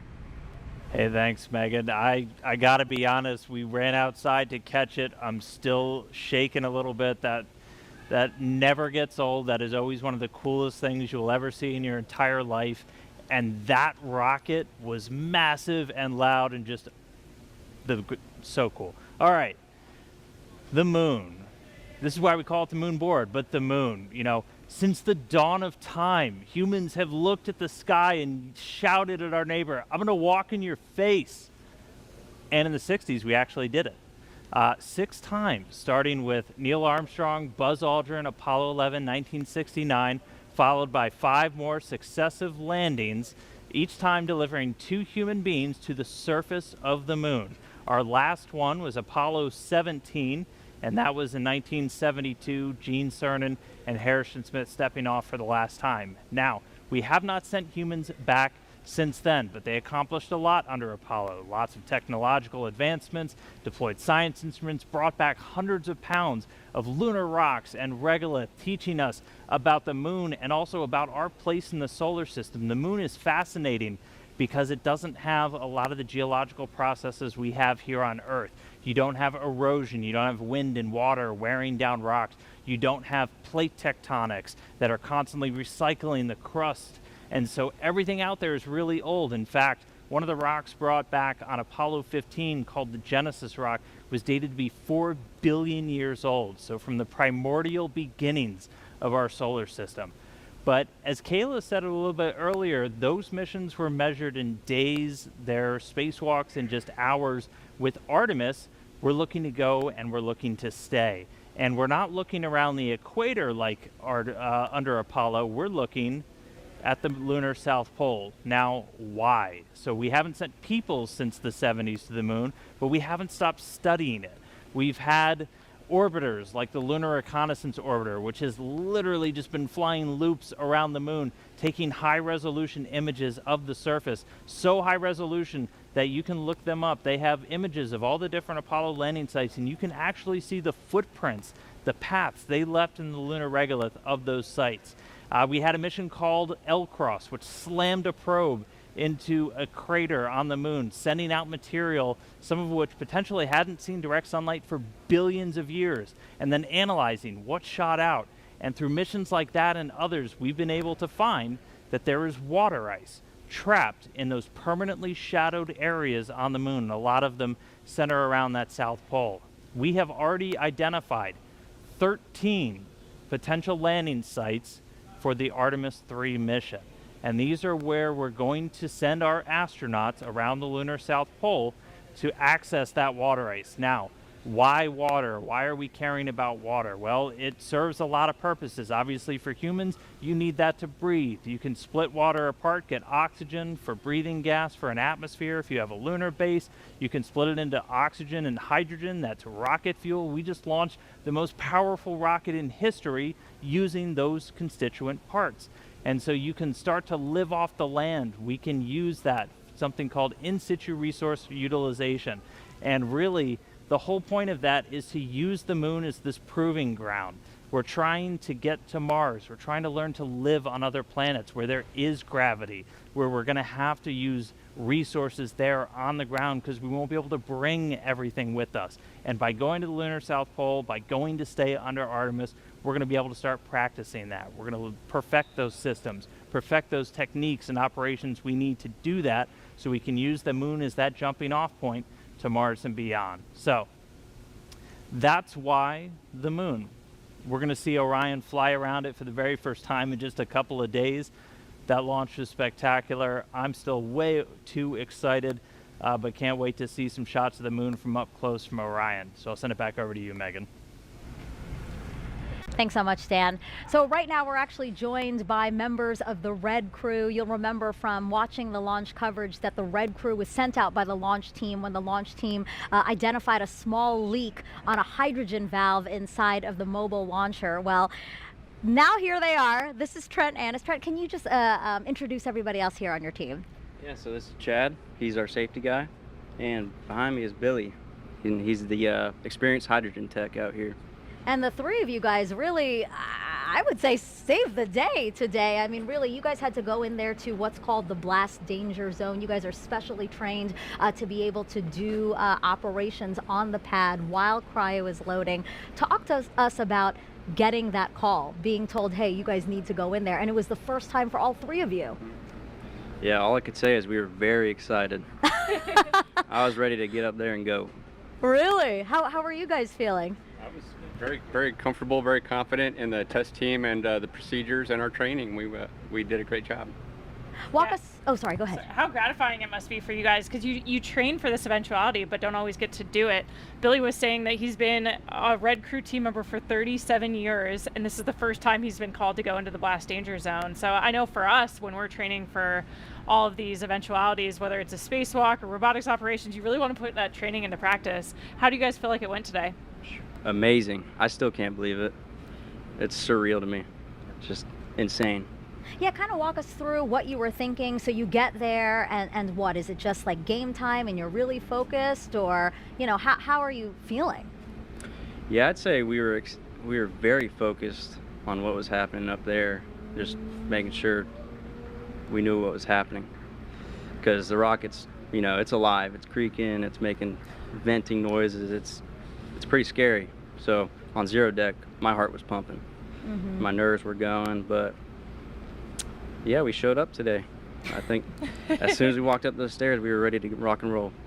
And they were telling us a bit about it while you were working on it. You guys were actually just torquing down the valve to prevent or reduce the leak rate or stop the leak. Is that right? That's right. Just the packing gland. It was a little loose, so went up there and tightened her up. You're probably still like in this, oh my gosh moment, like all of us are. You know, has it actually hit you, like the role you played today in making Artemis 1 launch? You know, I still can't believe it. Like, it's, like I said, it's surreal and just amazing. I don't know about you guys, but they're nodding along behind you for sure. Anything you want to say to the launch team? Again, this is a big day for the launch team, for you guys, NASA, but really the whole world. I mean, this is a historic launch that I think we'll all remember. Really. You know, we had a lot of people here helping us out, a lot of teams, firing room. I'm sure that was hectic. And, you know, NASA, Boeing, all the other companies did a great job, and we're glad to be part of it. One thing I always like to say is spaceflight is a team sport, and I think you guys perfectly demonstrated that today, right? Like, none of us could accomplish this on our own. It takes a really complex team. Nobody can be an expert in all of the systems, all the technology, all of the workarounds we might have to do to get a rocket off the pad. So thank you for the role you played in that team today. It's awesome. Thank you. Pleasure. Yeah, thank you so much, guys. I appreciate you coming by to talk with us. All right, it's now been about 35 minutes since liftoff of Artemis 1. Orion and ICPS are now free flying, so let's head back to Leah again to talk about how the journey is going so far. Thanks, Megan. And it has been a pretty smooth ride so far. And we are now, again, like you mentioned, coming up on 36 minutes since launch. That puts us about 17 minutes into the until the perigee raise maneuver. That's going to be the maneuver that lifts the lowest point of Orion's orbit around the Earth and puts us where we need to be ahead of the translunar injection burn. The translunar injection burn is that really long burn that we're going to need to send us on to the moon. So we've been treated to some exciting views from the spacecraft today, including, and we hope to see some from inside the cabin, but we expect to continue receiving photo updates throughout the mission. It takes a team, though, to bring the imagery of Orion down to Earth, so let's meet them. The imagery that we're collecting on Artemis 1 and the mission itself is preparing to carry humans to the moon. The Orion Imager team is going to be monitoring every aspect of visual spacecraft performance for the entire duration of the mission. The first time that we're going to be live streaming digital video from a spacecraft back down to the Earth from the vicinity of the moon. That's never been done before. What we'll be transmitting live streaming will be lower resolution, more compressed, because we have to fit it into a thinner pipe, if you will. Every one of these cameras is in its position where it is and it's configured the way it is for a very specific reason. We're going to be monitoring anything that we can see with the cameras for spacecraft performance. The imagery teams at NASA are composed of dozens and dozens of very highly trained, very specialized people, engineers, technicians, analysts. If we can see it, we're going to try and keep an eye on it. Imagery has been invaluable throughout the history of NASA. We flew cameras on Mercury, Gemini, Apollo, all of that stuff that we saw with the astronauts around the moon. It helps us detect the unknown unknowns. It allows us to see things that we didn't anticipate happening before. So when we do fly people on Artemis 2, we can have a high confidence that everything is working the way it should.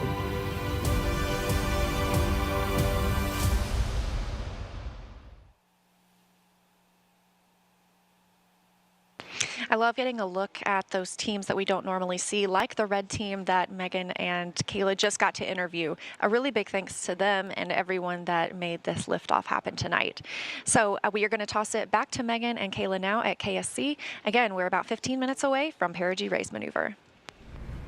Thank you, Leah. Yeah, we wanted to take us back into Orion and talk about some of the science that's being enabled by Artemis 1 today. So inside of Orion are 10 of these. So they're called CubeSats because they're tiny satellites. Essentially, they're the size of the shoebox when they're folded down, but then once they're deployed, they're opened up. They have solar arrays, things like that. That's when it gets a lot bigger. Now, these are called secondary payloads for this mission. Kayla, can you talk to us about what secondary payloads are? Yeah, it just really means that it's not a primary objective of the mission. We're not relying on the success of these CubeSats for overall mission success. It's kind of a bonus payload, right? A chance to deploy these satellites that have different sensors on them and collect some awesome data to support other research objectives. Yeah, and I know battery life was a concern for some of them, but all 10 were deployed, and scientists, I'm sure, are eager to see what kind of information that hopefully they'll be able to get. And they're just some of several research projects on this flight that will help gather data about the moon and more. Artemis 1 is paving the way for us to explore deeper and deeper into space. I think Artemis 1 is significant on so many levels. It is a new frontier to do science. So the primary objective is to test the Orion spacecraft integrated with the Space Launch System. And it is designed to carry out the boldest of the bold missions. But it's more than just learning how to travel in space. We're taking a lot of cool science along with us on this first mission to the moon. So as NASA plans to go back to the surface of the moon and then onto Mars, we want to spend more time there, and that's riskier business. So the more we learn about the moon itself and the environment where we'll be operating, the better we can prepare. We have 10 CubeSats we call secondary payloads, which are small scientific spacecraft of their own that will each be conducting their own scientific mission. All of these payloads in some form or fashion will help us going forward. They are going to be studying the moon. And they're going to help us understand what is the moon made out of. What types of rocks? What types of regolith? What types of ice? What's mixed in with water that might be present? One of them actually is going to attempt to land on the moon. They're going to be studying the sun. Understanding and studying the space environment or the space weather. Some different propulsion systems. These novel ideas will ultimately turn into the technology and the systems that we want to use going forward. There's a lot of cool things going on between all these CubeSats that make up our secondary payloads. Additionally, inside the Orion, we'll be flying an experiment to study space biology. Space biology is where we study the underlying changes that Earth-based biological systems undergo when they're in space. Or basically, how does life respond to the space environment? The level of ionizing radiation that you experience when you go beyond the Van Allen belt, so you go beyond the protective magnetic sphere that we have around us, you then get exposed to higher levels of ionizing radiation. So we are flying several space biology experiments. We will take a series of materials, plant seeds, fungi, the yeast cell, algae, and ride along the trip. And then when it comes home, we can analyze how they responded to that environment. This research will help us thrive in space. It will help us to go further and stay there longer. In addition to space biology, we'll be learning about how to make astronauts more effective in the Orion in the future. An example of that is something called the Callisto Technology Demonstration. Lockheed Martin built the Orion spacecraft for NASA, and we'll be flying a secondary payload that's a demonstration payload called Callisto. So we took the technology from Amazon for Alexa and the WebEx technology from Cisco, and so we built a digital assistant, if you will, a custom space-qualified Alexa. Alexa, how does the life support system work? Orion's life support system is the environmental control and life support system oracles. And so this payload is a demonstration mission to show how astronauts in the future could use this technology as an innovative user interface. So there you have it. I hope you agree with me. This is exciting. I am just over the moon excited for the Artemis 1 launch. The science we'll conduct on Artemis 1 lays the groundwork to ensure that we can safely conduct scientific activities at the moon with our astronauts going forward. This really is the stepping stone for us as we take that next giant leap in space exploration. So a lot of great science also happening on the International Space Station. I got to speak with astronauts Jessica Watkins and Samantha Cristoforetti while they were still on board about the research there that will benefit future Artemis missions. Jessica, Samantha, your primary job on the space station is to maintain the orbiting lab and conduct science experiments, more than 200 before Crew 4 returns home. Jessica, can you tell me about one of the experiments that will help return us to the moon with the Artemis program? We do a lot of experiments where we are looking into developing new technologies that will enable us to go further into the solar system. And one of those technologies was the AstroRad experiment. Radiation is one of the challenges that we face when we think about going further into the solar system. And so this vest is an option for providing the crew member with protection. And then one of the mannequins on Artemis 1, launching here later this month, will also be wearing the vest. We'll get a sense for its effectiveness on board as well. Samantha, I know that you've been doing a lot of work to test how we would grow crops in space. What crops are you growing on Space Station right now, and what's unique about them? Indeed. Actually, right next to us as we are talking to you, we have a little space station vegetable garden. It's called X-Root, and in a few weeks it will be full of fully grown, hopefully tomatoes and carrot plants. I don't have much of a green thumb, I must confess, but when I harvested those plants and I could really breathe in all that smell, even if there is no soil, it still has that smell that you would associate on the ground with walking, through a vegetable garden after a rainy day, when there is that moisture in the air, and that was just so pleasant after such a long time living away from any kind of natural environment. It was very pleasant for me. If it makes you feel any better, I also do not have a green thumb. So what about water? How are you testing critical life support systems like water to hopefully help us stay off Earth longer than we ever have before? Sure. Yes. So we kind of use the tagline that yesterday's coffee becomes today's coffee. So there's a process by which we can filter our urine, and so we are at the point now where we are able to recycle about 96% of the essentially of our water on board, and are continuing to test new technologies to get even closer to the 98% utilization rate that we'll need for the moon in particular. Samantha, what are you most excited about for Artemis 1? Seeing that gigantic rocket take off, and I think it will be just a sign of all those great things to come. Jessica, you could one day walk on the moon as part of the Artemis program. How does that make you feel? The idea of being able to explore the surface of another planetary body, especially for me as a geologist and a planetary geologist specifically, is just super exciting. All of the science that we're going to be able to conduct from the surface of the moon. Jessica, Samantha, thank you so much. And before you go, I'd love to see a flip.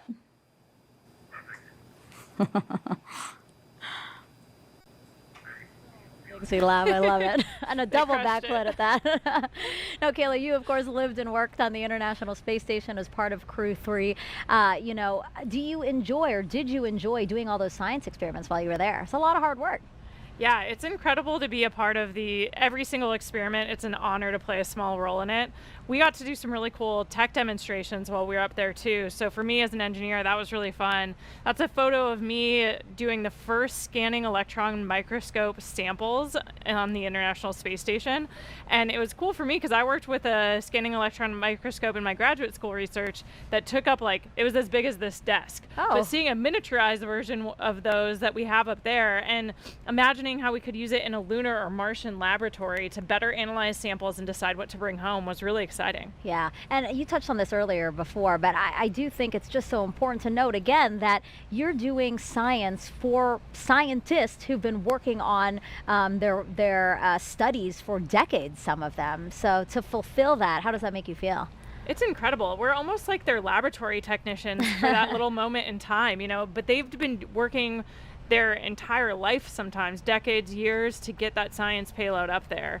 And it's a really unique laboratory environment. The microgravity environment, the space environment, the radiation environment, like you heard talked about in those videos, provides an opportunity to do science that we just can't do here on Earth. Yeah, and to think that what we do on the International Space Station can fuel future Artemis missions, I think the fact that they go hand in hand is really cool. All right, so let's take some more social media questions. Social media is buzzing right now since we launched about 48 minutes ago. So why don't we take the first question, I think again from let's see, Kayla, how do you feel after launch? Super inspired. I mean, we talked about it earlier with the Red Crew and in the moments just after launch, but this is really the culmination of a giant team effort. It takes every single member of our team to pull off a successful launch. It's incredibly complicated, incredibly challenging, and in some cases kind of dangerous for a Red Crew team who went inside the blast danger area to make a fix that was critical to today's launch. And so to see the team succeed and feel that excitement was incredible. I really still have Charlie Blackwell Thompson's words ringing in my head. The fact that she said the harder the climb, the better the view. Absolutely. 100% correct. All right, next question is from actor Jack Black. He starred in a movie called Apollo 10.5. He has a question for Kayla. Okay, Jack's final question, I promise. Let's talk about Orion. How long will it take for Orion to fly around the moon and come home? And what's that re-entry gonna be like? Sounds like it might be a little hot. Coming in hot. You're exactly right, Jack. It is a 26-day mission that we have planned for Artemis, where it will go to the moon, go into a distant retrograde orbit, so we'll get a few close flybys and then some time in deep space past the moon. And then, yeah, that re-entry is going to be something else. It's going to be 5,000 degrees Fahrenheit, super hot. And so we'll be looking at how the heat shield performs just to ensure that it'll be able to protect the crew for that speed and temperature. That's half as hot as the sun. Yes, it's incredibly hot, so we rely on that heat shield to keep our systems and our crew safe, but we expect that it'll perform well, but we're excited to see how it does in about 26 days. Okay. One last question from social media. What qualifications are required to become an astronaut? You have to study STEM. You have to have a master's degree or higher in a STEM field. But besides that, we're looking for people who are awesome team players. So there's a lot of different roads to become an astronaut. We seem to be getting a lot of questions about how people themselves can become astronauts. I think that's really cool that we might see and inspire, again, people who might think about becoming astronauts. Absolutely. Okay, well, thank you, Kayla, and thank you for those who sent in those questions. We are about 50 minutes after the launch of Artemis 1, and we are approaching the next critical milestone. That's perigee raise maneuver. So let's head back over to Leah in Mission Control. Thanks, Megan. And you're right, we are coming up on perigee raise maneuver about 2 minutes from now. We are now 51 minutes into the flight of Artemis 1 after lifting off at 1:47 a.m. Eastern Time from Kennedy Space Center. The vehicle now traveling over 14,600 miles per hour. So during Orion's orbit of Earth, it reaches an apogee and a perigee. The apogee is the highest point above Earth's surface and the perigee is the lowest. Therefore, this perigee raise maneuver is a firing of the ICPS RL-10 engine, and it's going to raise the lowest point of Orion's orbit over Earth. This also included a checkout of Orion's systems and any adjustments to the solar arrays. All 4 of those solar arrays, as you can see, are swept back. That's going to keep them from having any loads imparted that might damage them for use later in the mission. This also, the perigee raise maneuver, will put us in the proper position for the translunar injection burn. That's that really big and long burn that we need to send us to the moon. We're about 1 minute away from the perigee raise maneuver. This is a shorter burn. It's less than 30 seconds.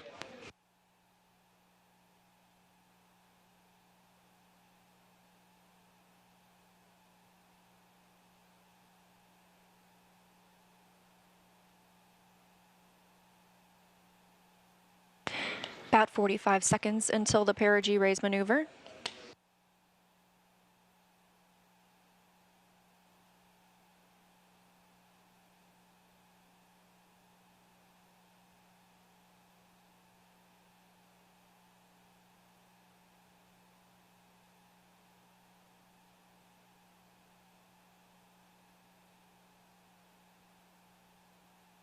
Coming up on 53 minutes into today's mission, and we are standing by for the start of the perigee raise maneuver. Again, this is a firing of the RL-10 engine on the interim cryogenic propulsion stage. It's less than 30 seconds long.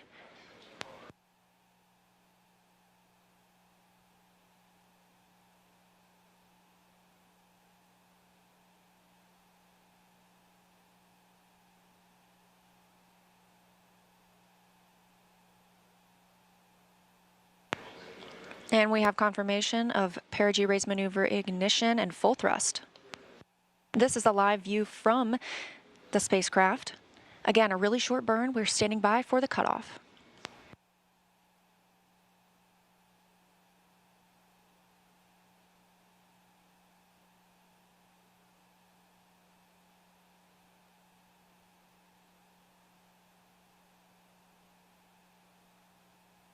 And we have confirmation of perigee raise maneuver cutoff. Flight Dynamics Officer reporting on the loops here in Mission Control Houston that it was a good burn. We are now 54 minutes into the flight, Orion traveling 14,700 miles per hour, and that was the perigee raise maneuver, lifting the lowest part of Orion's orbit around the Earth and putting us right where we want to be for the translunar injection burn. We're looking for that translunar injection burn to happen about 1 hour and 26 minutes after launch, so about 30 minutes from now. That'll be that long burn that helps us break free from the pull of Earth's gravity and commits the spacecraft to a lunar trajectory. So with successful completion of the perigee raise maneuver, I'm going to toss it back to Megan at KSC. No, keep it.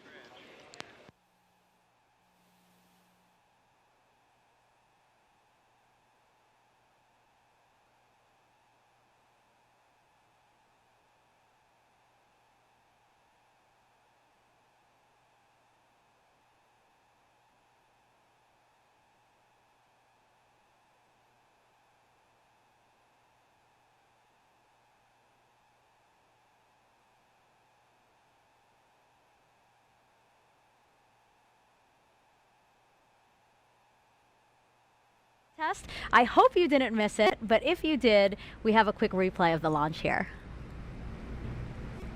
Sound suppressor water now flowing 15. under the ML. And here we go. 10. Hydrogen burn-off igniters initiated. 7, 6, 5. Core stage engine start. 3, 2, 1. Boosters in ignition. And liftoff of Artemis 1. We rise together back to the moon and beyond.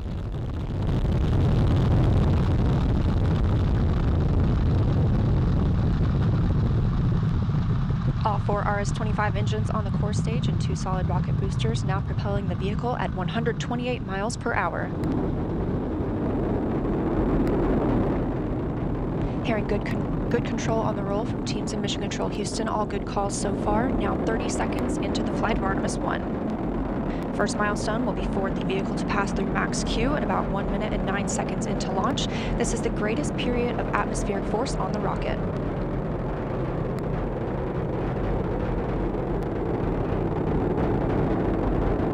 SLS now traveling 607 miles per hour.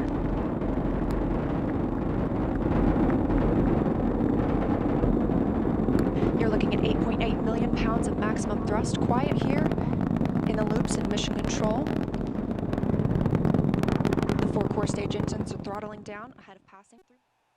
Now to celebrate Artemis 1's successful liftoff is NASA Administrator Bill Nelson. Administrator, you got to share what you just told Kayla and I. You said that that was the biggest flame you've ever seen. That's the biggest flame I've ever seen.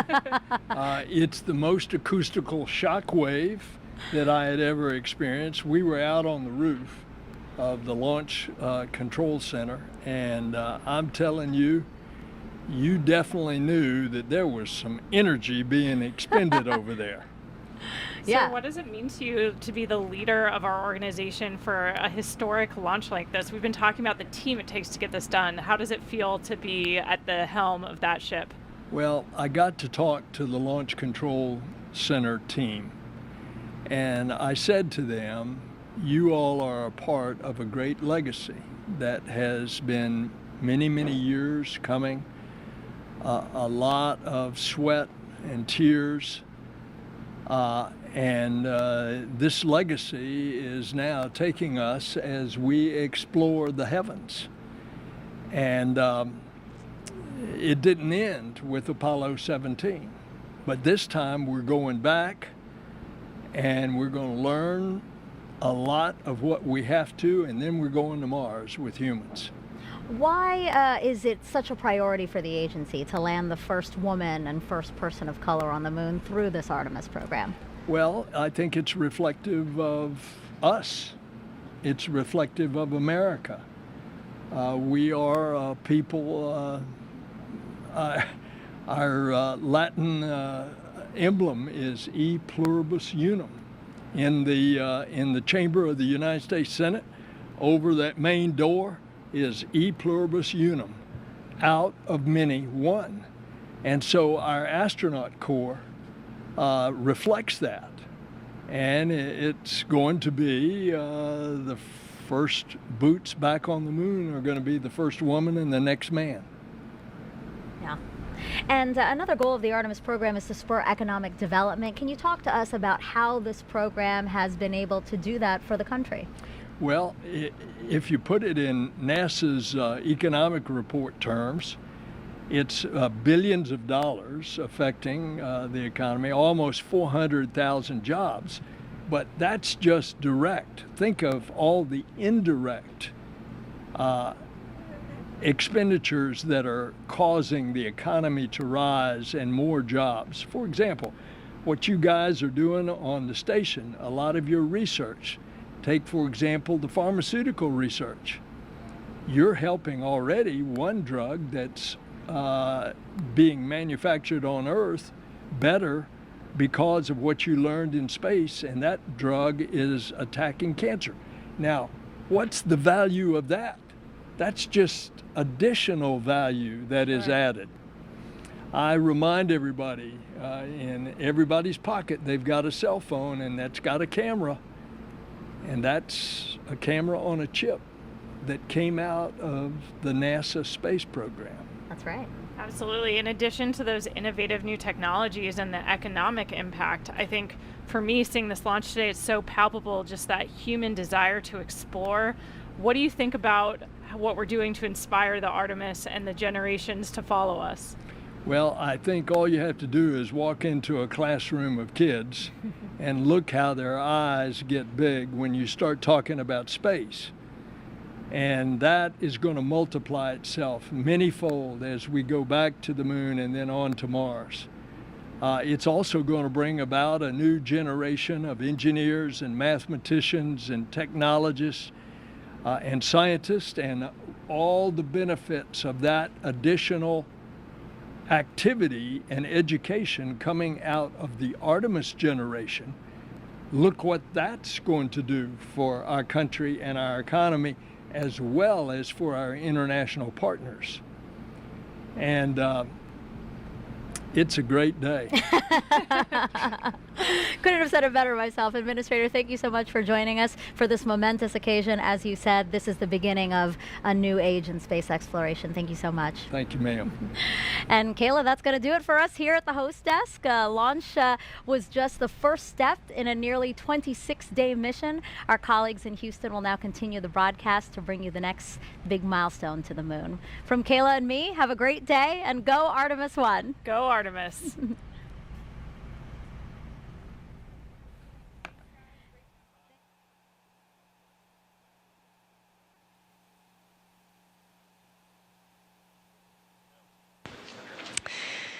And we had a great ride to orbit today. We are now 1 hour and 2 minutes since we launched the Artemis 1 mission. Orion is traveling with the interim cryogenic propulsion stage, now almost 15,000 miles per hour. We recently saw the perigee raise maneuver. That's where we lifted the lowest point of Orion's orbit around the Earth, and it puts us in the perfect position to prepare us for translunar injection burn coming up in about 25 minutes.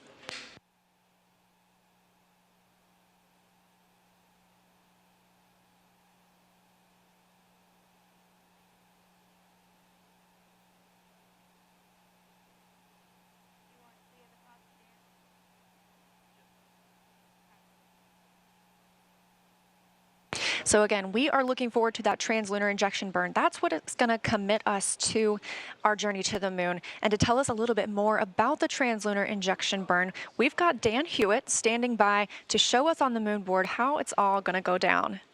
Hey, thanks, Leah. Everybody, welcome back to the moon board. So translunar injection, this is the big one. Just a refresher, we're going to be using this, the interim cryogenic propulsion stage. This is what's taken over for all of our in-space propulsion maneuvers after that core stage and those boosters have since dropped away. Modified upper stage from the Delta IV family of rockets from United Launch Alliance, hydrogen, oxygen, fueling the RL-10B-2 engine produces about 24,000 pounds of thrust in a vacuum. Now, the translunar injection is what's going to give us the energy to go from low Earth orbit all the way out here. Now, what does that mean? Here comes a really overly simplified orbital mechanics lesson. Let's say you're in orbit around a planet, say Earth, and you're in a nice circular orbit, but you want to have that orbit be even higher. Well, what you can do is fire your engine behind you, increase your speed, and that then increases the corresponding apogee, or the highest point of your orbit, on the other side, and that's how you raise it up. Well, if you wanted to make it into a nice circle, you could follow up and do another burn right here, and that would raise your perigee, or your lowest point, and then you're in a circular orbit around Earth. That's essentially called a Hohmann transfer. If you've ever followed our missions to the space station, that's what we're doing to kind of gradually raise our orbit until we get to the space station. But for this, we're talking about a lot more energy to get somewhere a lot farther away. So what we're essentially doing is we're going to be in this circular orbit around planet Earth, and we are going to be firing that engine with 24,000 pounds of thrust for about 18 minutes. And what that does is it doesn't just increase your apogee by a little, it increases it all the way out, and it's timed. So by the time Orion is hitting its apogee, the highest point of that orbit, the moon will have moved into position that you're entering into its sphere of influence. You're entering into that area where the lunar gravity is going to be able to capture you. And so that's why we're firing the engine for that long. We need to have that much thrust, that much time to get the energy to go out there. So that's the rough orbital mechanics of what we're doing. Now, after that TLI burn is done, the ICPS is going to separate. Its job largely done in the Artemis 1 mission. As we heard, it's got some secondary payloads up in this stage adapter here that it's going to deploy on its way out. The ICPS will have one more burn after TLI called the disposal burn. And what that's going to do is put it on a trajectory almost looking parallel to that of Orion, where it's going to go around the moon, slingshot away, and then go into what's called a heliocentric orbit. It's actually going to go into orbit around the sun, just like Earth. It's going to leave the Earth-Moon system completely. And then after that, all of the propulsion duties get handed over to the European Service Module.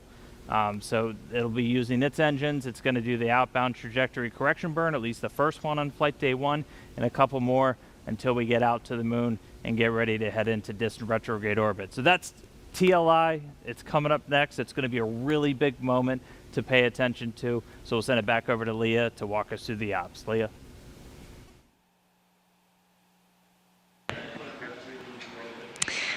Thanks, Dan. We are 1 hour, 6 minutes, and 30 seconds into the flight of Artemis 1, now traveling over 15,200 miles per hour.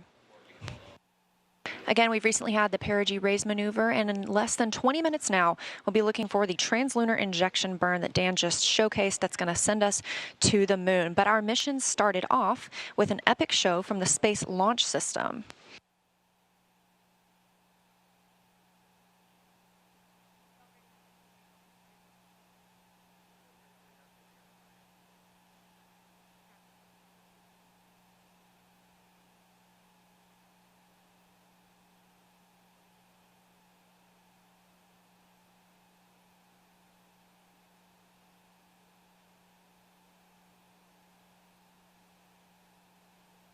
Again, the Space Launch System is what carried us into orbit today, launching off at 1:47 a.m. Eastern Time. And we've got a couple of special guests from Marshall Space Flight Center. We have Bruce Tiller, the Solid Rocket Booster Manager, and Johnny Heflin, the RS-25 Engine Manager, to tell us more about the maiden voyage of the rocket. Now, they both got to watch it live at Kennedy Space Center.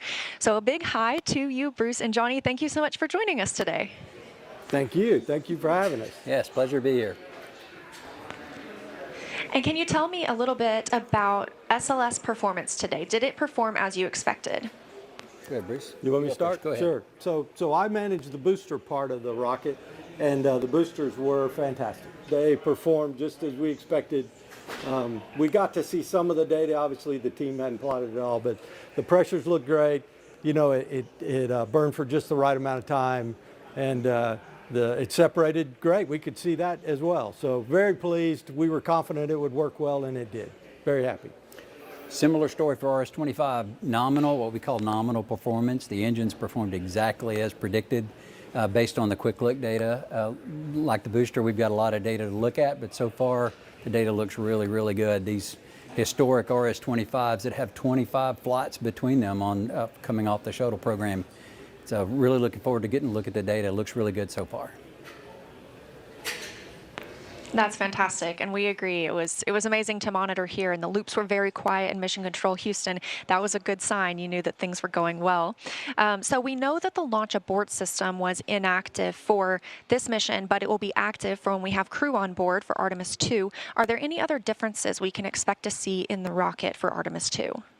So for the boosters, by and large, no. If I talk about the boosters from top to bottom, we are going to make one change though, because of the crew is on it. We're going to have a delay timer in there so that if for some reason they need to abort, we have a few seconds there before, after they abort, before the termination system destroys the rocket. So we will add that, but other than that, nope, these boosters will be the same. Second flight is the first. Same story for RS-25. It will be the next set of 4 heritage engines from the shuttle program. Configuration-wise, they'll be the same as what we flew today. Then I'm glad it all went so well. And so after you get that data back from today, what's next for your team?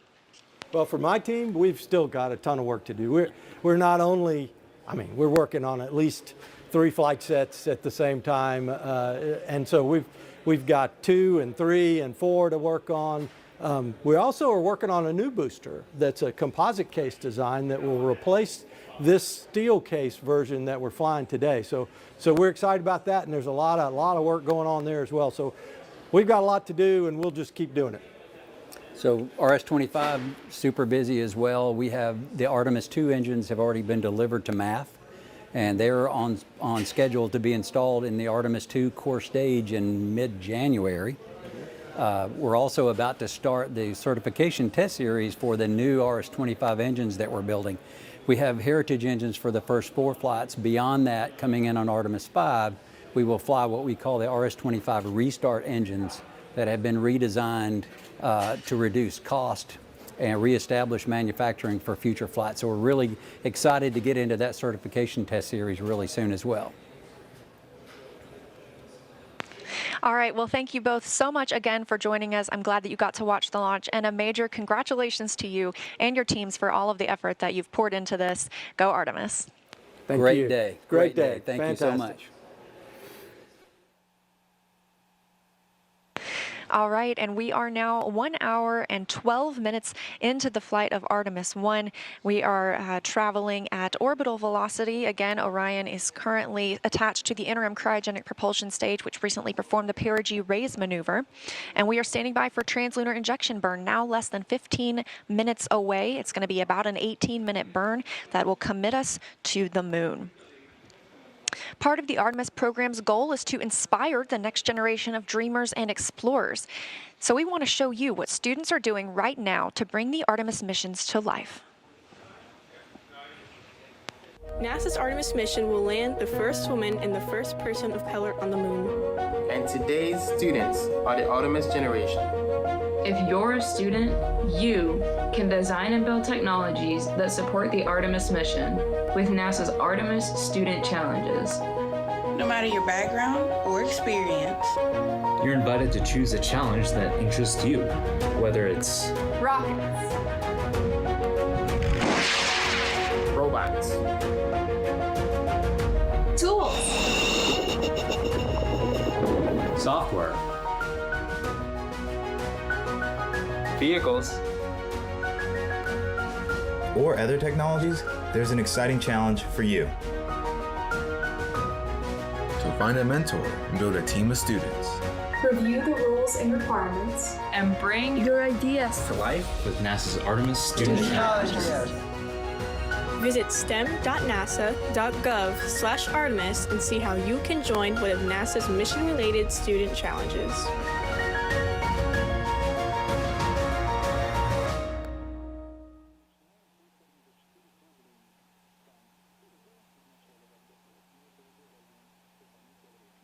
Again, 1 hour and 13 minutes, 30 seconds since liftoff today. We are looking towards translunar injection burn, now about 13 minutes away. That's going to send us to the moon. But did you know that you were invited to fly on the first Artemis mission too? Earlier this year, NASA asked the public to create a pass to virtually board Orion. Anyone who signed up got to include their name on a flash drive. I know my name is on there, and that flash drive is on Orion right now for its journey around the moon. It has more than 3.3 million names.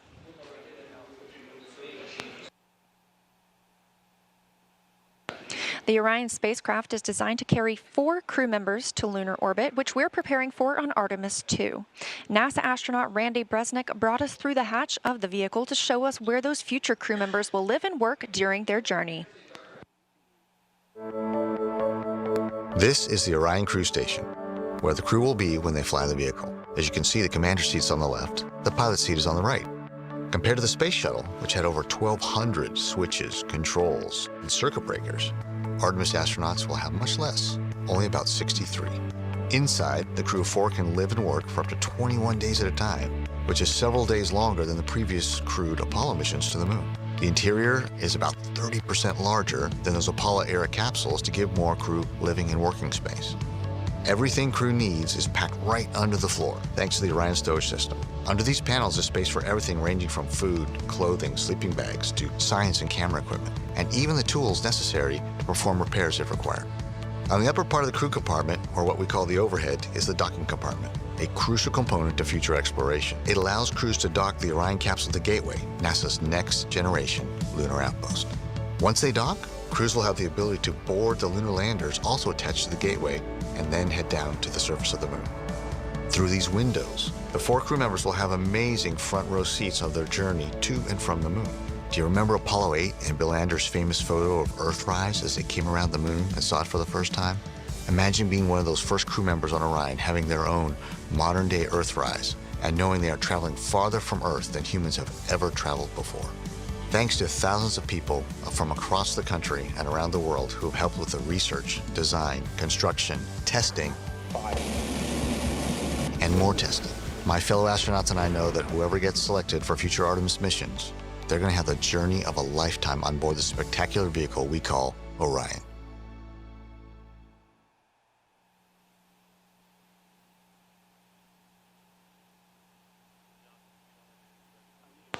We're now coming up on 10 minutes until the translunar injection burn.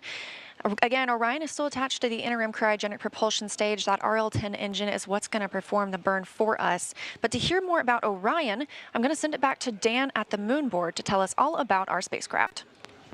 Hey, thanks, Leah. Welcome back to the moon board and Orion. So it's still attached to ICPS, still flying on the very upper part of SLS, but pretty soon it's going to be flying free. And after that happens, it's going to take over all of the propulsion, all of the flying, everything for the rest of the mission.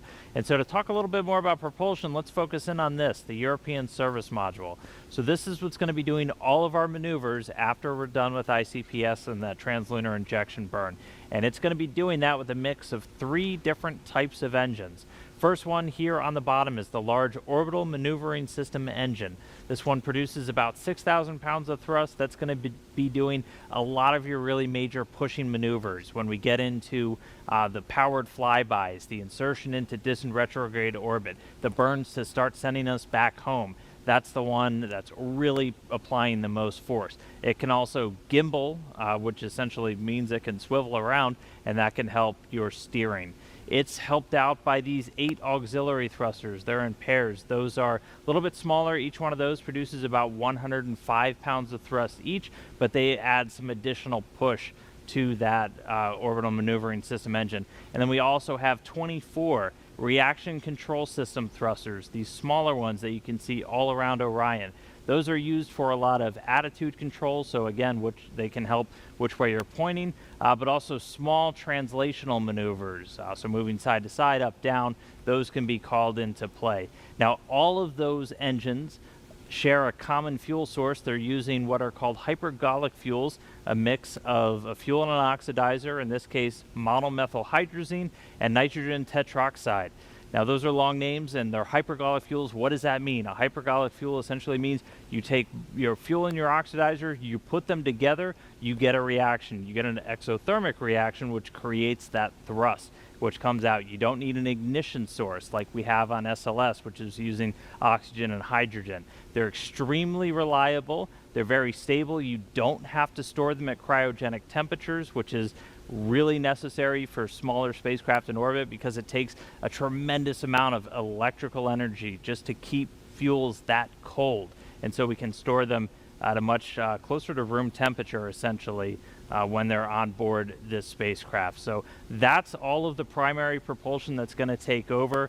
And again, that's going to be after we get through translunar injection. We're going to be doing correction burns on the way out, a number around the moon as we hang out in distant retrograde orbit for about a week, and then eventually sending us on the way back home. But still attached to ICPS right now, going to detach shortly after that burn is complete, and then Orion will be flying free, the service module pushing it for the rest of the way. So with that, I'll send it back over to Leah as we get closer to that TLI burn. Thank you, Dan. And yes, indeed, we are looking for TLI coming up in about 7 minutes from now. Again, that's it's a long burn for us, about 18 minutes long. But before we get to that milestone, I have a friend of mine here. It's Stu McClung, the Program Planning and Control Office Chief of Staff for the Orion program. Stu, I am so glad that you could join us today. Thank you. Good morning. Good to be here. So how is the spacecraft performing so far, and what's next? So far so well. Good. We were clean during the pre-launch and ascent. So the team's down the hall in the MER taking a look, working everything. It looks good so far, so that's good. And of course, we got the burn coming. After the burn, we'll start ticking through all of our planned events. Like we have a the SAW modal survey. The wings will have a modal survey that we'll do later this morning. One of the first DTOs that we'll take a look at and evaluate how they react. So DTO, designated test objective. What's another one of those that we'll be looking at over the next 26 days? We have probably a good 100 of them. They, culminate from everything from like the modal survey to how the cooling system behaves, common track system. On entry day, one of our major test objectives is looking at how the heat shield and how it handles entry heating. So how does it feel to be here today and see the future of human space exploration unfold? It's great. I was doing my shift in the MER earlier today. Haven't slept. The emotion and the adrenaline's got me going. It's great to be a part of this. It's great watching watching the KSC team execute, and now this is day one for us. We've got 26 days for our team to execute now, and we'll go do our job and set the stage for future Artemis exploration. And we're excited. We're going to be here along the way for all those major milestones, burns, all the other exciting events that we are looking forward to. So thank you so much for joining us here. We are really excited. A big congrats to you and your team. Thanks. Let's go have a good burn and let's go to the moon. Let's do it. We are now less than 5 minutes away from the translunar injection burn. Again, this is the burn that's going to send us around the moon, going to commit us to a lunar trajectory. It is approximately an 18-minute burn. It's a firing of that RL-10 engine on the interim cryogenic propulsion stage.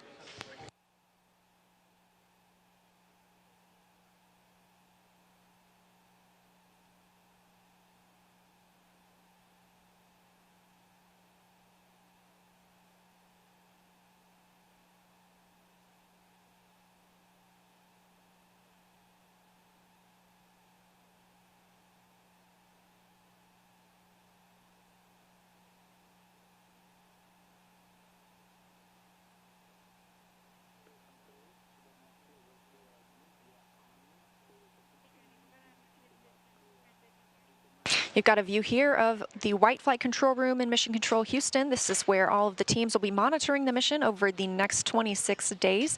Teams monitored launch tonight. There are, of course, several different shifts that'll be working here.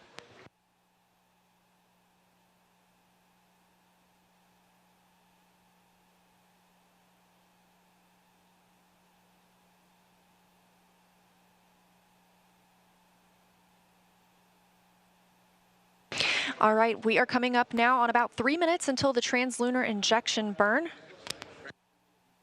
Again, this is about an 18-minute long burn. Firing of the RL-10 engine on the interim cryogenic propulsion stage commits us to lunar trajectory. It helps us break free from the gravitational pull of Earth.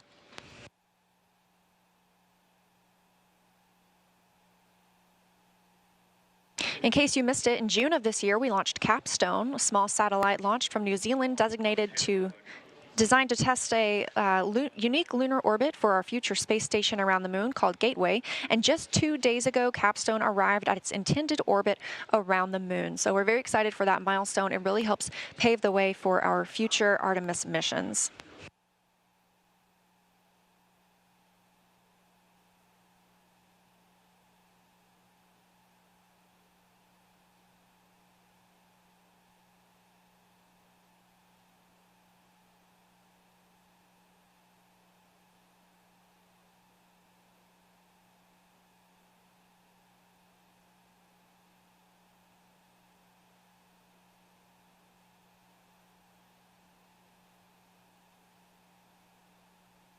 We are now 1 hour 20, coming up on 25 minutes since liftoff from Kennedy Space Center today at 1:47 a.m. Eastern Time. We had a really smooth ride to orbit. We saw solid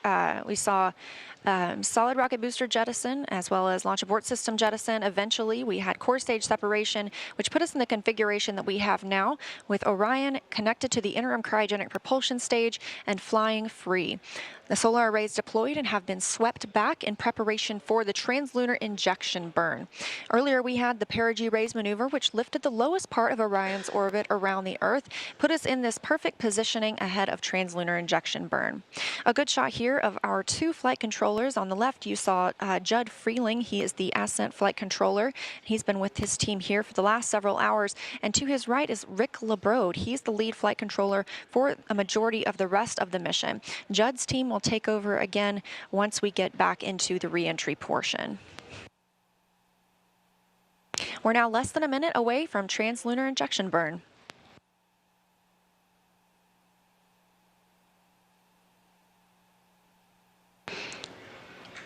And this is a live view from the spacecraft.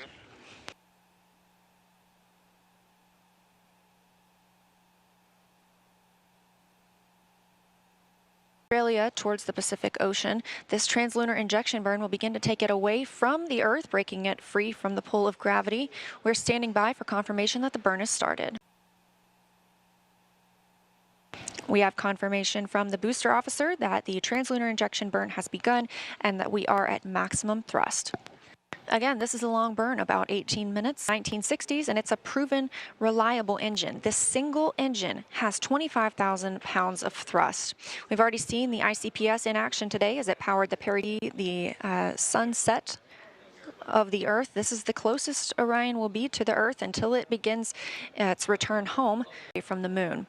I'm going to keep reporting that number, and by the end of the gravity, now traveling at 17,000 CH. There are other burns that will take place throughout the mission. To direct Orion exactly where we want it to PS separates will be conducted by using the single main engine.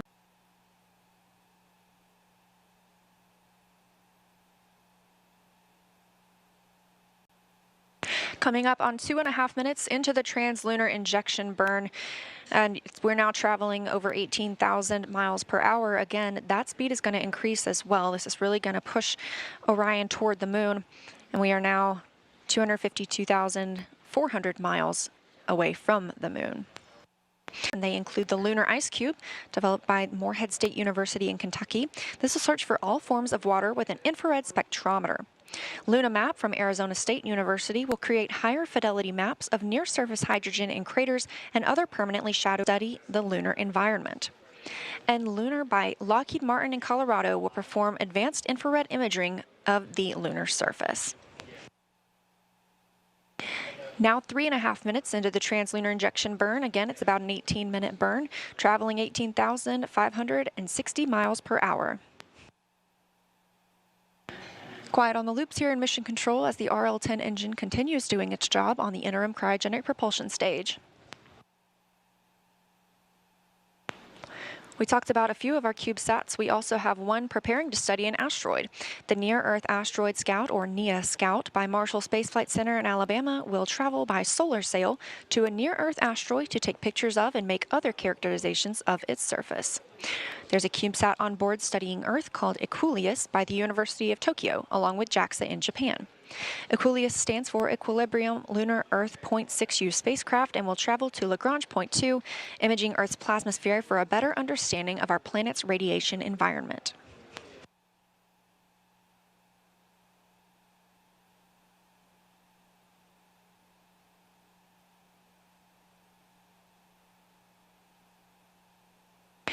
We're now coming up on 4 minutes and 45 seconds into the translunar injection burn. Orion traveling at 18,982 miles per hour. Our distance from the moon continues to decrease, now 251,900 miles away. To highlight some more of our CubeSats on board, we also have BioSentinel, developed by Ames Research Center in California, and will use a single yeast cell to detect, measure, and compare the impact of deep space radiation on living organisms over an extended period of time. Argo Moon was developed by the Italian Space Agency and Argotech in Italy. This CubeSat will observe the interim cryogenic propulsion stage, the stage that it's firing right now, with its advanced optics and software imaging system. And our last CubeSat through the Centennial Challenge is Team Miles from Florida, who developed a CubeSat that will demonstrate propulsion using plasma thrusters and will compete in NASA's Deep Space Derby. These CubeSats pack a ton of tech and science in a tiny package, so they don't all have redundant systems. And if any of the CubeSats missions don't go as planned, it does not affect our primary objectives of Orion's mission. This rideshare opportunity is a rare chance to send CubeSats beyond low Earth orbit, and we're looking forward to seeing what we learn. We're now 6 minutes into the translunar injection burn. Orion traveling at 19,500 miles per hour, being propelled by the interim cryogenic propulsion stage. Still quiet here on the loops in Mission Control Houston. Teams are tracking no issues during the translunar injection burn. Again, this is about an 18-minute burn, so we have approximately 11.5 minutes left.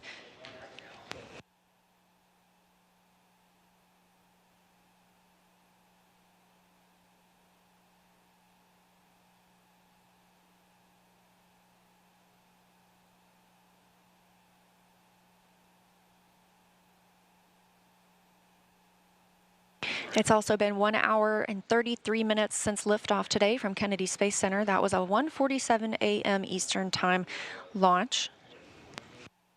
A smooth ride uphill, as we heard from Bruce Tiller and Johnny Heflin working with SLS at Marshall Space Flight Center. And this view from Mission Control Houston, teams continuing to monitor the Artemis 1 mission. This is where they will be around the clock for the next 26 days, all the way until we bring Orion home for a safe splashdown. Coming up on 7.5 minutes until into the translunar injection burn, so less than 11 minutes left in the burn. Orion now traveling at almost 20,000 miles per hour, 251,237 miles away from the moon. Again, that number continuing to shrink.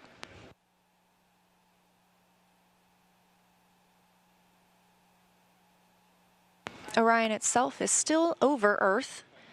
It is over the Pacific Ocean, south of Hawaii.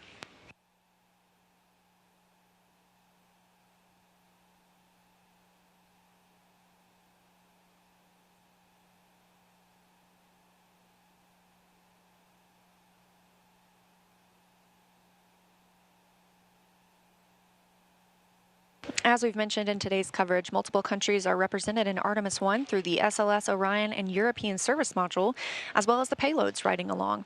While NASA is leading the Artemis missions, international partnerships will play a key role in achieving a sustainable presence on the moon while preparing to send humans to Mars. In 2021, over a dozen countries signed the Artemis Accords, which will establish a common set of principles to govern the civil exploration and use of outer space. The Artemis Accords will create a safe, transparent environment that facilitates exploration, science, and commercial activities for all of humanity. This cooperation not only furthers space exploration, but also enhances peaceful relationships between countries on Earth.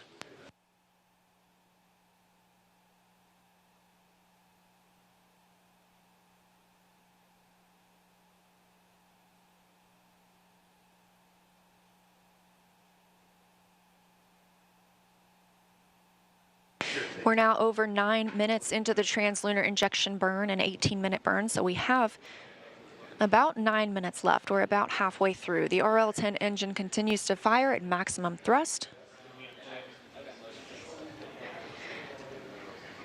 Orion traveling attached to the interim cryogenic propulsion stage, now over 20,600 miles per hour.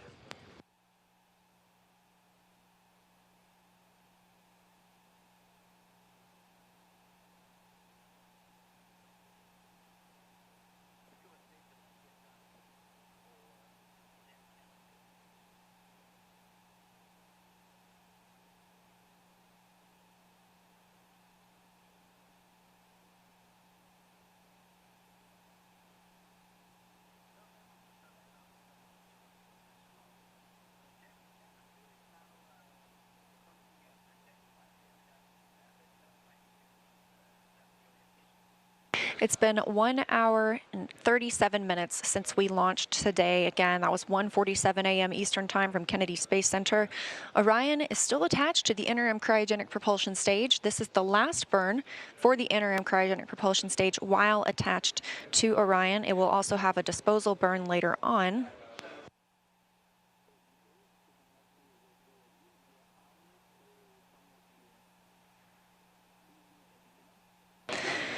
About 10 minutes after we have ICPS cut off, Orion will separate from the interim cryogenic propulsion stage itself, and the capsule will be flying free, still attached to the European service module. We've got about 7 minutes left in the translunar injection burn. Orion traveling now at over 21,000 miles per hour.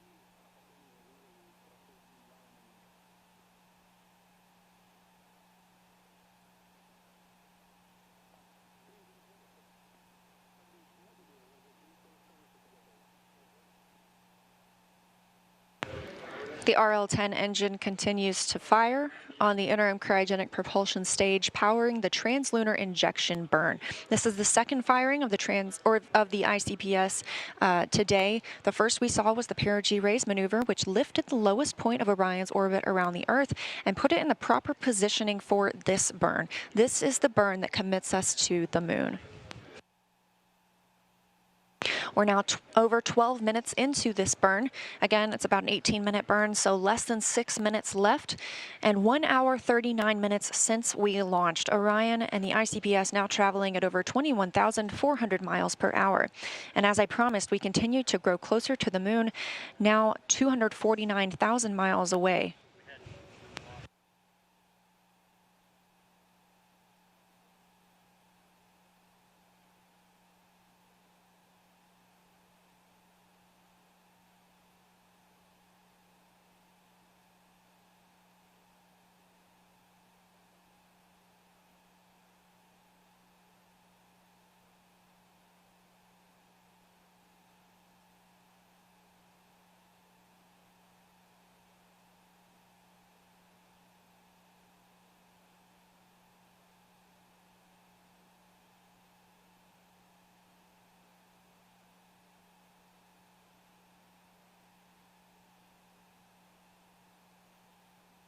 Now over 13 minutes into the translunar injection burn, putting us less than 5 minutes away from cutoff. We have had a nominal burn so far. That RL-10 engine continues to fire at maximum thrust, 25,000 pounds of thrust. We're now traveling over 21,730 miles per hour.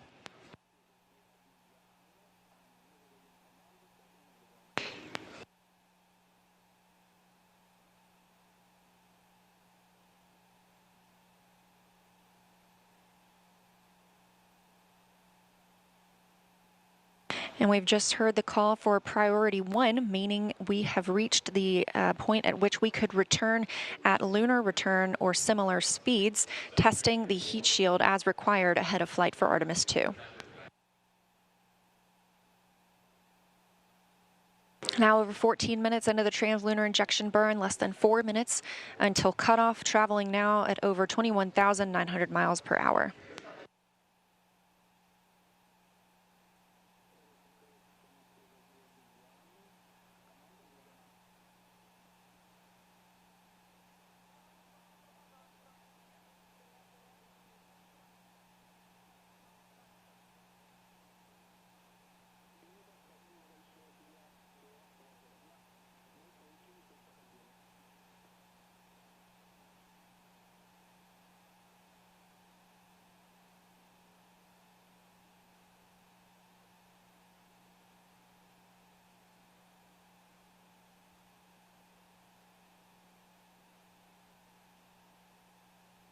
Now less than 3 minutes away from cutoff of the interim cryogenic propulsion stage, and coming up on 1 hour and 42 minutes into the Artemis 1 mission.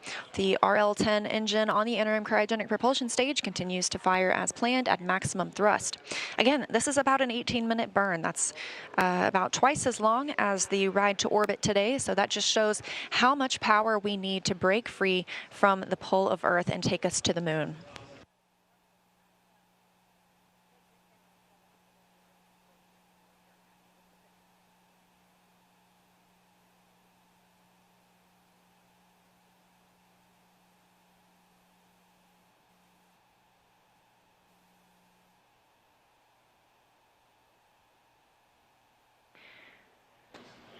"16 minutes now into the translunar injection burn, Orion traveling at over 22,276 miles per hour.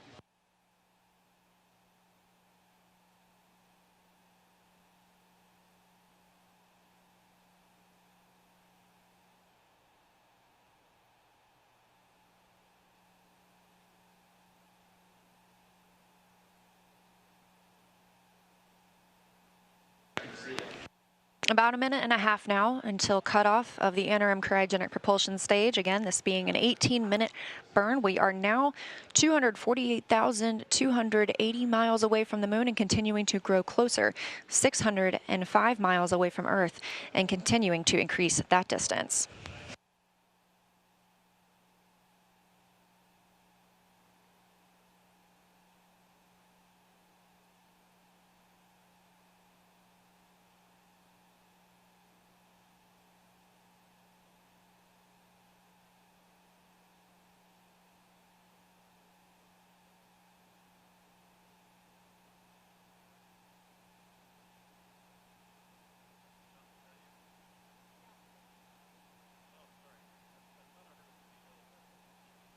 Less than a minute now until cutoff of the ICPS and the end of the translunar injection burn. We've had a good burn all the way through so far. And 1 hour 44 minutes since launch today.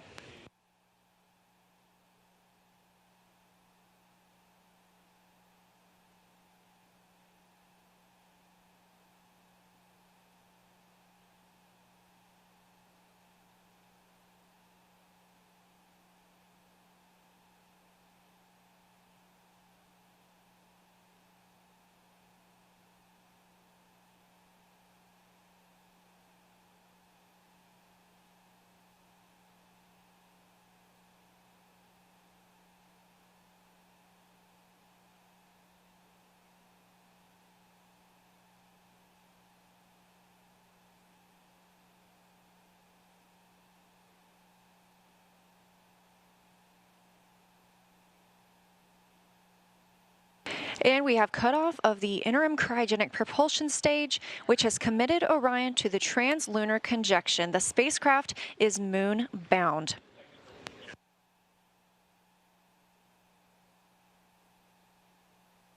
Orion is now traveling at 22,500 miles per hour, 247,450 miles away from Earth.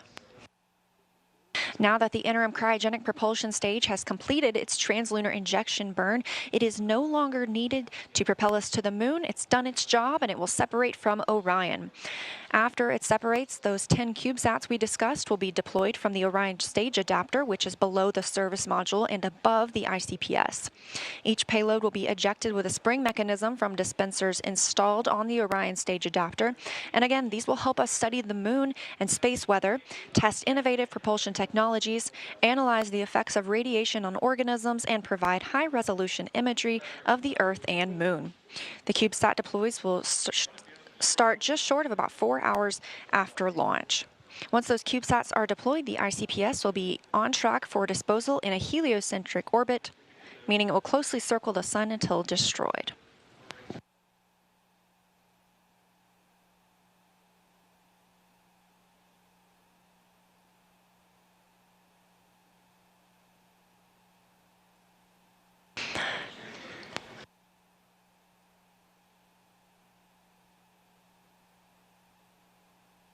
The next change we'll see is for the ICPS to separate from Orion and the service module. Those will continue flying free on their journey toward the moon.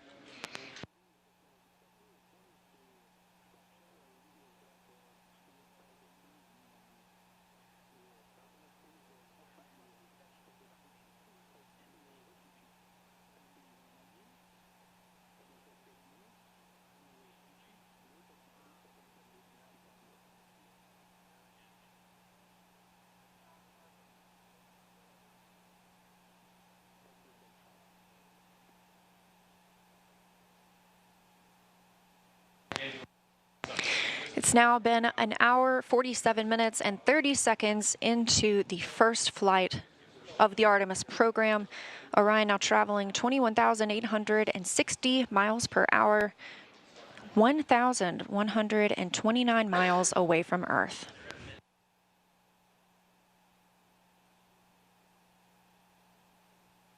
That stage separation from the interim cryogenic propulsion stage, again, should be about 10 minutes after the translunar injection burn is complete, so approximately 7 minutes from now.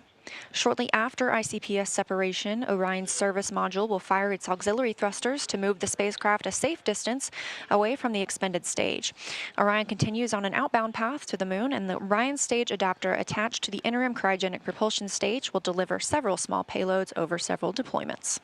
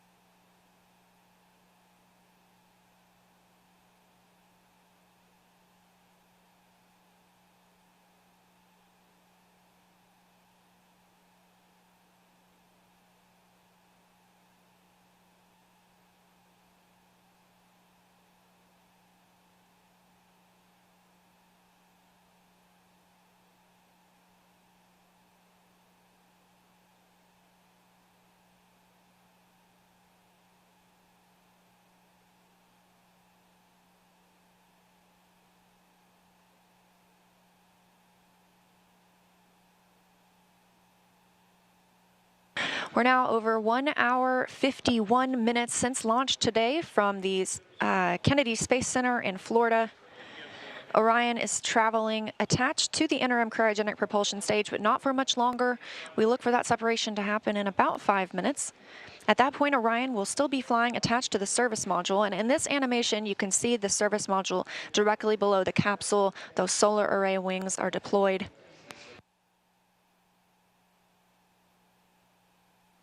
The spacecraft now traveling over 20,570 miles per hour.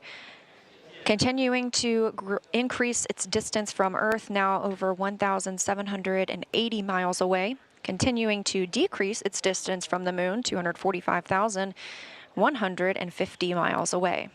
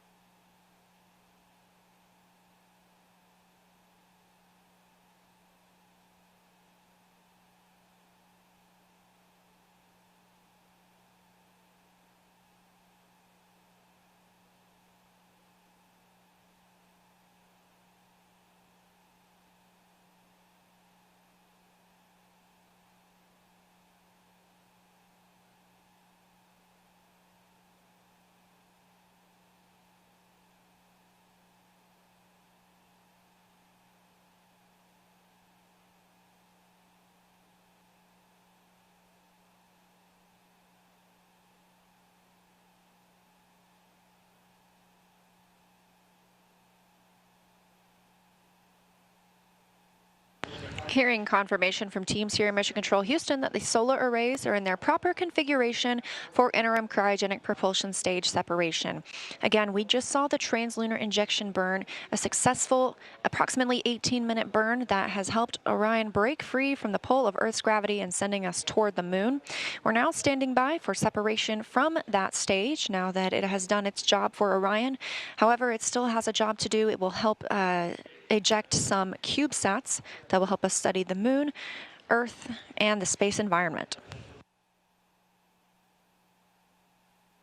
Orion now traveling at 19,700 miles per hour, 2,270 miles away from Earth. We're expecting that stage separation to happen in about a minute.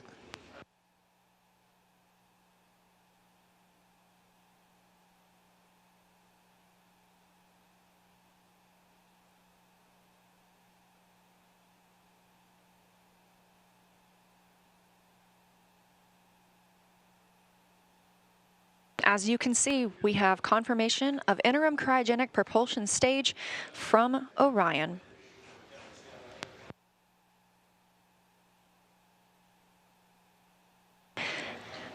With the Earth in the background and the Moon is our destination, Artemis generation, we are going.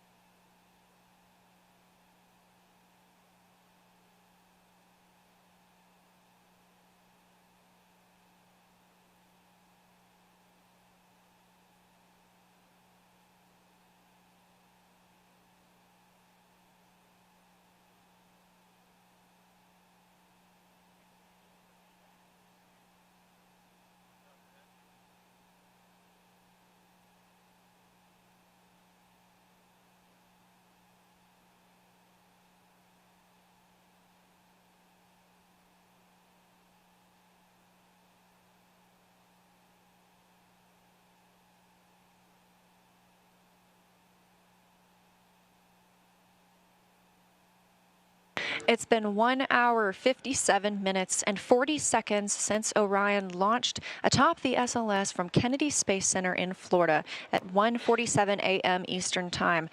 After a smooth ride to orbit, a perigee raise maneuver, and a translunar injection burn conducted by the interim cryogenic propulsion stage, Orion is now flying free, attached to the European Service Module and on its journey to the Moon. That might be the end of today's broadcast, but the Artemis 1 mission has only just begun. We'll continue live coverage for major milestones, including the outbound powered flyby and other major burns. But when we're not live, you can check out blogs.nasa.gov/Artemis and the NASA newsletter for updates on the spacecraft. We're also excited to introduce Artemis All Access. It's a short video product that will provide updates about mission accomplishments with a look at what's to come, as well as inside looks and explainers about the mission. And if you want to stay updated on mission activities and how to watch Splashdown, you can still register as an online mission participant with NASA's virtual guest program to stay informed as the mission progresses. Virtual mission participants for Artemis 1 will receive curated resource and mission activities straight to their inbox. You can register at go.nasa.gov/virtualartemis1. That's a Roman numeral 1 as part of the URL. Don't forget, you can also learn about the mission on NASA and Artemis social media accounts. We'll be holding a post-launch news conference at Kennedy Space Center at 5 a.m. Eastern Time, 4 a.m. Central Time, and you can watch live at nasa.gov/live. We'll also be back on the air later today for the first orbital trajectory correction burn at 9 a.m. Eastern Time, and again at 10:45 a.m. Eastern to get a look at the first images coming down from Orion. Thank you for joining us today for our coverage of the Artemis 1 mission. We leave you now with a rendition of our national anthem performed by Josh Groban and jazz pianist Herbie Hancock, followed by a look back on today's historic liftoff as we look toward every milestone in this mission. Artemis generation, we are going.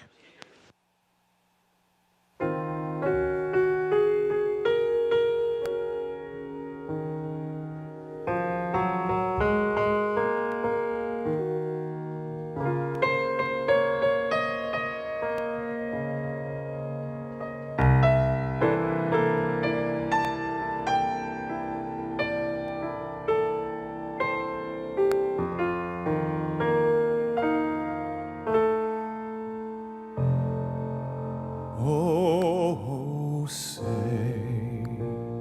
can you see by the dawn's early light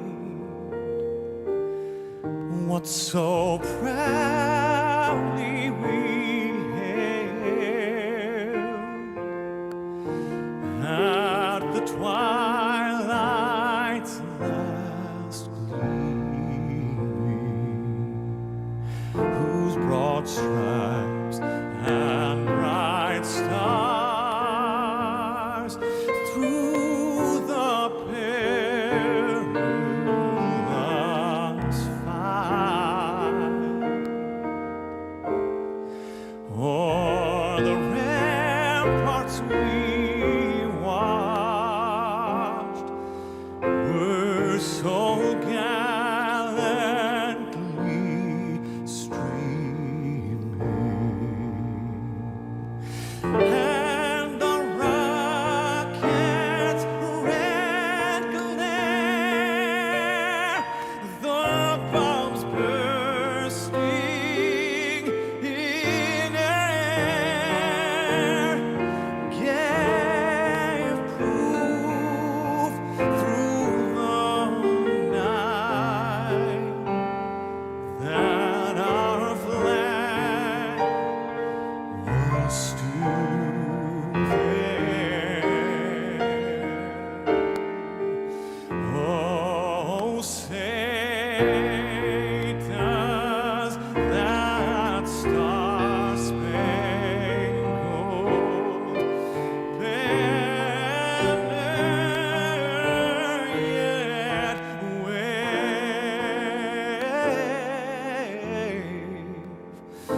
o'er the land of the free? Oh,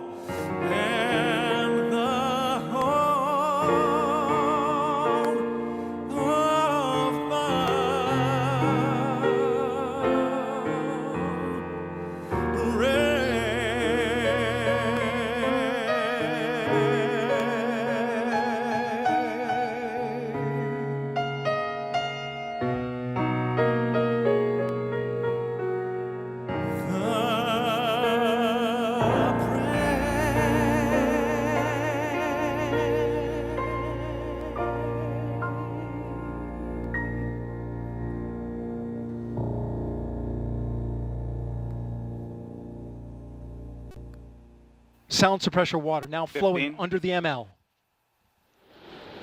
And here we go. 10. Hydrogen burn-off igniters initiated. 7, 6, 5. 4-stage engine start.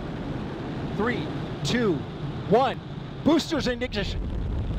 And liftoff of Artemis 1. We rise together back to the moon and beyond.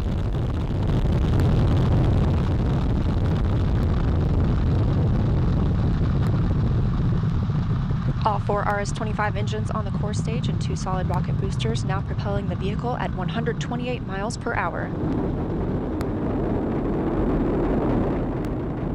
Hearing good control on the roll from teams in Mission Control Houston. All good calls so far. Now 30 seconds into the flight of Artemis 1. First milestone will be for the vehicle to pass through max Q at about 1 minute and 9 seconds into launch. This is the greatest period of atmospheric force on the rocket.